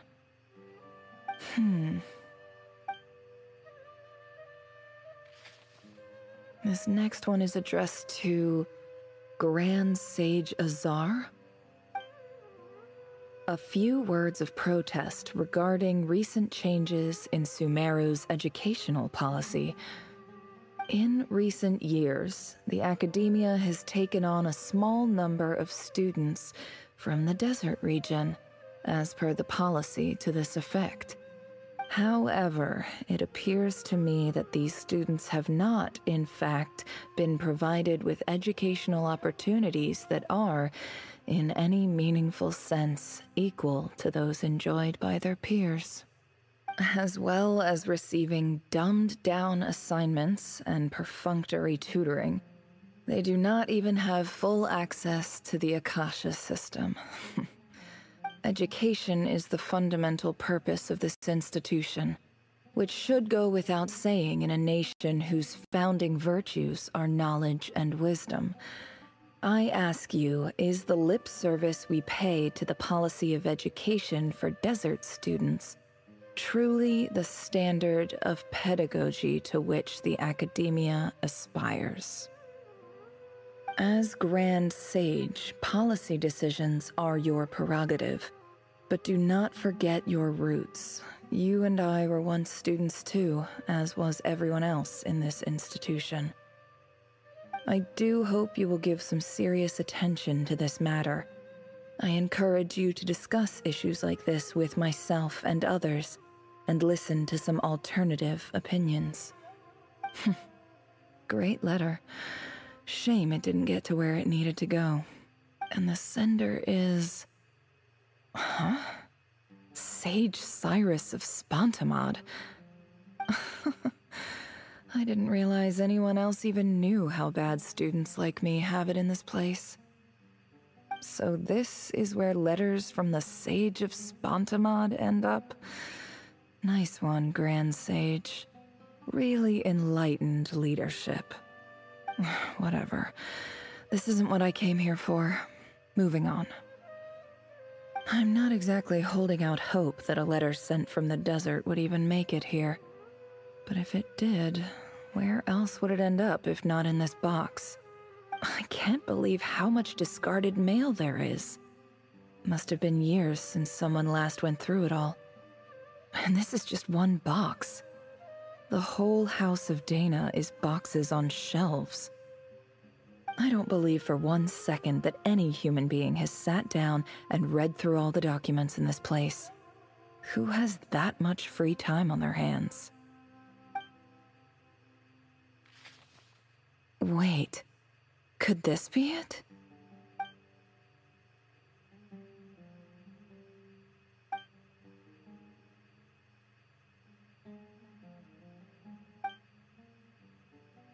Greetings, Halil. My name is Sinuhe, chief of the Shimti tribe. I was the one who came to you and your colleague's aid when you ran into trouble in the Great Red Sand. I don't know how well you remember it now, but I brought you to safety and gave you some water and other supplies. You seemed very pleased and told me your name. In my tribe, learning a person's true name is serious business, and I therefore see you all as friends. You were kind enough to leave your contact details, so we could stay in touch. The Shimti tribe lives a harsh, nomadic existence in the desert. You were sympathetic towards my plight, promising to make me a special ambassador of the Academia and help us find a way to make a better living. This brings me to my reason for writing. Our tribe has fallen on particularly hard times, and I would like to ask for your assistance. There was a terrible sandstorm a few days ago, which blocked up the well in our land. To ensure my people's survival, I had no choice but to venture into Iyab and Unut territory in search of an alternate water source. The Iyab and Unut are descended from the Thamudians, while we trace our ancestry to Tulatala. We worship the Lord of Flowers and have had relatively good relations with our fellow tribes up until now. I found a well belonging to the Iyab tribe. They declined to help us, but I really had no other option. So I took some water to keep me and my tribe alive. My actions are certain to incur their wrath. When we met, you assured me that you would be my ally in the Academia. I would like to take you up on that offer, because I really need your help. I wonder if you could send an Academia representative to meet with me. That aside, the last time you were here, you mentioned that the Academia had started accepting students from the desert, and I told you a little about my daughter, Nefer. We have next to no resources here in the desert, and my power and influence are limited. Would you consider enrolling my daughter at the Academia? She is a smart girl. I know she won't disappoint you. From the outset, the Academia never took you seriously. Those things they promised were just empty words. I doubt they even remember the name Sinuhe. And you were so emphatic that your luck had finally changed for the better. You swore you'd lead us to a better place one day. You spoke with such conviction, like you were the most powerful chief in the whole desert. You liar. You lied about everything. You promised the world, and delivered on none of it. And who fell for it? Just me, by the looks of it. Despite your best efforts. Which makes you a pathetic liar. You weren't even any good at it.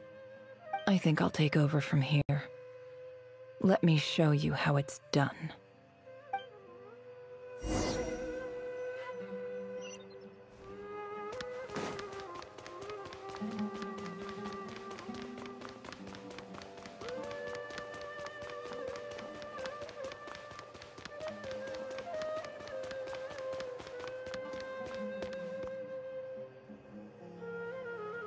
I just came to say goodbye. Thanks for everything you've done for me in my time here. Nefer? You packed your bags. Where are you going? I'm quitting. Something's come up in my hometown. Gonna head back and deal with it. Huh? But this was a hard-won opportunity for you. You know that better than I do. It was, but it doesn't matter. I have more important things to deal with, and they can't wait. Oh, and I didn't want to overfill my bags, so I left some incense on your desk.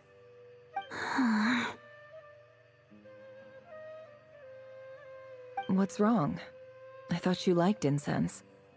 Although, I did read somewhere in the House of Dana that it has hallucinogenic effects. Don't use it all at once, alright? Isn't this the stuff you brought from your hometown? You're just letting me have it? But you said it's a rare and valuable commodity. Yeah, about that. I lied.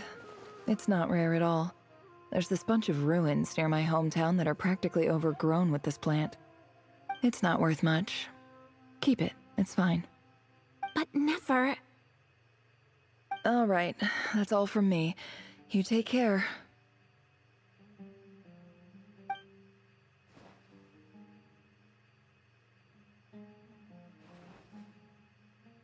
Don't forget me, okay? I mean, we're more than just classmates, right? We're friends. Yeah, I'll remember you.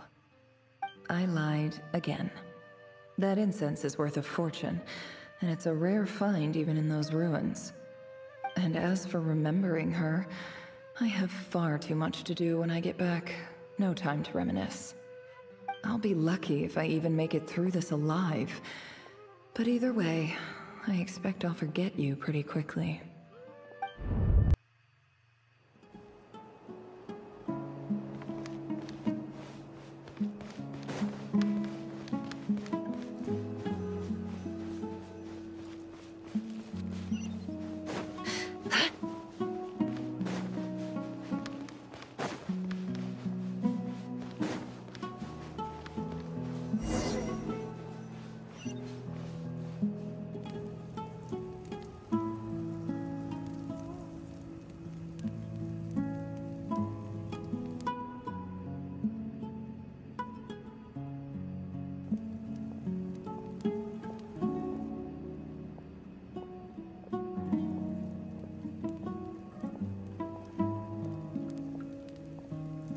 It's a pleasure to meet you, Mr. Arif.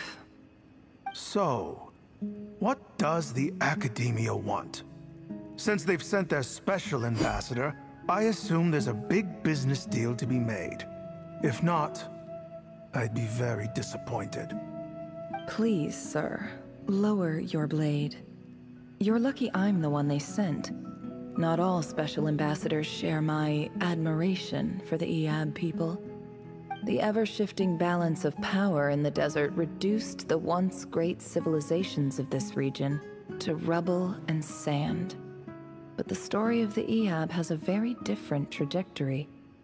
Others grew weak, but you grew strong, beginning in obscurity and moving to prosperity. You're the only ones who defied the trend. Huh. So, you do know who you're dealing with? This well is the perfect symbol of your strength, is it not? It used to belong to the Unut, but it looks like you have control over it now. You're not wrong. but I'm sure you didn't come all this way just to flatter us. Of course not. I came to bring you some very good news. Some information that recently came to light, which might just be your ticket to freedom. Records uncovered by the Vahumana Darshan show that a certain well currently under Iab control is built on top of some ancient ruins. These ruins are of great archaeological interest to the Academia. I checked the map carefully on my way over here, and I'm confident that this is the well in question. The Academia is offering 50 million mora in return for excavation rights. 50 million? No, wait. If these ruins are as important as you say, 50 million's a little low, don't you think? Don't get greedy, Iab. We know far more than you think. We know that you seized this well by force. Wasn't that the first step in your rise to power? To drive away the Unut and steal their water supply? So what if it was?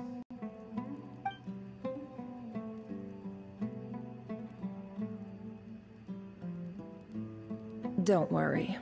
As unscrupulous as it was, it's something we're willing to overlook. The Academia is only interested in dealing with the de facto power holders in the region. I hope I am making myself clear. And I hope your words are the truth. If I find out the Academia is trying to play me, I'll hunt down every one of your people and make you watch as I cut their heads off one by one. I assure you, Chief, that would not be in your long-term interests. You don't want to make an enemy of the Academia. You see how I'm dressed, don't you? I appreciate that you've never been to the rainforest, but surely even you recognize an ambassador's attire when you see it. And what does a barbarian like you have to lose anyway? You really think the Sumeru Academia would bother to come all this way just to lie to you? We have more important things to worry about. All right, I take your point. The Academia is the highest authority in the land. I'm sure you're trustworthy people. In that case, we have a deal. We will sell you the excavation rights. I'd like to thank you, Ambassador. This is good news indeed. Excellent news. In fact, it calls for a celebration. Would you do us the honor of staying a while and enjoying some Iab hospitality? Gladly. I am partial to wine myself, and I trust you are as well. So let's indulge in a few drinks together, in celebration of this momentous occasion.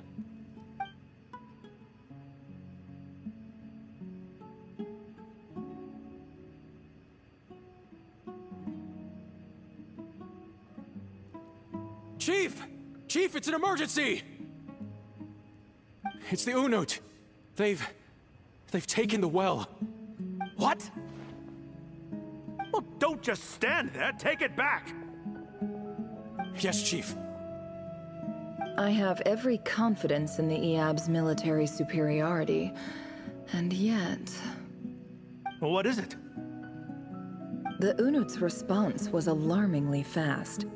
The day after we reach a deal, they seize the well. This can't be a coincidence. Perhaps there is a traitor in your midst. I don't think so. I am obliged to remind you, Chief, that the Academia will only deal with the de facto power holders. If you cannot regain control over the well, I'm afraid you won't see a single mora of that 50 million. No! Please, Ambassador, just give me some time. I swear the Unut will not get away with this. That well is ours, and so is the Mora. Glad to hear it. I will wait here for an update.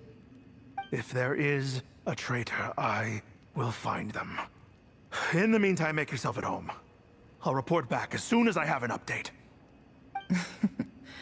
Much obliged. Wow. All it took was a few words and I've got him wrapped around my finger. What an amazing feeling. So, in summary, Ambassador, the Academia would rather negotiate with our tribe instead of the Eab, yes? The Eab are ruthless murderers who don't listen to reason. And now they have the gall to interfere in our research projects in the desert region. So let me ask you, Chief. If you were the Academia, what would you do? Kill them all, of course. Precisely. The Academia does not tolerate those who stand in our way. The Eab have held back our academic pursuits for too long, and our patience is wearing thin. At the same time, there is simply no way that the Academia can be seen to be intervening in desert affairs. I'm sure you understand where I'm coming from. We have our own rules out here. If the rainforest dwellers raised arms against a desert tribe, you'd start a bloody war. Right. We can't confront them ourselves, but we can support their enemies. The Unut have always had strained relations with the Eab, which makes you our natural allies. Natural allies. Weren't the Eab your allies once? You were quick to send them after us to protect your interests back when we stole that water. And now look at you. You're at each other's throats. Let me be clear. The Academia wishes to collaborate with the legally recognized rulers of the desert in this matter. We are asking for excavation rights to that well, and our offer is 50 million mora. Say no more. I believe we have an understanding. Good. Then I suggest you get to work. Get us access to that well, and the mora's yours. You see, Dad? Lying is easy when you know how. People will believe anything.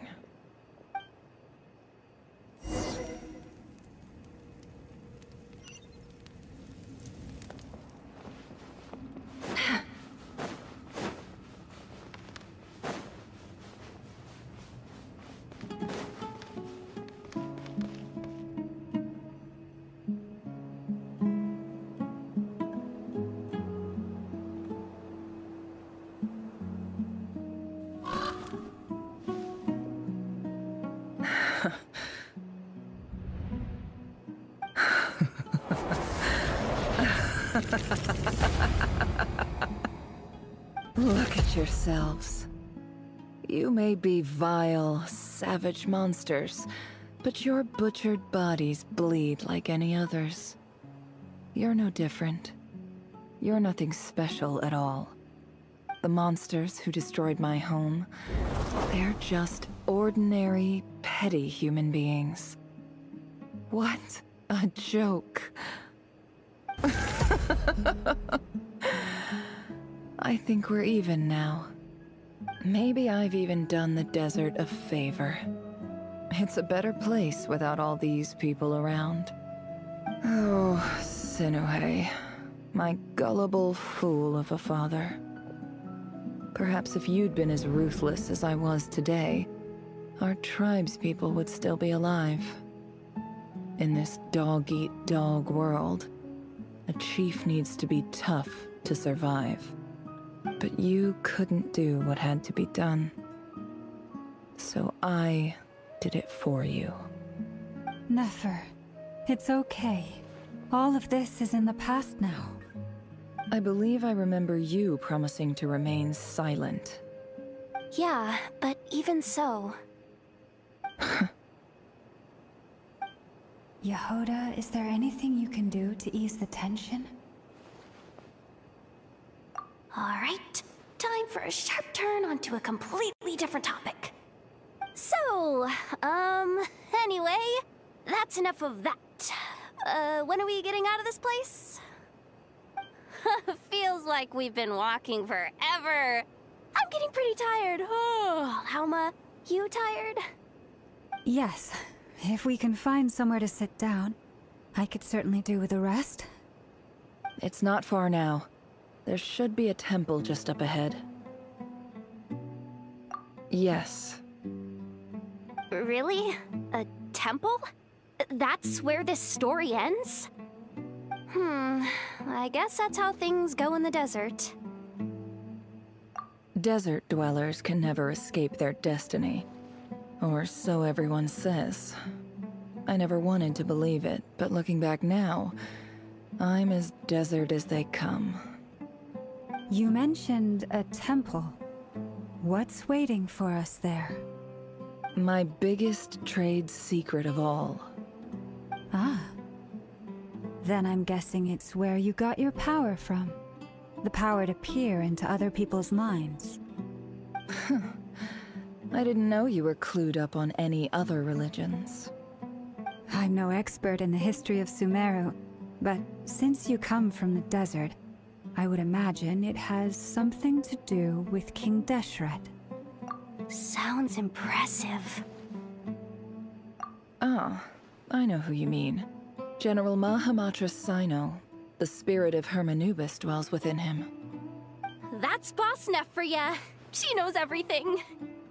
Sino's hardly a figure of obscurity, but I know about Sethos too. What about him? Is he a big deal or something? Well, he's not a small deal, let's put it that way. Please, this is the bare-bone basics. Save the flattery. Thanks for your patience, everyone. I'm sure it's been a lot to take in. With any luck, that's our exit just up ahead.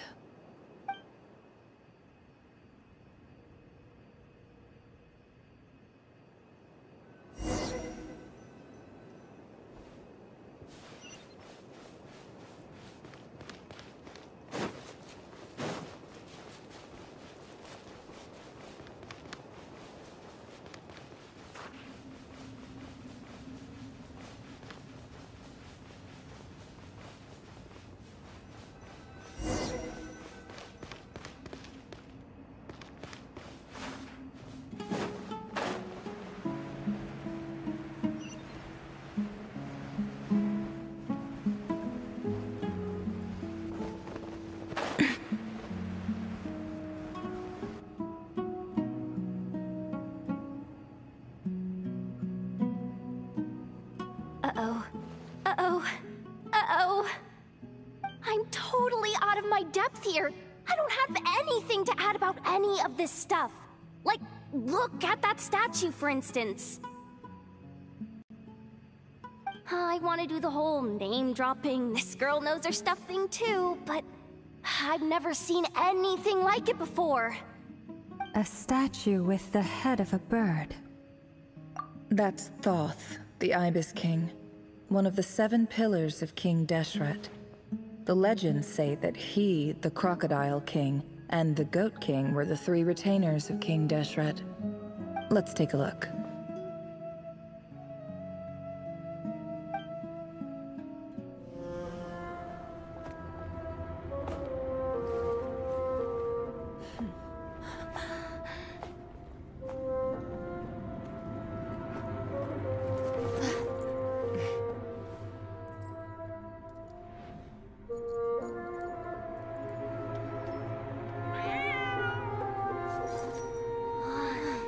It's just Ashru.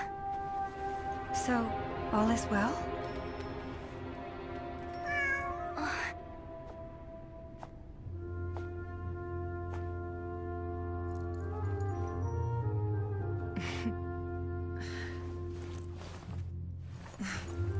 Typically speaking, at this point, the world disintegrates. Then we find ourselves back in the outside world. Besides, these are my memories. There's nothing to fear. You're sure? Of course. It's almost over.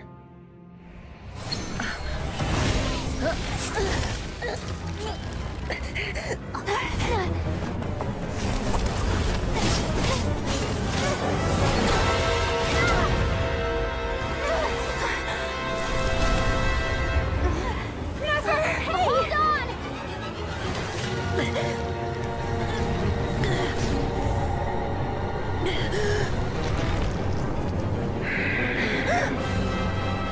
Knowing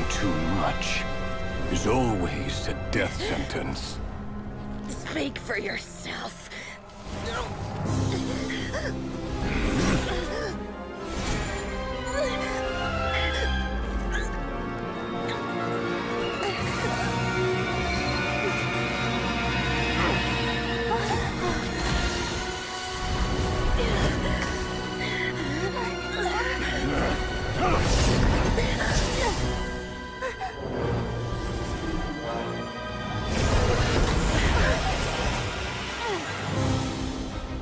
How repulsive.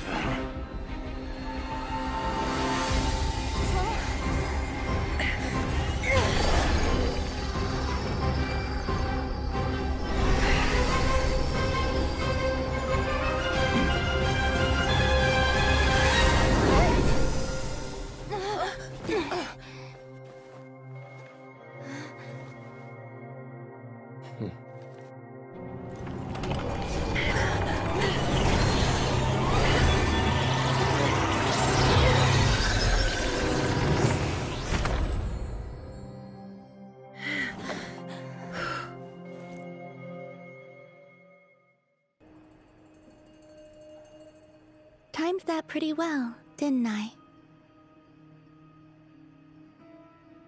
It's okay. I'm just glad no one was hurt.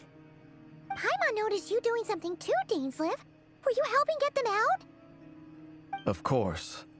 When I asked Nefer to conduct this investigation, I was not naive to the dangers involved. I had a duty to ensure your safety. Good to know your sense of justice is still intact after all these years. I take that to mean that you saw the truth. That comes as a great relief. I certainly did. And thanks to your help, I also managed to trap Rerir inside the chess set. Whoa, really? How'd you manage that?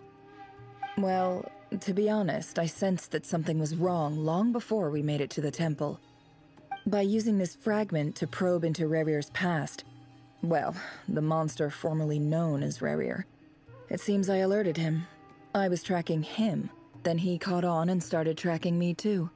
Can't say I'm surprised. But how did he track you through your thoughts alone? That shouldn't be possible. Rerir was a secret agent who reported directly to the Vinster King. He is an expert at finding a trail and hunting down his pursuers. No wonder. He infiltrated the chess set, read my thoughts, and built a new virtual chess set inside of it. That's why we weren't able to leave at first. Speaking of your chess set, it's quite a remarkable item. Would I be right in thinking you have some connection to King Deshret? You overestimate me. I only have a connection with one of his underlings, the Ibis King. You all saw how this came to be. A long time ago, the Iab massacred my tribe, the Shimti, in our home village. A few years later, I enrolled in the academia, where some new information came to light. The Unut and the Iab fought a bitter battle over the rights to a well, all for the sake of a non-existent 50 million Mora. The Iab ultimately won that confrontation, but their victory came at the cost of almost every warrior in the tribe. The final blow to the Iab came at the victory feast, when an Unut assassin beheaded their chief right before my eyes. The remaining Iab fled and have been scattered to the winds ever since. Having gotten my revenge, I returned to my hometown, where to my surprise, the nearby temple was still standing. There it was, seemingly immune to the relentless hostility of the desert, while my tribal home lay in ruins. As I stood there gazing at the temple, I noticed a cat just outside. This cat, as it turned out, was home to the spirit of the Ibis King. He led me to a gate deep inside the temple, and there he made a deal with me. This chess set is my gift from the Ibis King. The chessboard within is made to the same specifications as the one in the mausoleum of King Deshret, and represents his power of piercing analysis. With this chessboard in its container, I gained a certain ability to perceive hidden secrets. Now, you could conclude that the Ibis King simply wanted to give the people of this world the power to seek the truth, but I don't believe that's the full story. Every god plays favorites. Their hearts are as fickle as any human's, full of secrets, perversions, egotistical tendencies. But precious few gods are willing to admit this. It is the same with all powerful forces, including fate itself. Their gaze falls preferentially upon a select few. As you rightly point out, this is an act of favoritism. If you're alluding to the Abyss, then yes, I agree. Gather the others. It's time to share everything I've learned.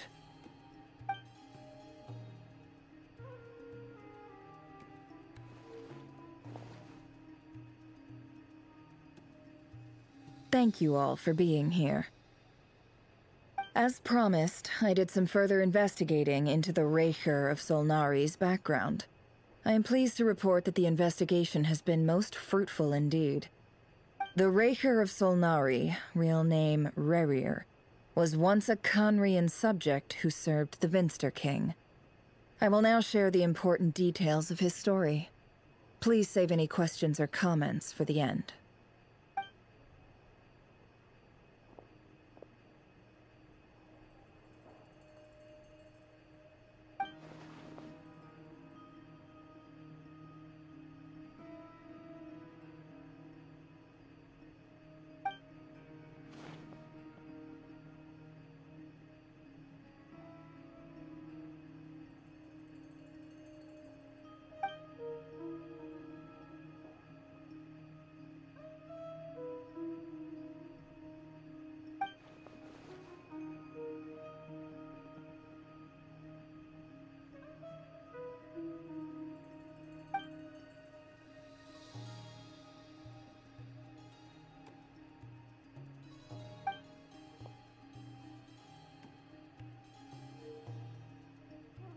So that's why he's so obsessed with the moon.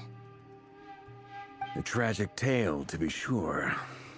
But it does not excuse his many transgressions. No matter how much Rerir suffered in the past, the fact remains that he is what we know today as the Wild Hunt, wreaking havoc upon innocent lives in Krai. He becomes more dangerous with each passing day. If left unchecked, it is simply a matter of time before all of Teyvat suffers the consequences. This is a threat that the Knights of Favonius cannot ignore. A question for Miss Columbina. Forgive me if this is presumptuous, but have you ever seen the spatial gateway that appeared in Rerir's memory? Never. But I have heard stories of something called the Moon Gate, and this seems to fit the description. Miss Lauma, any thoughts on this? In the lore of the Frost Moon Scions, the moon is believed to hold many secrets. Some sources speak of ancient knowledge, others of a gateway to the unknown. The term Moon Gate is one I have heard before, but as is the case with all of our legends, there are no records of any first-hand witnesses. We cannot know whether it truly exists. Then back to Miss Columbina. As a moon goddess yourself, do you have some idea of where the Moon Gate leads to? Not at this stage, sorry. I do hold the power of the Frost Moon, and my strength is recovering well. I can sense that the gate would open at my command, but... But there's more to the power of the Frost Moon than that? Yes. A moon goddess has the right to open the Moon Gate, since it is a path to the moon. But as never mentioned, holding open a spatial gateway takes a huge amount of power. And right now, I need to conserve my energy to fight the Raker of Solnari. I'm afraid this is one mystery we may have to leave unsolved for now. I agree. Better to save your strength. But if you'll humor me for a moment, I have a bold conjecture of my own regarding the world beyond the gateway. I highly suspect that neither Tholindis nor Rerir made it through unscathed. The evidence pointing to this is the fact that the Rehir of Solnari exists in the form of countless fragments. With the abyssal power he wields, no ordinary foe can touch him, let alone tear him to shreds. And yet, the Wild Hunt proliferates wherever his scattered fragments lie, drawing hordes of monsters to many different locations across the land. So your theory is that Rerir was physically torn to shreds by some powerful force?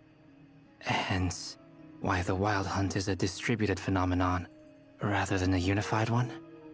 Makes sense to me. Explains why the Wild Hunt is so pervasive, and why he's been trying to piece himself back together. He was whole to begin with, and he wants to be whole again. Without the power of the Abyss on his side, he almost certainly would have perished the moment he was torn apart.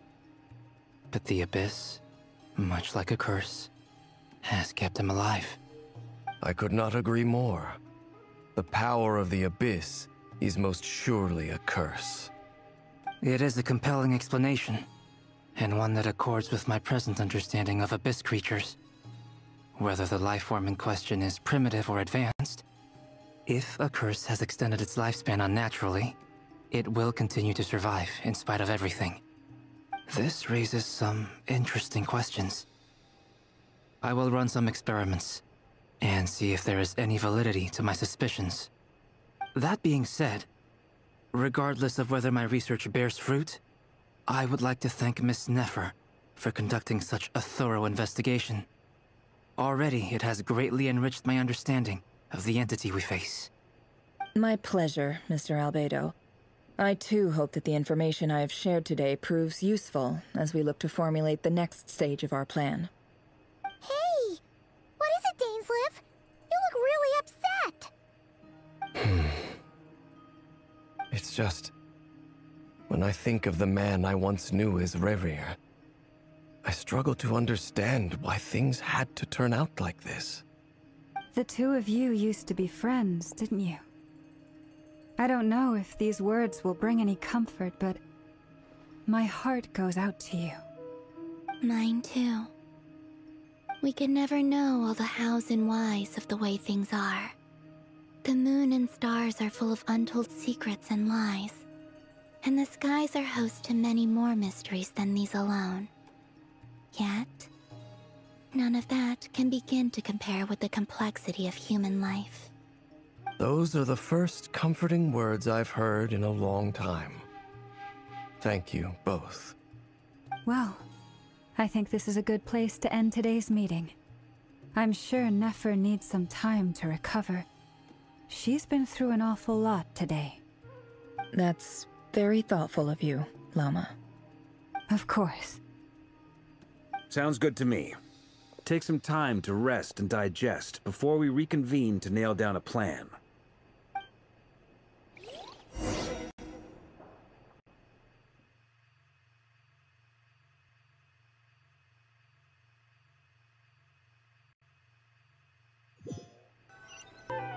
Hey, is this a bad time? Hope I didn't kill the conversation.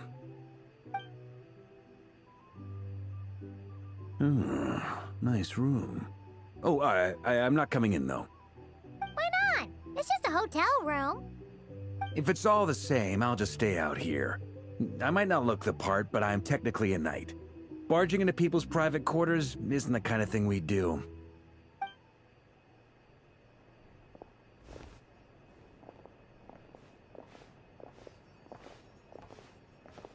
Anyway, Nefer went back to the curatorium to get some rest. But before she left, she shared some things with me that I thought you should be aware of. Firstly, although she managed to trap the Raker of Solnari inside her chess set, there's no guarantee that the power of the Ibis King is any match for one of the 5 sinners. Their powers are beyond our comprehension. It's only a matter of time before he finds a way to break out. We have to come up with a plan and take care of him before that happens. Honestly, my mom figured that might be the case. So, how long have we got? Well, I asked her that same question. She talked for a long time, but for the most part, it seemed like she was trying to convince me how precious her chess set is. What a long and storied history it has. It felt like some kind of sales pitch, you know? The kind where you end up handing over Mora against your will. Anyway, after all that, she finally answered the question. 2 days, at most. 2 days? Holy moly! Can we even recruit enough help in that time? That remains to be seen. Which brings me to the second issue. Dainsleif is obviously conflicted about this whole thing. But given how little time we have, there's no way we can pull this off without his help. You have some history with him, right? Do you think maybe you could talk to him for us? Great. I appreciate it. All right, on to item 3. So, Albedo, Durin, and I put our heads together and came up with a plan. Can't promise it's gonna work yet, but at least it's a start. We figured we'd bounce the idea off you first. We'll explore it further once everyone's recovered. Oh, Paimon's dying to hear this. All right, so here's what we're thinking.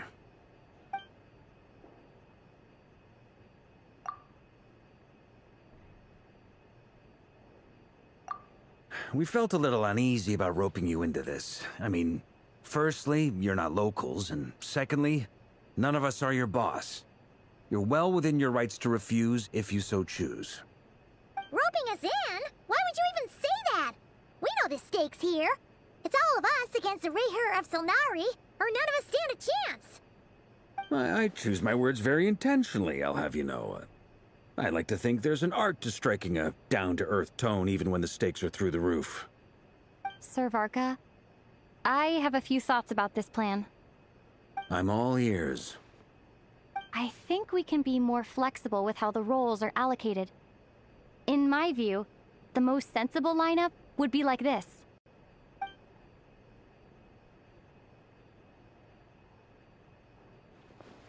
I see your point, yeah. But if that's how we're going to approach this, you'd better make sure you're ready. To be clear, I don't doubt your abilities. Far from it. I just want to make sure. Are you really willing to take all this on? I want to do everything within my power. The Rayher of Solnari is a truly fearsome opponent, and if I do my part, it'll greatly reduce the risk for everyone else involved. Well, that tracks with what I've heard. Jean's mentioned in her letters that you're so diligent it's almost abnormal. As in, most people weigh up the risks and rewards in situations like this. But you seem to just march towards danger without a moment's hesitation. Of course, everyone appreciates a fearless pioneer.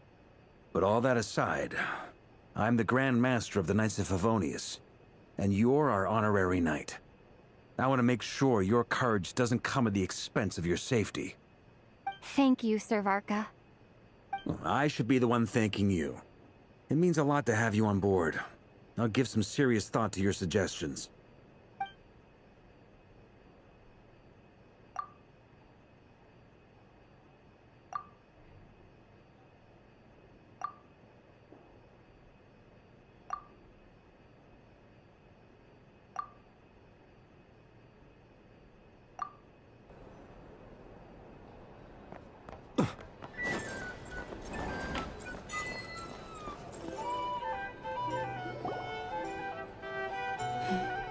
This is a thorough plan, but I do have one last question before we take action. How can we be sure that our enemy won't leave the designated area? Great question. Albedo's been hard at work analyzing Rayher and the Wild Hunt's behavioral patterns. His conclusions are as follows. Firstly, from the earliest known confrontation until now, Rayher has never displayed any ability to manipulate the dimension of space. So it's unlikely he has any power in that domain. Secondly, he seems to have a particularly strong vendetta against our group. If we put him in a fight-or-flight situation, he'll choose to fight every time. Thirdly, finally, and most importantly, he is consumed by hatred, both for the moon and for his enemies. Turns out, we tick both of those boxes. We have a reincarnated moon in our ranks, and a spy who accessed his private memories without permission. He'll be baying for blood, not looking to escape. As someone who's had their fair share of interactions with the Wild Hunt, those all seem like valid observations to me. Understood. Then I will defer to the verdict of the group. Well, everyone, that's the plan in full detail. Albedo and Durin are carrying out their part as we speak. Plan approved. Scheduling. Okay, any firepower you need, I got you covered. Let's light this baby up. The Frost Moon Scions are behind you as well. And the rest of you?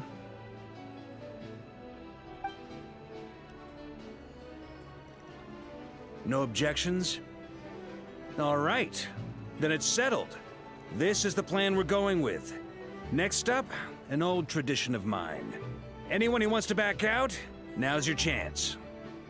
Wait, we can still back out of this? Everyone says things they regret, right? I don't want anyone feeling trapped because their mouth said yes before their brain had time to think things through. A very people-first approach. I hear that's common practice in the Knights of Favonius. Heh. Who'd you hear it from? D-Luke?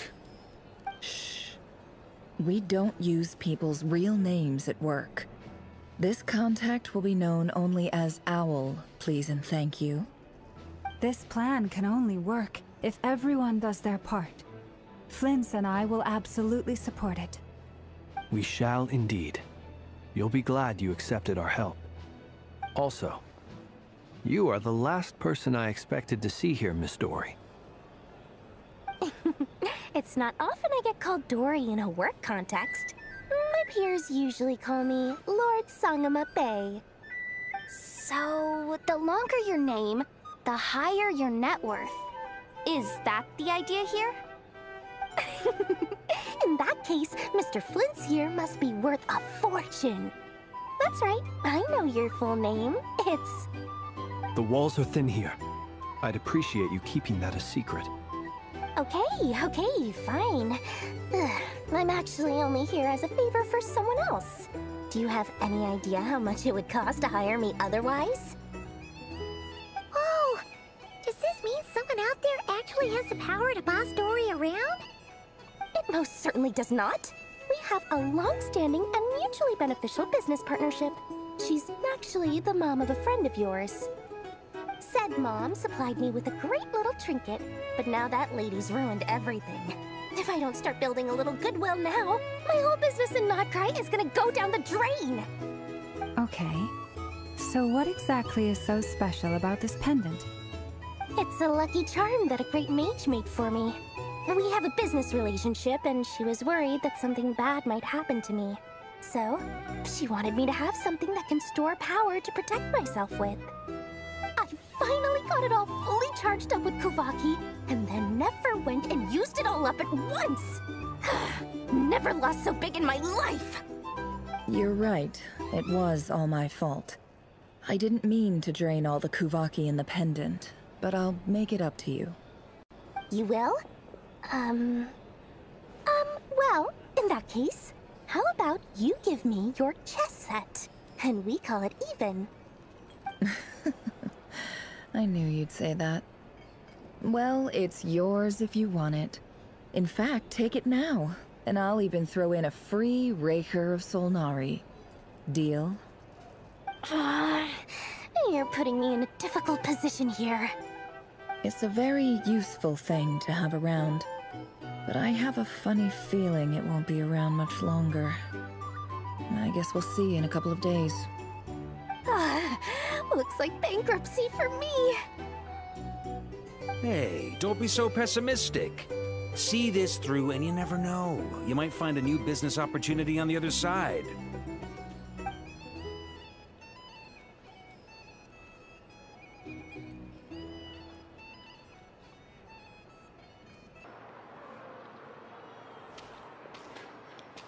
Dory! How are things going? Feeling ready? Oh, I was born ready. We only have 2 days. You think Lord Sangama Bay would let an opportunity like this slip by? Don't forget, when something's in high demand, the people with the goods on hand get to charge the highest price of all. Even higher than the sellers taking advance orders. Ta-da! See? It's right here! Ah, it's so pretty! Did you make it?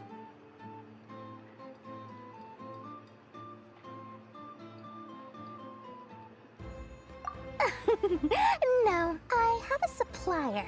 We go way back, so he made me a very attractive offer. Aha! No wonder you were talking about Lucky Charms at the meeting. You've been getting Kave to make them for you. That's not the full story. It actually started a while back as a project between me and the Dendro Archon. Mage Alice once warned me that this world won't stay safe forever. There may come a day when everyone faces a great crisis. I passed this on to the Dendro Archon, and she secretly brought together a research team made up of Sumeru's top scholars to invent a technology that could keep people safe. I won't go into the details because it's all very complicated, but if you want to know more, you can ask the Dendro Archon about it sometime. Anyway, point being, it was the Dendro Archon who asked Kave to build this little contraption. As one of the top Kashara War talents, he was the obvious choice. Took him long enough. He stressed over it for ages. Must have gone through at least a dozen designs before producing a final product. But that's Kave for you. Marak delivered it to me a couple of days ago, along with a letter from Kave.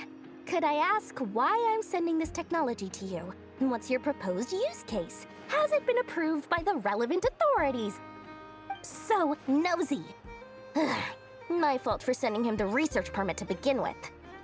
Surely Nahida must have told him you were involved in this project. He was probably just nervous because you're always so secretive about your business. Could be, could be. Anyway, I just replied, let's hope there never has to be a use case, because it would involve grave danger. Fair enough. But it sounds like he was just being cautious. He probably felt responsible as the one who made it. Or maybe he was asking as a favor for his housemate. He's done that before. Not sure why, though. His housemate doesn't seem to really care that much about this kind of stuff. Either way, all's well that ends well.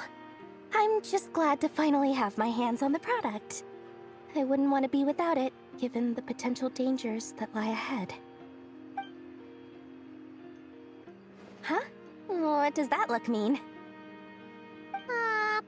Paimon's just super surprised.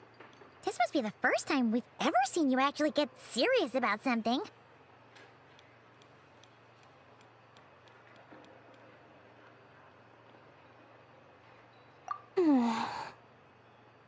Well, a long time ago, I made a promise to myself. I promised that I was gonna live every day of my life with a big beaming smile. Obviously, Mora plays a big part in that. But there are always gonna be times in life when you have to give something back. That could mean paying back a debt, returning a favor, or showing some kindness. Alice has been a huge help to me over the years. She was the first investor I ever had. And I want my investors to know that Lord Sangamabe is the best in the business. And more than that, no one knows what the future will bring. Whatever happens, I want to make sure the Dendro Archon and all of Sumeru is prepared to face whatever comes.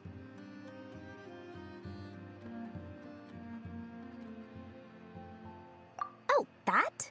I was just making sure Nefer and I are square.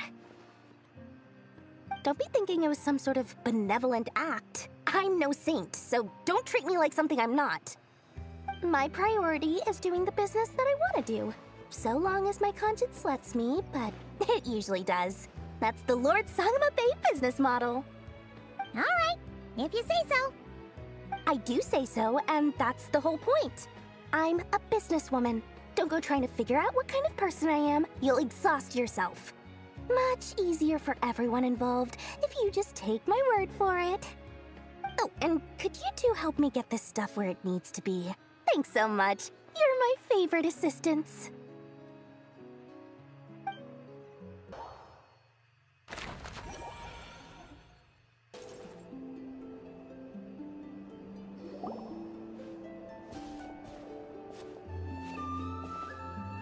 Traveler, Paimon.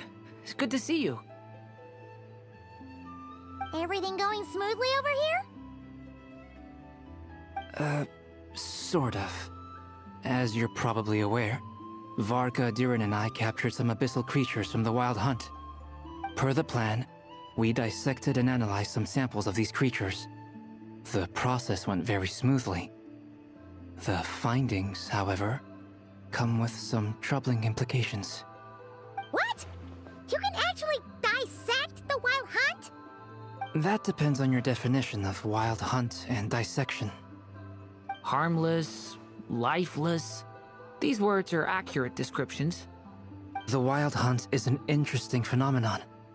In and of itself, it doesn't seem to possess anything akin to a human personality.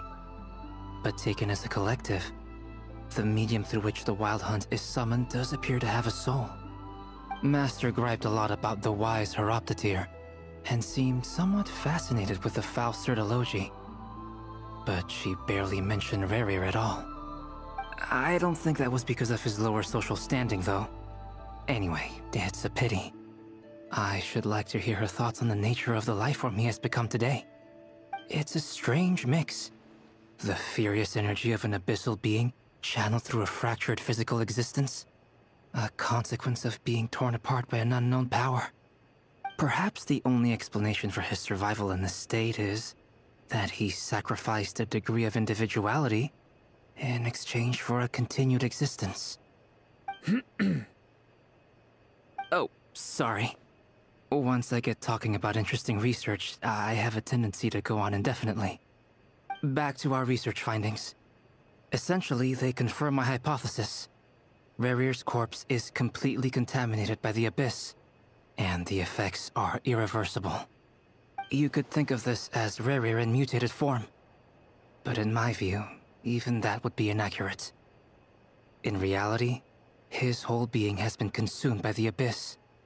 In other words, he is now nothing more than a manifestation of abyssal power. Unfortunately, at present, we have no means of completely eradicating abyssal power. Hence, we cannot fundamentally destroy the Rayhir of Solnari either. Oh, that's terrible news! So, that's it? We can't defeat him? Not even if we get the power of the Three Moons? Miss Columbina's situation is a difficult one. She can never achieve wholeness when the world does not accept her presence. It's as if her creator banished her to a place she can never be accepted. It means she spends most of her energy just on her own survival. Given the circumstances, it's only natural to despair. But we must see this plan through to the end. Time to kick off the backup plan. Oh, Paimon almost forgot! This is for you. Dory asked us to bring it. Ah, how wonderful. Well, thank you for making the trip. Durin and I will be heading off shortly. I'm sorry I won't be there to protect you in person this time. Please be careful.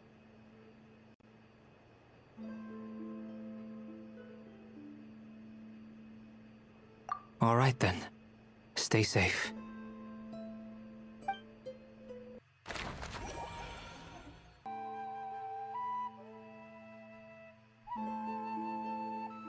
Miss Lauma, is everyone here? Yes. The fate of my flock is in your hands, Grand Master Varka. Please keep them safe. My lady, what are you saying? Within the next 24 hours, we will face the biggest crisis the world has ever seen. This is not a burden that we deserve to bear, but I believe that we reap what we sow in this life. So I intend to act. I must do what I think is right. For me, that means fighting for the future of Krai. This gentleman is the Grand Master of the Knights of Favonius, Varka, Knight of Boreas. In my absence, please follow his lead. Hey, everyone. Guess I should introduce myself. Well, to start with, I know my way around a battlefield. Biggest strengths are honesty and hard-workingness. Anyway, point is, I don't intend to let Lauma down. I'm gonna do everything in my power to keep every last one of you safe and sound.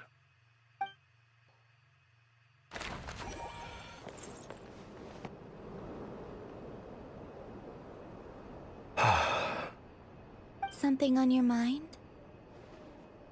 Miss Columbina, was it? I believe that's how the others addressed you. That's right. Names are funny things.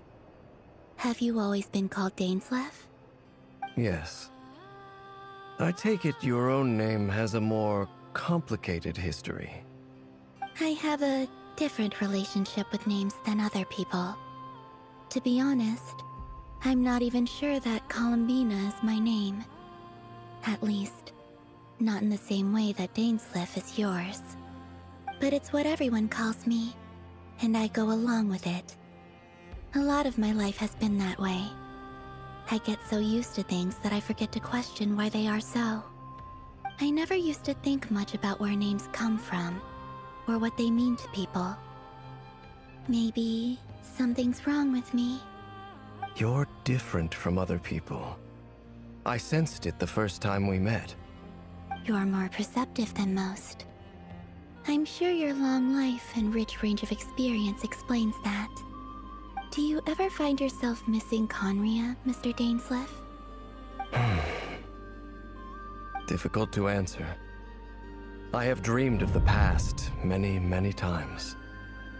Sometimes I'm fighting tooth and nail. Other times I'm lying on the ground, defeated. I don't recall any happy moments from that time. It has been too long. Is that because hatred survives longer than love and affection? That would not be for me to say. I make no excuses for the grudges I bear. But whatever the reason, I remember little that was beautiful or sentimental. Thank you for your help with the Rerir situation.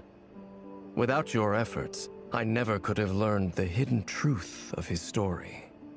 You're welcome. I know he's your friend. Friend? He betrayed me. And I never really understood what he was going through in life. Some friendship, that is. Okay. So, do you plan to fight him with us? You see, you're torn. Now you know what really happened. You see the things he's done in a new light. I need some time. Of course. I completely understand. Anyone else in your position would feel conflicted too. Actually, I went through something similar myself recently. Something happened that changed my perspective on a situation. A situation I took for granted at the time, but now I feel very grateful for it. You mean the Harbingers who still support you, even though you've left the Fatui? Yes. I always thought they were only helping me because Harbingers are forced to work together. But then I abandoned them. A warrant was even put out for my arrest. And even now, they still support me. Which means I was wrong about them all along. Clearly, they view you as a friend. I feel a little guilty now. I regret not seeing her help for what it was, and not treasuring it. I see the guilt that you're feeling now, because I feel it too. Hopefully, talking about it will do us both some good. Have you noticed that the Traveler and Paimon are over there? I think they've been listening. Huh. Shall we say hello? Sure. Hello. Ah! They caught us!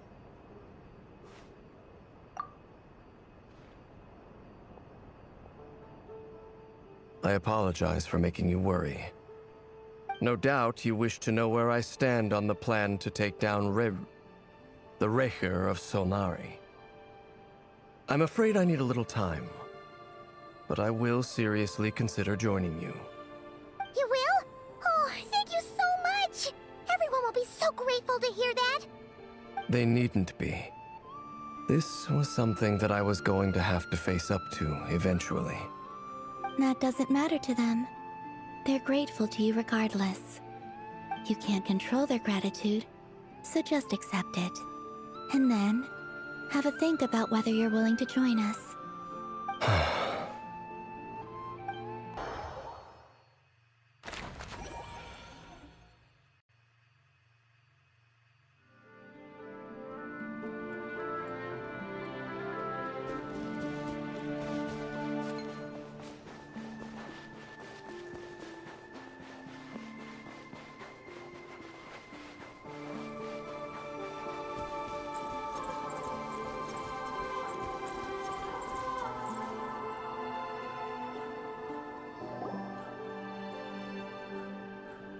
Ah, you're earlier than I expected. Hey, Flint's! Been waiting here long? Not too long. I came a little early so I'd have some time to think. Are you nervous about the battle? Quite the opposite. I'm reminiscing on my past battles. When I was awakened by the Ratniki, I had not touched a weapon in many years. I felt like the battlefield was not where I belonged. But after waging war against the Wild Hunt for so long, I came to realize something. A life of absolute peace is simply not a possibility for me. My restless flame indicates that somewhere inside of me, there is a deep yearning to root out the evil in this world. Oh, that doesn't sound like such a bad thing. Well, in the past, when I was a Fae whose primary concern was hibernation, it was hardly ideal. But it certainly serves me well here in the present. And I am delighted to be able to join forces with you in this endeavor. Looks like I'm not the first to arrive. Ah, Miss Lauma. Did you sleep okay last night? I struggled to settle down at first, because of the nerves. But don't worry. I got enough sleep in the end. I'll be just fine. Please, I'm just doing my part. Never! Over here! Aino asked me to relay a message. She said Anefa will be on high alert and keep a close watch over all secondary districts where defense is required, providing support as necessary.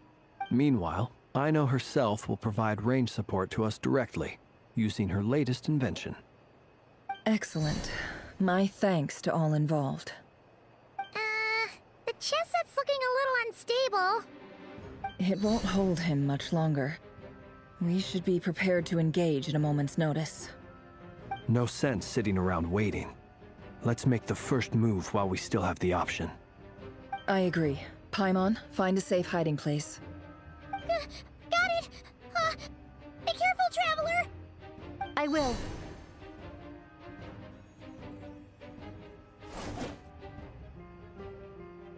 Everyone, take your positions as soon as the battle starts.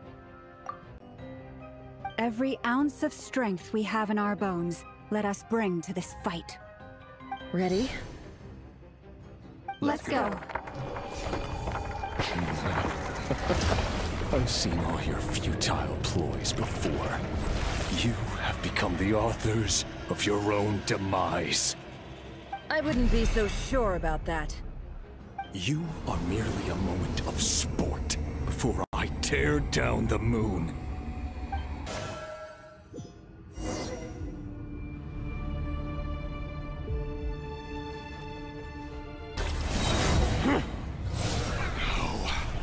Get out of my sight!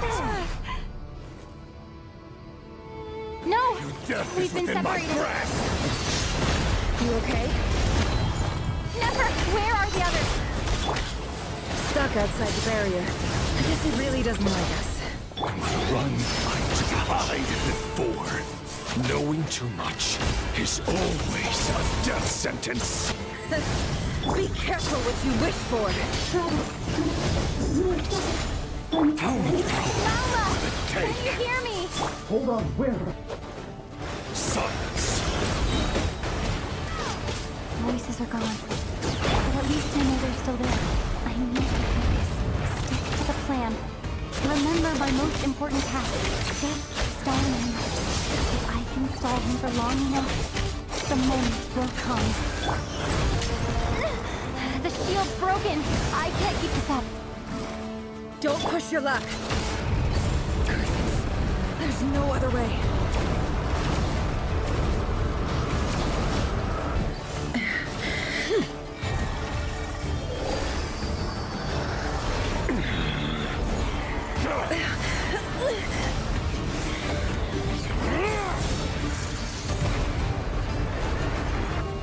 The only way to defeat Rarer is to borrow his own power. That means Columbina will have to disappear while you two bear the brunt of his attacks. You have to hold on. Find a way to keep him focused on killing the two of you.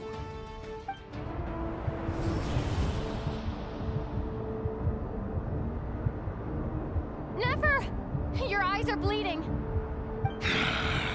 Soon you will be powerless to resist. And then, I will reduce you to dust. But that dust will plague your memories. Come on, keep holding on. Any other tricks up your sleeve? Let's see them. As entertaining as they are, you've backed yourself into a corner. You don't fool me. I see your fear clear as day. I have to stoke his rage.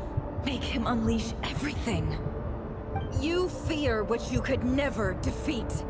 You fear the thought of never being able to save your beloved. You cannot win the fight against fate, Rarir. Is that what you think? Well, now it's your turn to feel afraid!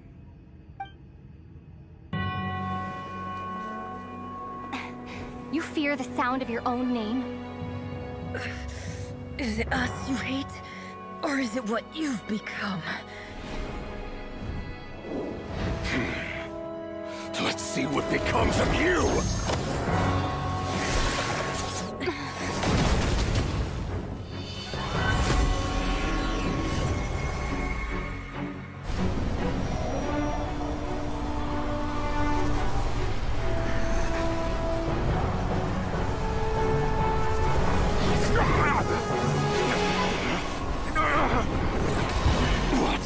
Happening? That power. I've seen it before.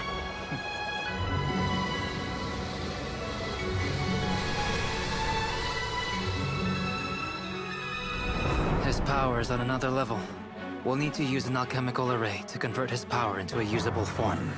Then quickly channel it into Columbina, rendering her powerful enough to compete with him. I'll join you. I can help. If I release enough abyssal energy into a confined space, it'll create a potential difference, allowing us to extract a huge amount of elemental energy. Next, I'll synchronize with everyone's minds using Pyro, then give you temporary access to their abilities and fields of view. But it won't last long. Can you see? Well enough. So, we have a student of Gold Rhine-Daughter in our midst. How about that?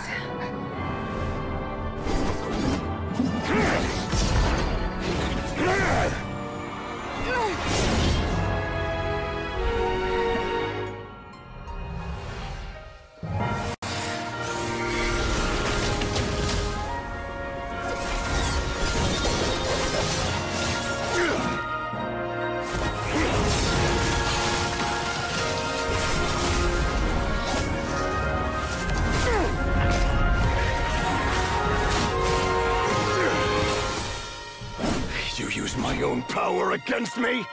Just like how you stole Kuvaki. Look familiar?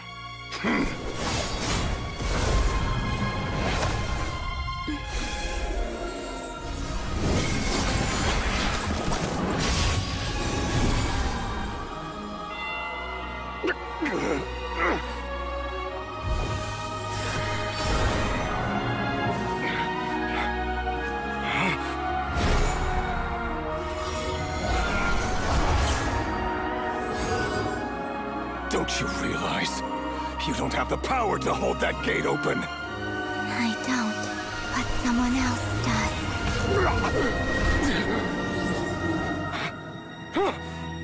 Goodbye, Rarir.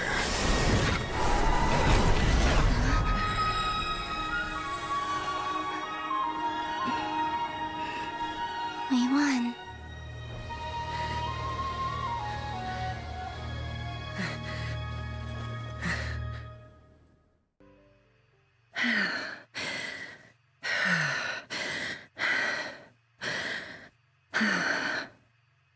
Nefer, how are your eyes? They're fine. Apart from the blindness, of course. It's not too late. Let me handle it.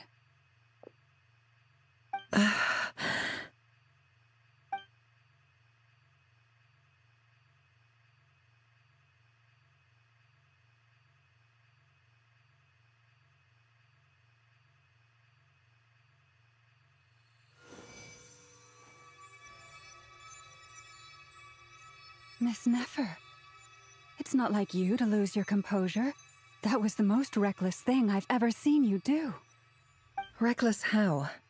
The situation was critical. Our lives were at stake. We had to do something.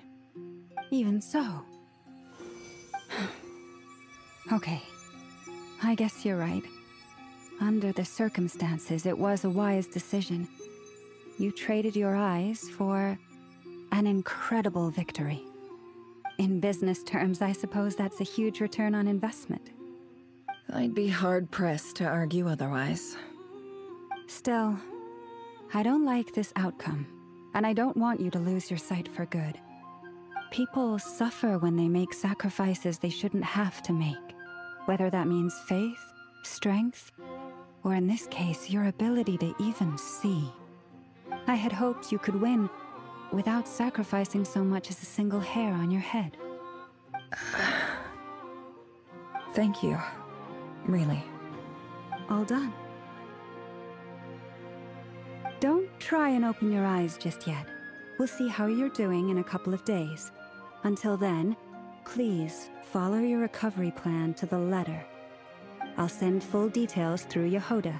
For now, just get yourself home, relax, and rest. My dear friends, we have fought bravely and achieved a spectacular victory. A dark cloud has been lifted from the skies of Krai. All in this land will be grateful for what you have done. The moon will remember this day. Thank you both.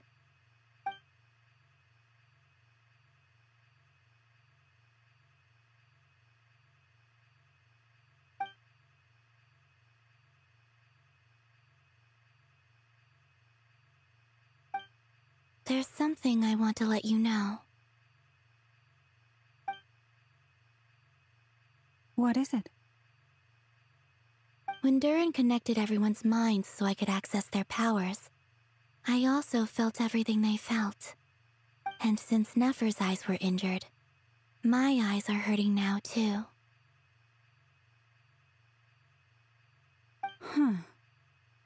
Hold on. Let me try. I only feel the pain. There's no actual damage. I just thought I should tell you. You're right. There's no damage. That's a relief. But I must say, I'm surprised to hear the Kutar share something like this with me. In the past, you never used to open up about yourself. Things are a little different now from how they were. I'm learning to share how I truly feel with my friends. Friends? You have no idea how glad I am to hear that.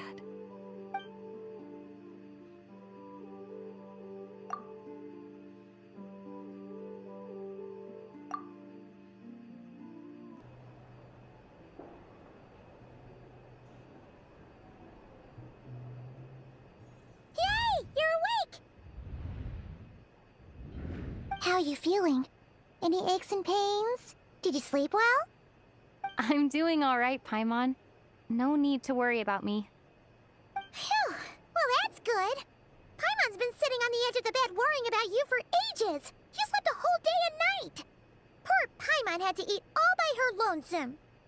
Glad to hear you didn't starve. How was the food? Well, it wasn't the same without you there to share it. Honestly, Paimon just can't relax when you're not your usual self. She couldn't enjoy the food and settle down to sleep. Well, I'm back to normal now. Oh yeah, and Albedo swung by earlier. He said to tell you to head to the tavern when you woke up. Varker and the others are organizing a victory feast and they want to celebrate with you. He also dropped off some medical supplies, but you seem fit as a fiddle, so guess you won't be needing those. If you're feeling up to it, let's head over now. Wouldn't want to keep them waiting.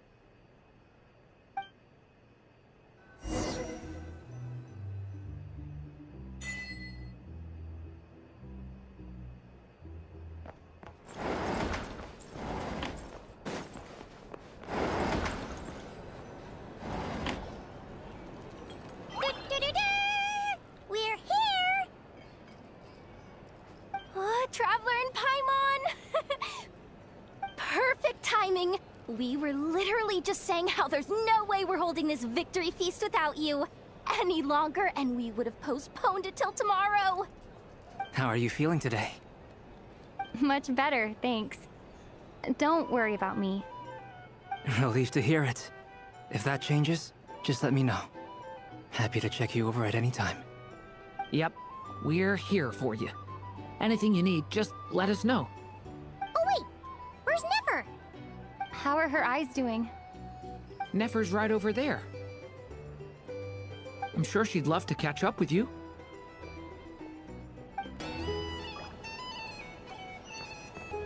Nefer! Traveler, Paimon, are you recovering well?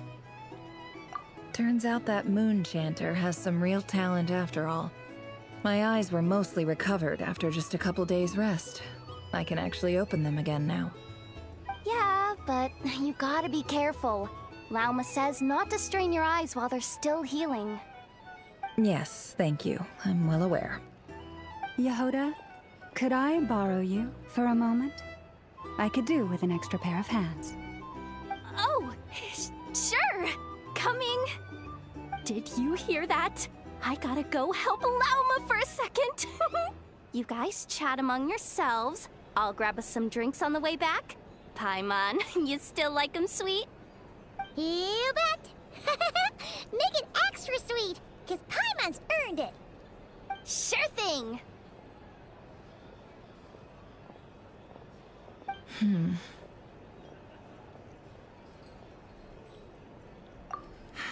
The Raker of Solnari.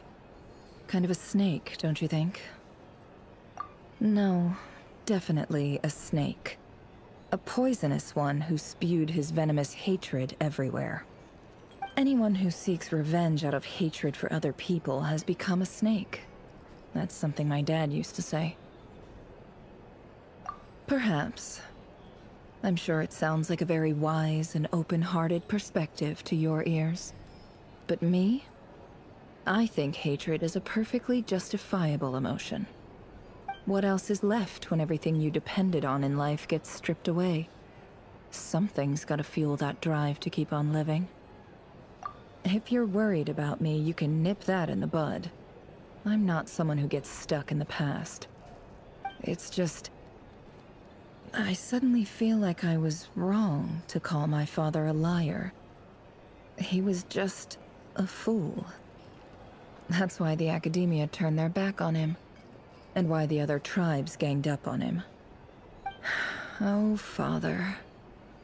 How much better things could have been if you were a skilled liar. Look at the Ibis King. Thoth is a fiendishly cunning liar. And yet, strangely, he feels more like a father to me than my real dad ever was. He's never brought it up, but I'd bet he feels the same way. Why else would he give me the power to perceive the truth, while at the same time training me in the art of deception? Well, King Deshret banished him to Aru, which is essentially a prison, and posed 3 questions to him. He promised that he'd have his freedom if he could find the answers. His response was to take on a physical form and approach me, hoping that I could become his envoy and search for one of the answers on his behalf. Did he really think I'd fall for that? He's stuck there. He can't make me return what he gave to me. So that's enough for you to decide he's nice, is it? He's a prisoner, and he was scared. So he decided to perform some good deeds to win people's approval. He lives in fear because he's a deceiver. How is Rerir any different? You can't work as a spy your whole life and expect a happy ending. It's preposterous. Yet I can't say I don't understand it. Liars live in the darkness of their own making, but it's still human nature to want to go on living. They say that a liar's soul is the most worthless thing in the world. What do you think? Good. If you understand that, it means you're smart, and you see things objectively. If you ask me, the soul of a liar really is worth nothing, because all they care about is themselves. For example, when something good falls into my lap, I don't go sharing the news around. Stops other people trying to steal it from me.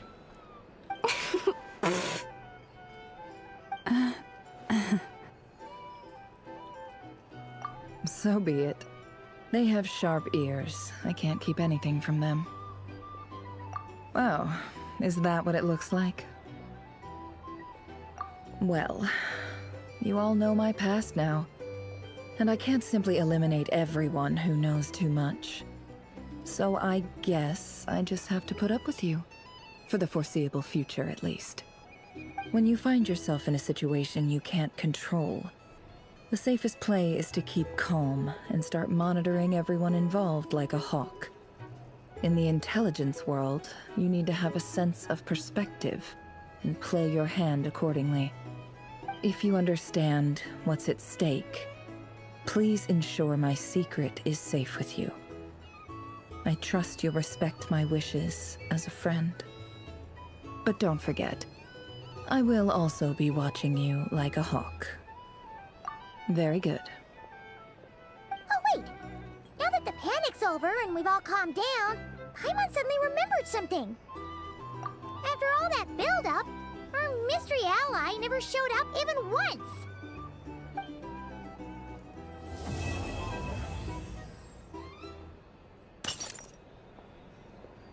Huh? Am I imagining things? So, that close colleague who stayed behind with you? What's he been up to recently? Don't know, don't care. I get more normal human interaction from hanging out with Bosco too than him. Although, now you mention it, he hasn't bothered me in a while. I wonder if... If he's disappeared without a trace, it's the biggest gift he ever gave to the world. But I somehow doubt that's what's going on. He won't lie low forever. So we'd better stay on guard.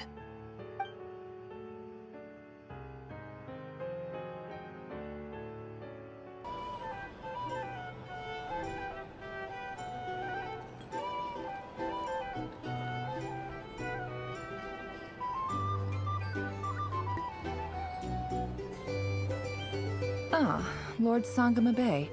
How lovely to see you. I must thank you for the device you provided. It was an enormous help. Would I be right in thinking that it was developed by the Academia? Why come and ask me when you clearly know already? I mostly came to thank you. That's more like it. A little gratitude goes a long way with Lord Sangama Bay. Play your cards right, and you might even stand a chance of becoming my long-term supplier. The chance to work with such a kind and charitable investor as yourself would be a great honor for the Curatorium. Huh? Charitable? Who said anything about charity? First time hearing about it. Let's see. The first plot of land you purchased in Krai, your desert interests, and... Stop! What do you think you're doing? Exposing my investment history! It's nothing to hide from. They're all perfectly legitimate investments. And some of the land you purchased was with the intent of building a sanctuary? Yes, I heard about that too. How did you... You're a curious case, Lord Sangama Bay. You don't like people finding out about your good deeds, do you? But I'm afraid no matter how hard you try to keep things under wraps, Where there's a will, there's a way. You did it for Sumeru, didn't you? It was empty land that was gonna go to waste otherwise. I figured if I built something there, it might at least get some use in an emergency. Disasters are capricious things. They strike without any warning. I've lost family to a disaster before, and I don't want to lose any friends or business partners if I can help it. My elder sister used to dream of finding a sanctuary. Somewhere with plenty of food, water, and medicine. Where everyone could live happy lives. It was something I looked into, but after discussing things with the Dendro Archon, I decided on a more effective strategy. The tech people handled the tech, and Moneybags provided the Mora. It just made the most sense. It's a pity that so few people know the truth about you. Everyone says that you view everything in terms of Mora, and all you care about is growing your own wealth. So, what's the problem with that? Everyone wants to be rich. It's human nature. So yes, I love Mora, and it's nothing to be ashamed of. But surely you have dreams of your own, beyond just making Mora. You don't get it, do you? My dream is to invest in other people's dreams. And, you know, make a nice little slice for myself along the way. Just thinking about it makes me happy. That sweet, sweet sound of Mora. Thank you. For the device? And the pendant. Oh, that. I was just returning a favor. Don't worry about it. Seems like we've both been away from home for a very long time. Yeah. So long that I barely remember what my family even looked like. That would be your mother, father, and sister? Yeah, though it's been years since my sister passed away. It's not like I want to forget them, obviously, but memory can be even more ruthless than the most calculating business person. Beyond a certain point, if something isn't helping you, it just gets rid of it. My sister can't help me now. Slowly but surely, her face is fading from my mind's eye. It's become a vague impression. Not everything will fade. When loved ones pass away, the beautiful memories are the ones that last the longest. Yeah, that's true. If you ask me, that's the one silver lining in all of it. Well, that, plus, I'm sure that life is much better now than it was back then. Oh, absolutely. I have tons of Mora, a big beautiful house, business is booming, and I'm as happy as can be. You've got a lot going for you too. Boss of the Curatorium of Secrets? I'm sure there's plenty of Mora to be made in that line of work. I appreciate the vote of confidence.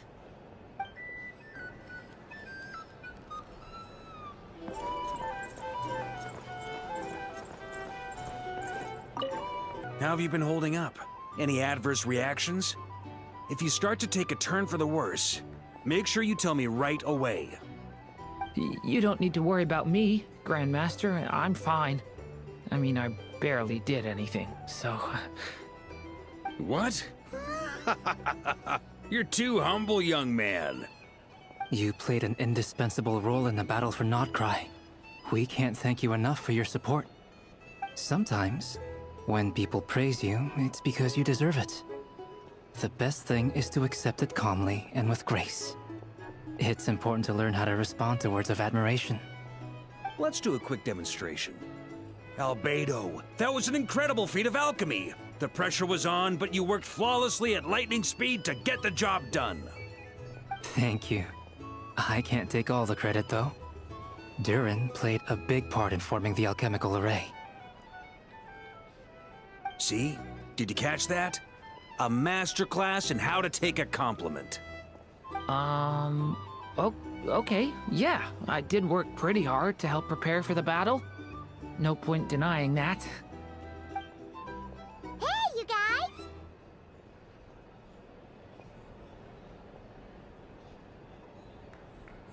Hey, look who's bounced back. Looking good, Traveler. Seems like you've recovered. You won't need to take any more medication. Can I get you a drink? Huh? You know how to order at a bar now? You've sure learned a lot recently. Handling a drinks order is ridiculously simple compared to alchemy. Don't worry, I'll blend into society yet. Paimon believes it! You're clearly a fast learner, just like your brother. To be totally honest though, Paimon didn't quite follow all the details when you first explained the plan to us. Don't worry, that's completely understandable. Unless you're a student of alchemy, it's hard to grasp the principle and how the process works. To put it in the simplest terms, we saw how our enemy stole the power of Kuvaki. And that gave us the idea of stealing his power to turn it against him.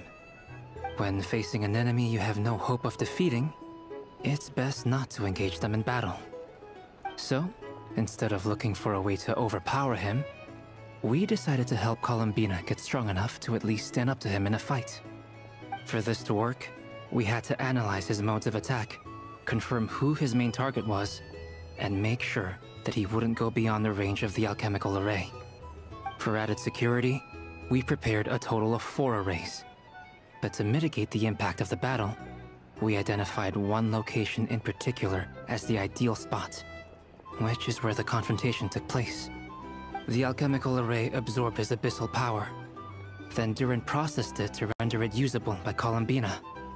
That power enabled her to do what would otherwise have been nigh on impossible. What surprised me was that Dainsleif actually agreed to join us.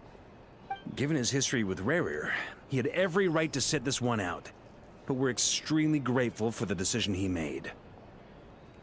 It must have been a painful choice to make.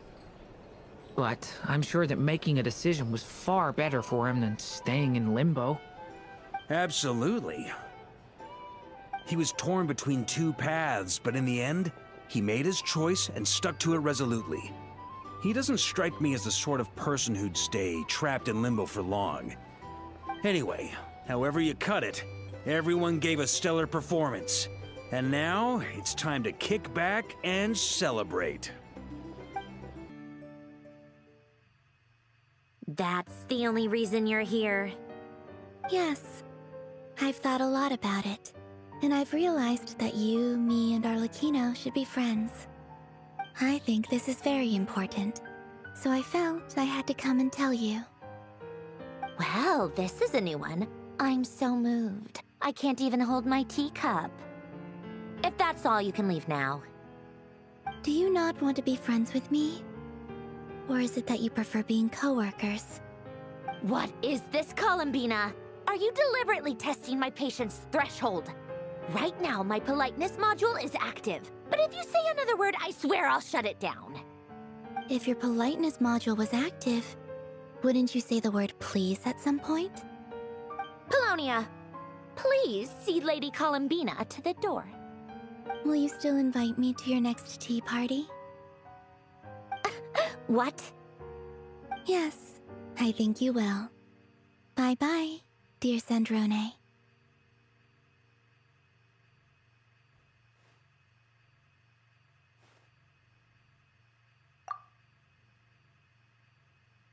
Last time, the Wild Hunt escorted you out. Would you rather I handled it myself this time? We just wanted to, see how you were doing now that it's all over. Why? Out of concern for my safety? I hope you didn't seriously think that the Rayhir of Solnari would be able to lay so much as a finger upon me, given how prepared I was. Mostly because you kind of helped us out, so we just wanted to check you were okay. Looks like all your robots are fixed, huh? Oh, don't you worry about that. Tea time is already a write-off. The visitor before you managed to kill my appetite. If you're in the mood for tea, go ahead and help yourself. Otherwise, it's going to waste. My coasters are still missing in action, though. Use this notebook instead. Whoa! Pretty hefty notebook. Look at all those calculations. You can ignore those. They're just dumb scribblings. I doodle and write in my free time. Sometimes I remember the distant, dreamlike past. sometimes I imagine the far-flung future. And other times, I grit my teeth and note down all the crazy nonsense going on in the present. Some people do the crosswords in the newspaper. This is my equivalent of that. Trying to predict the future is like daydreaming, and writing about the present just makes me furious. The past is my favorite. If nothing else, it's already set in stone, so I don't have to rack my brains trying to figure it all out. Huh. Although, having said that, the only vaguely interesting memory in my past is probably that guy they call Lord Artificer. Who else? Pretty much all the mecha and Fontaine are his personal handiwork. Wait, are you saying you know him? Like, personally? As a friend? I mean, I guess we were friendly enough. Yep. In fact, I'm probably the only normal person left who knew him at all. We used to chat occasionally back when he was still around. Before he passed away, he asked me to destroy all his manuscripts. I honored his request, but I did read through everything first before destroying them. I mean, I couldn't let the genius of Lord Artificer Alain Guillotin disappear like that. Would have been such a waste. So, that's where the formulas in your notebook are from? I just told you. Those are my equivalent of crossword puzzles. They're just dumb formulas that I solve for fun when I'm bored. Alain's work was like epic poetry. The formulas in my notebook are just silly little riddles in comparison. Not that there's anything bad about them. I mean, at least, solving those riddles isn't going to hurt anyone. Except me, 'cause I lose a few brain cells in the process. Anyway, while we're on the topic, I might as well tell you about what happened to him and his friends.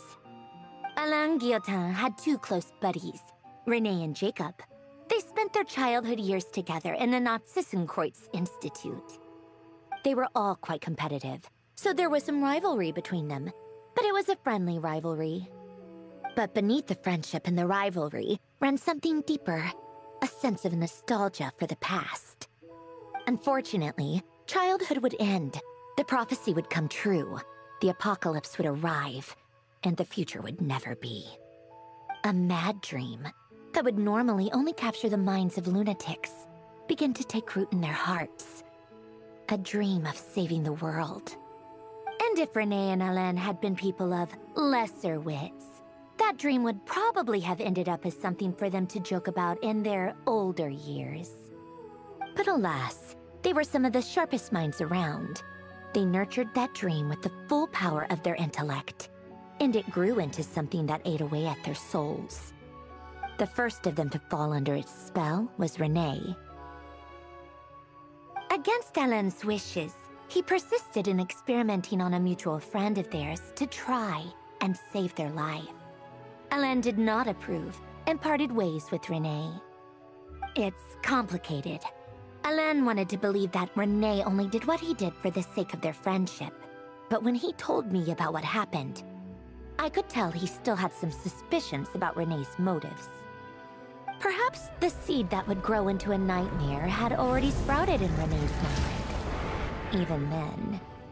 The next time they met, René's soul had been completely engulfed by the dream of salvation. His futile attempt to change the tide of fate only resulted in a wave that swallowed up the world, even before the apocalypse came. And although that wave died down eventually, I hear that it just recently came back with a vengeance. As I understand, René wanted to live out his dream of salvation once more. But I'm told that the attempted resurgence finally died out for good. At long last, René awoke from his deluded dream. Though of course by then it was far too late. What do you think of René? Do you admire his transcendent genius? His view that any price was worth paying to achieve the lofty goal of saving the world? Or do you despise him? Dismiss him as an evil madman who wrought havoc on the lives of everyone around him as he pursued his delusional dream? Same difference, really. Just a matter of perspective. What a cop-out. But I suspect you'd have a more incisive and insightful answer if we dug into it further. I don't like fanatics who give up their whole lives for their ideology.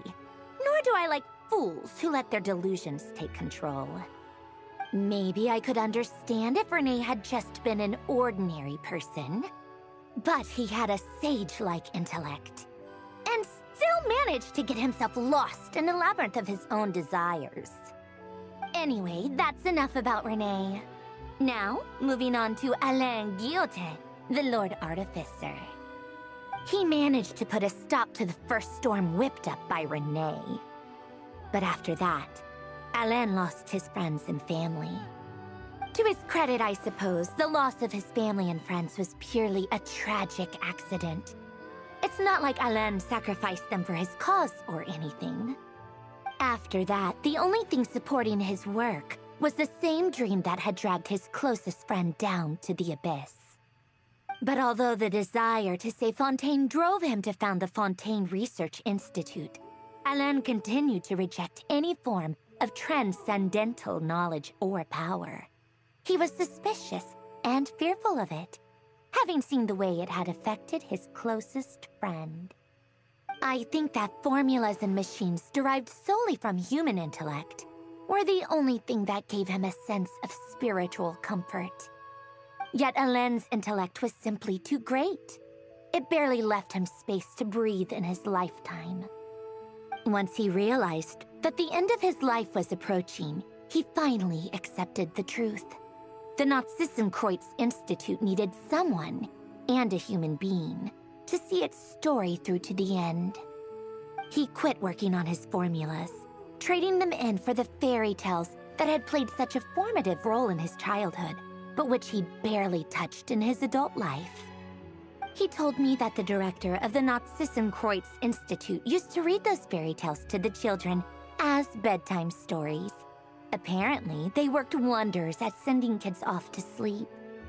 I think that all he wanted at that time in his life was to be able to sleep deeply without being plagued by depression. By that point, nothing else really mattered.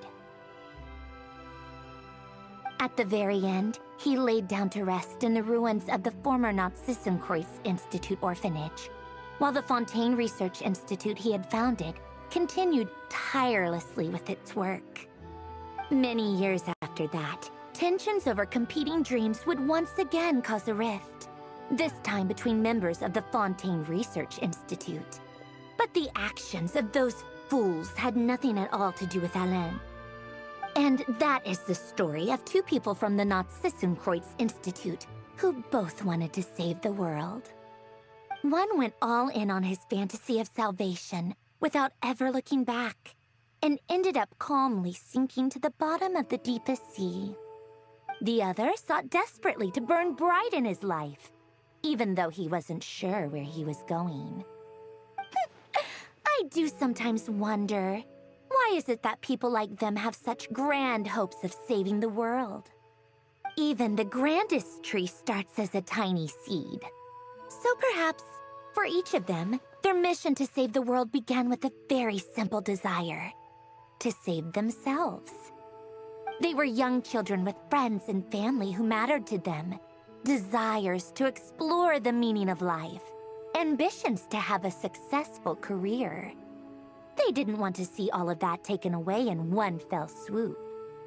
Or maybe they just wanted to find something to anchor themselves within the chaos, to stop them getting quietly swept away by the storms of life.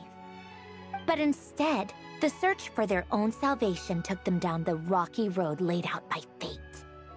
Do you think the desire to save oneself is enough of a justification to try and save the world?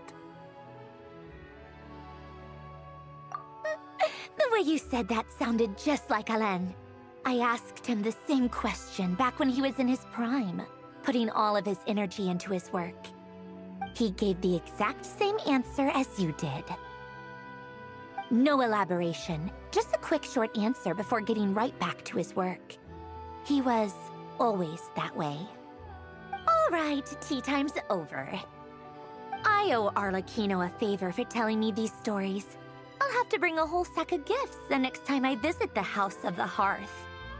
I'm gonna go tinker with Polonia now. You guys can do whatever you want, as long as it doesn't involve interrupting me. Polonia, exit hibernation mode. Begin diagnostics.